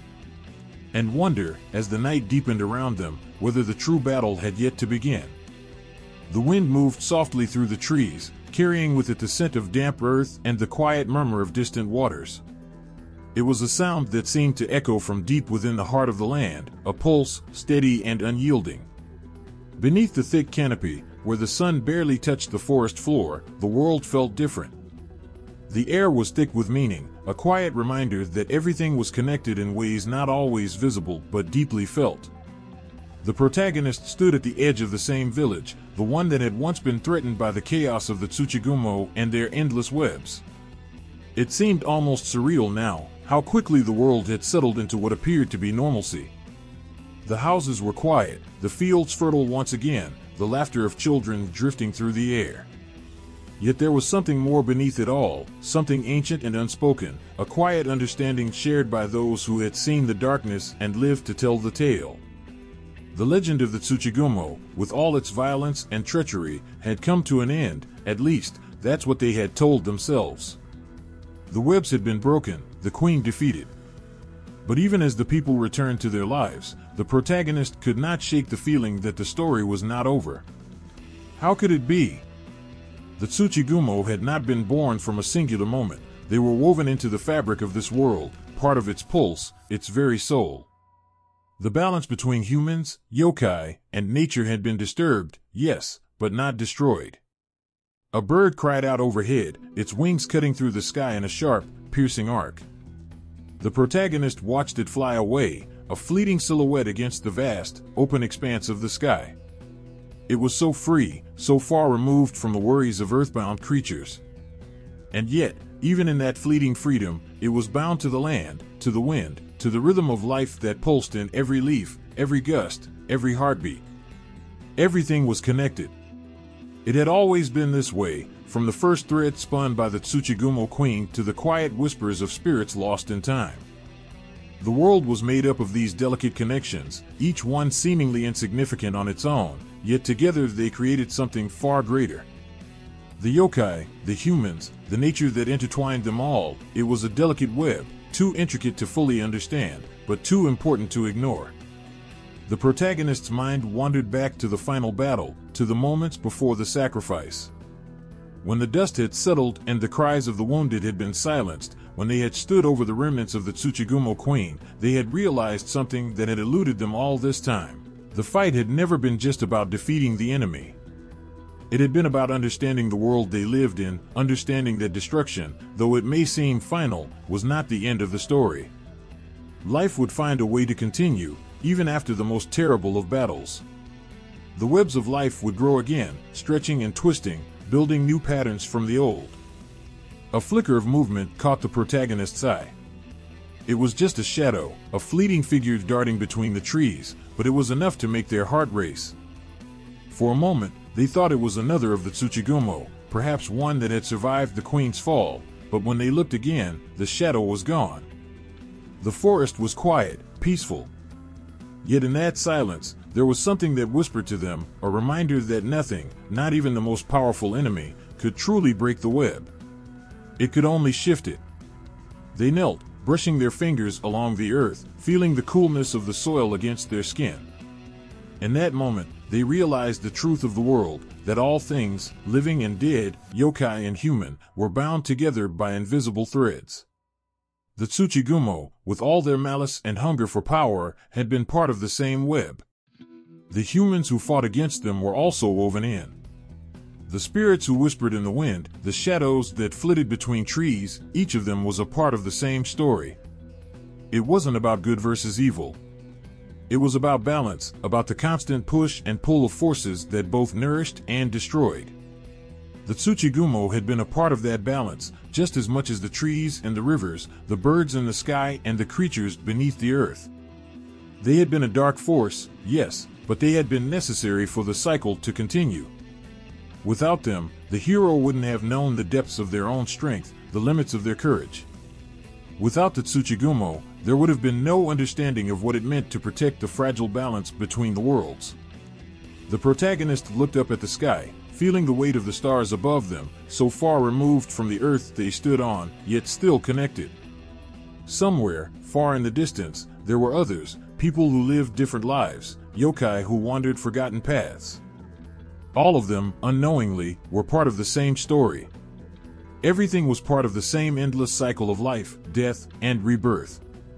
And the web, no matter how it twisted and shifted, would always remain. The sun began to set, casting long shadows over the village. The world was quiet again, but it wasn't a silence of peace. It was a silence of waiting. The cycle continued.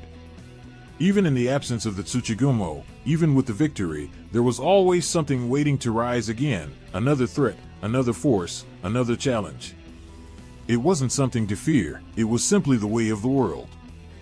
The eternal web, stretching out in every direction, connecting everything, binding them all together in ways they would never fully understand. The protagonist stood up, their resolve as solid as the earth beneath them. They had a role to play now, one that would stretch far beyond the fight against the Tsuchigumo.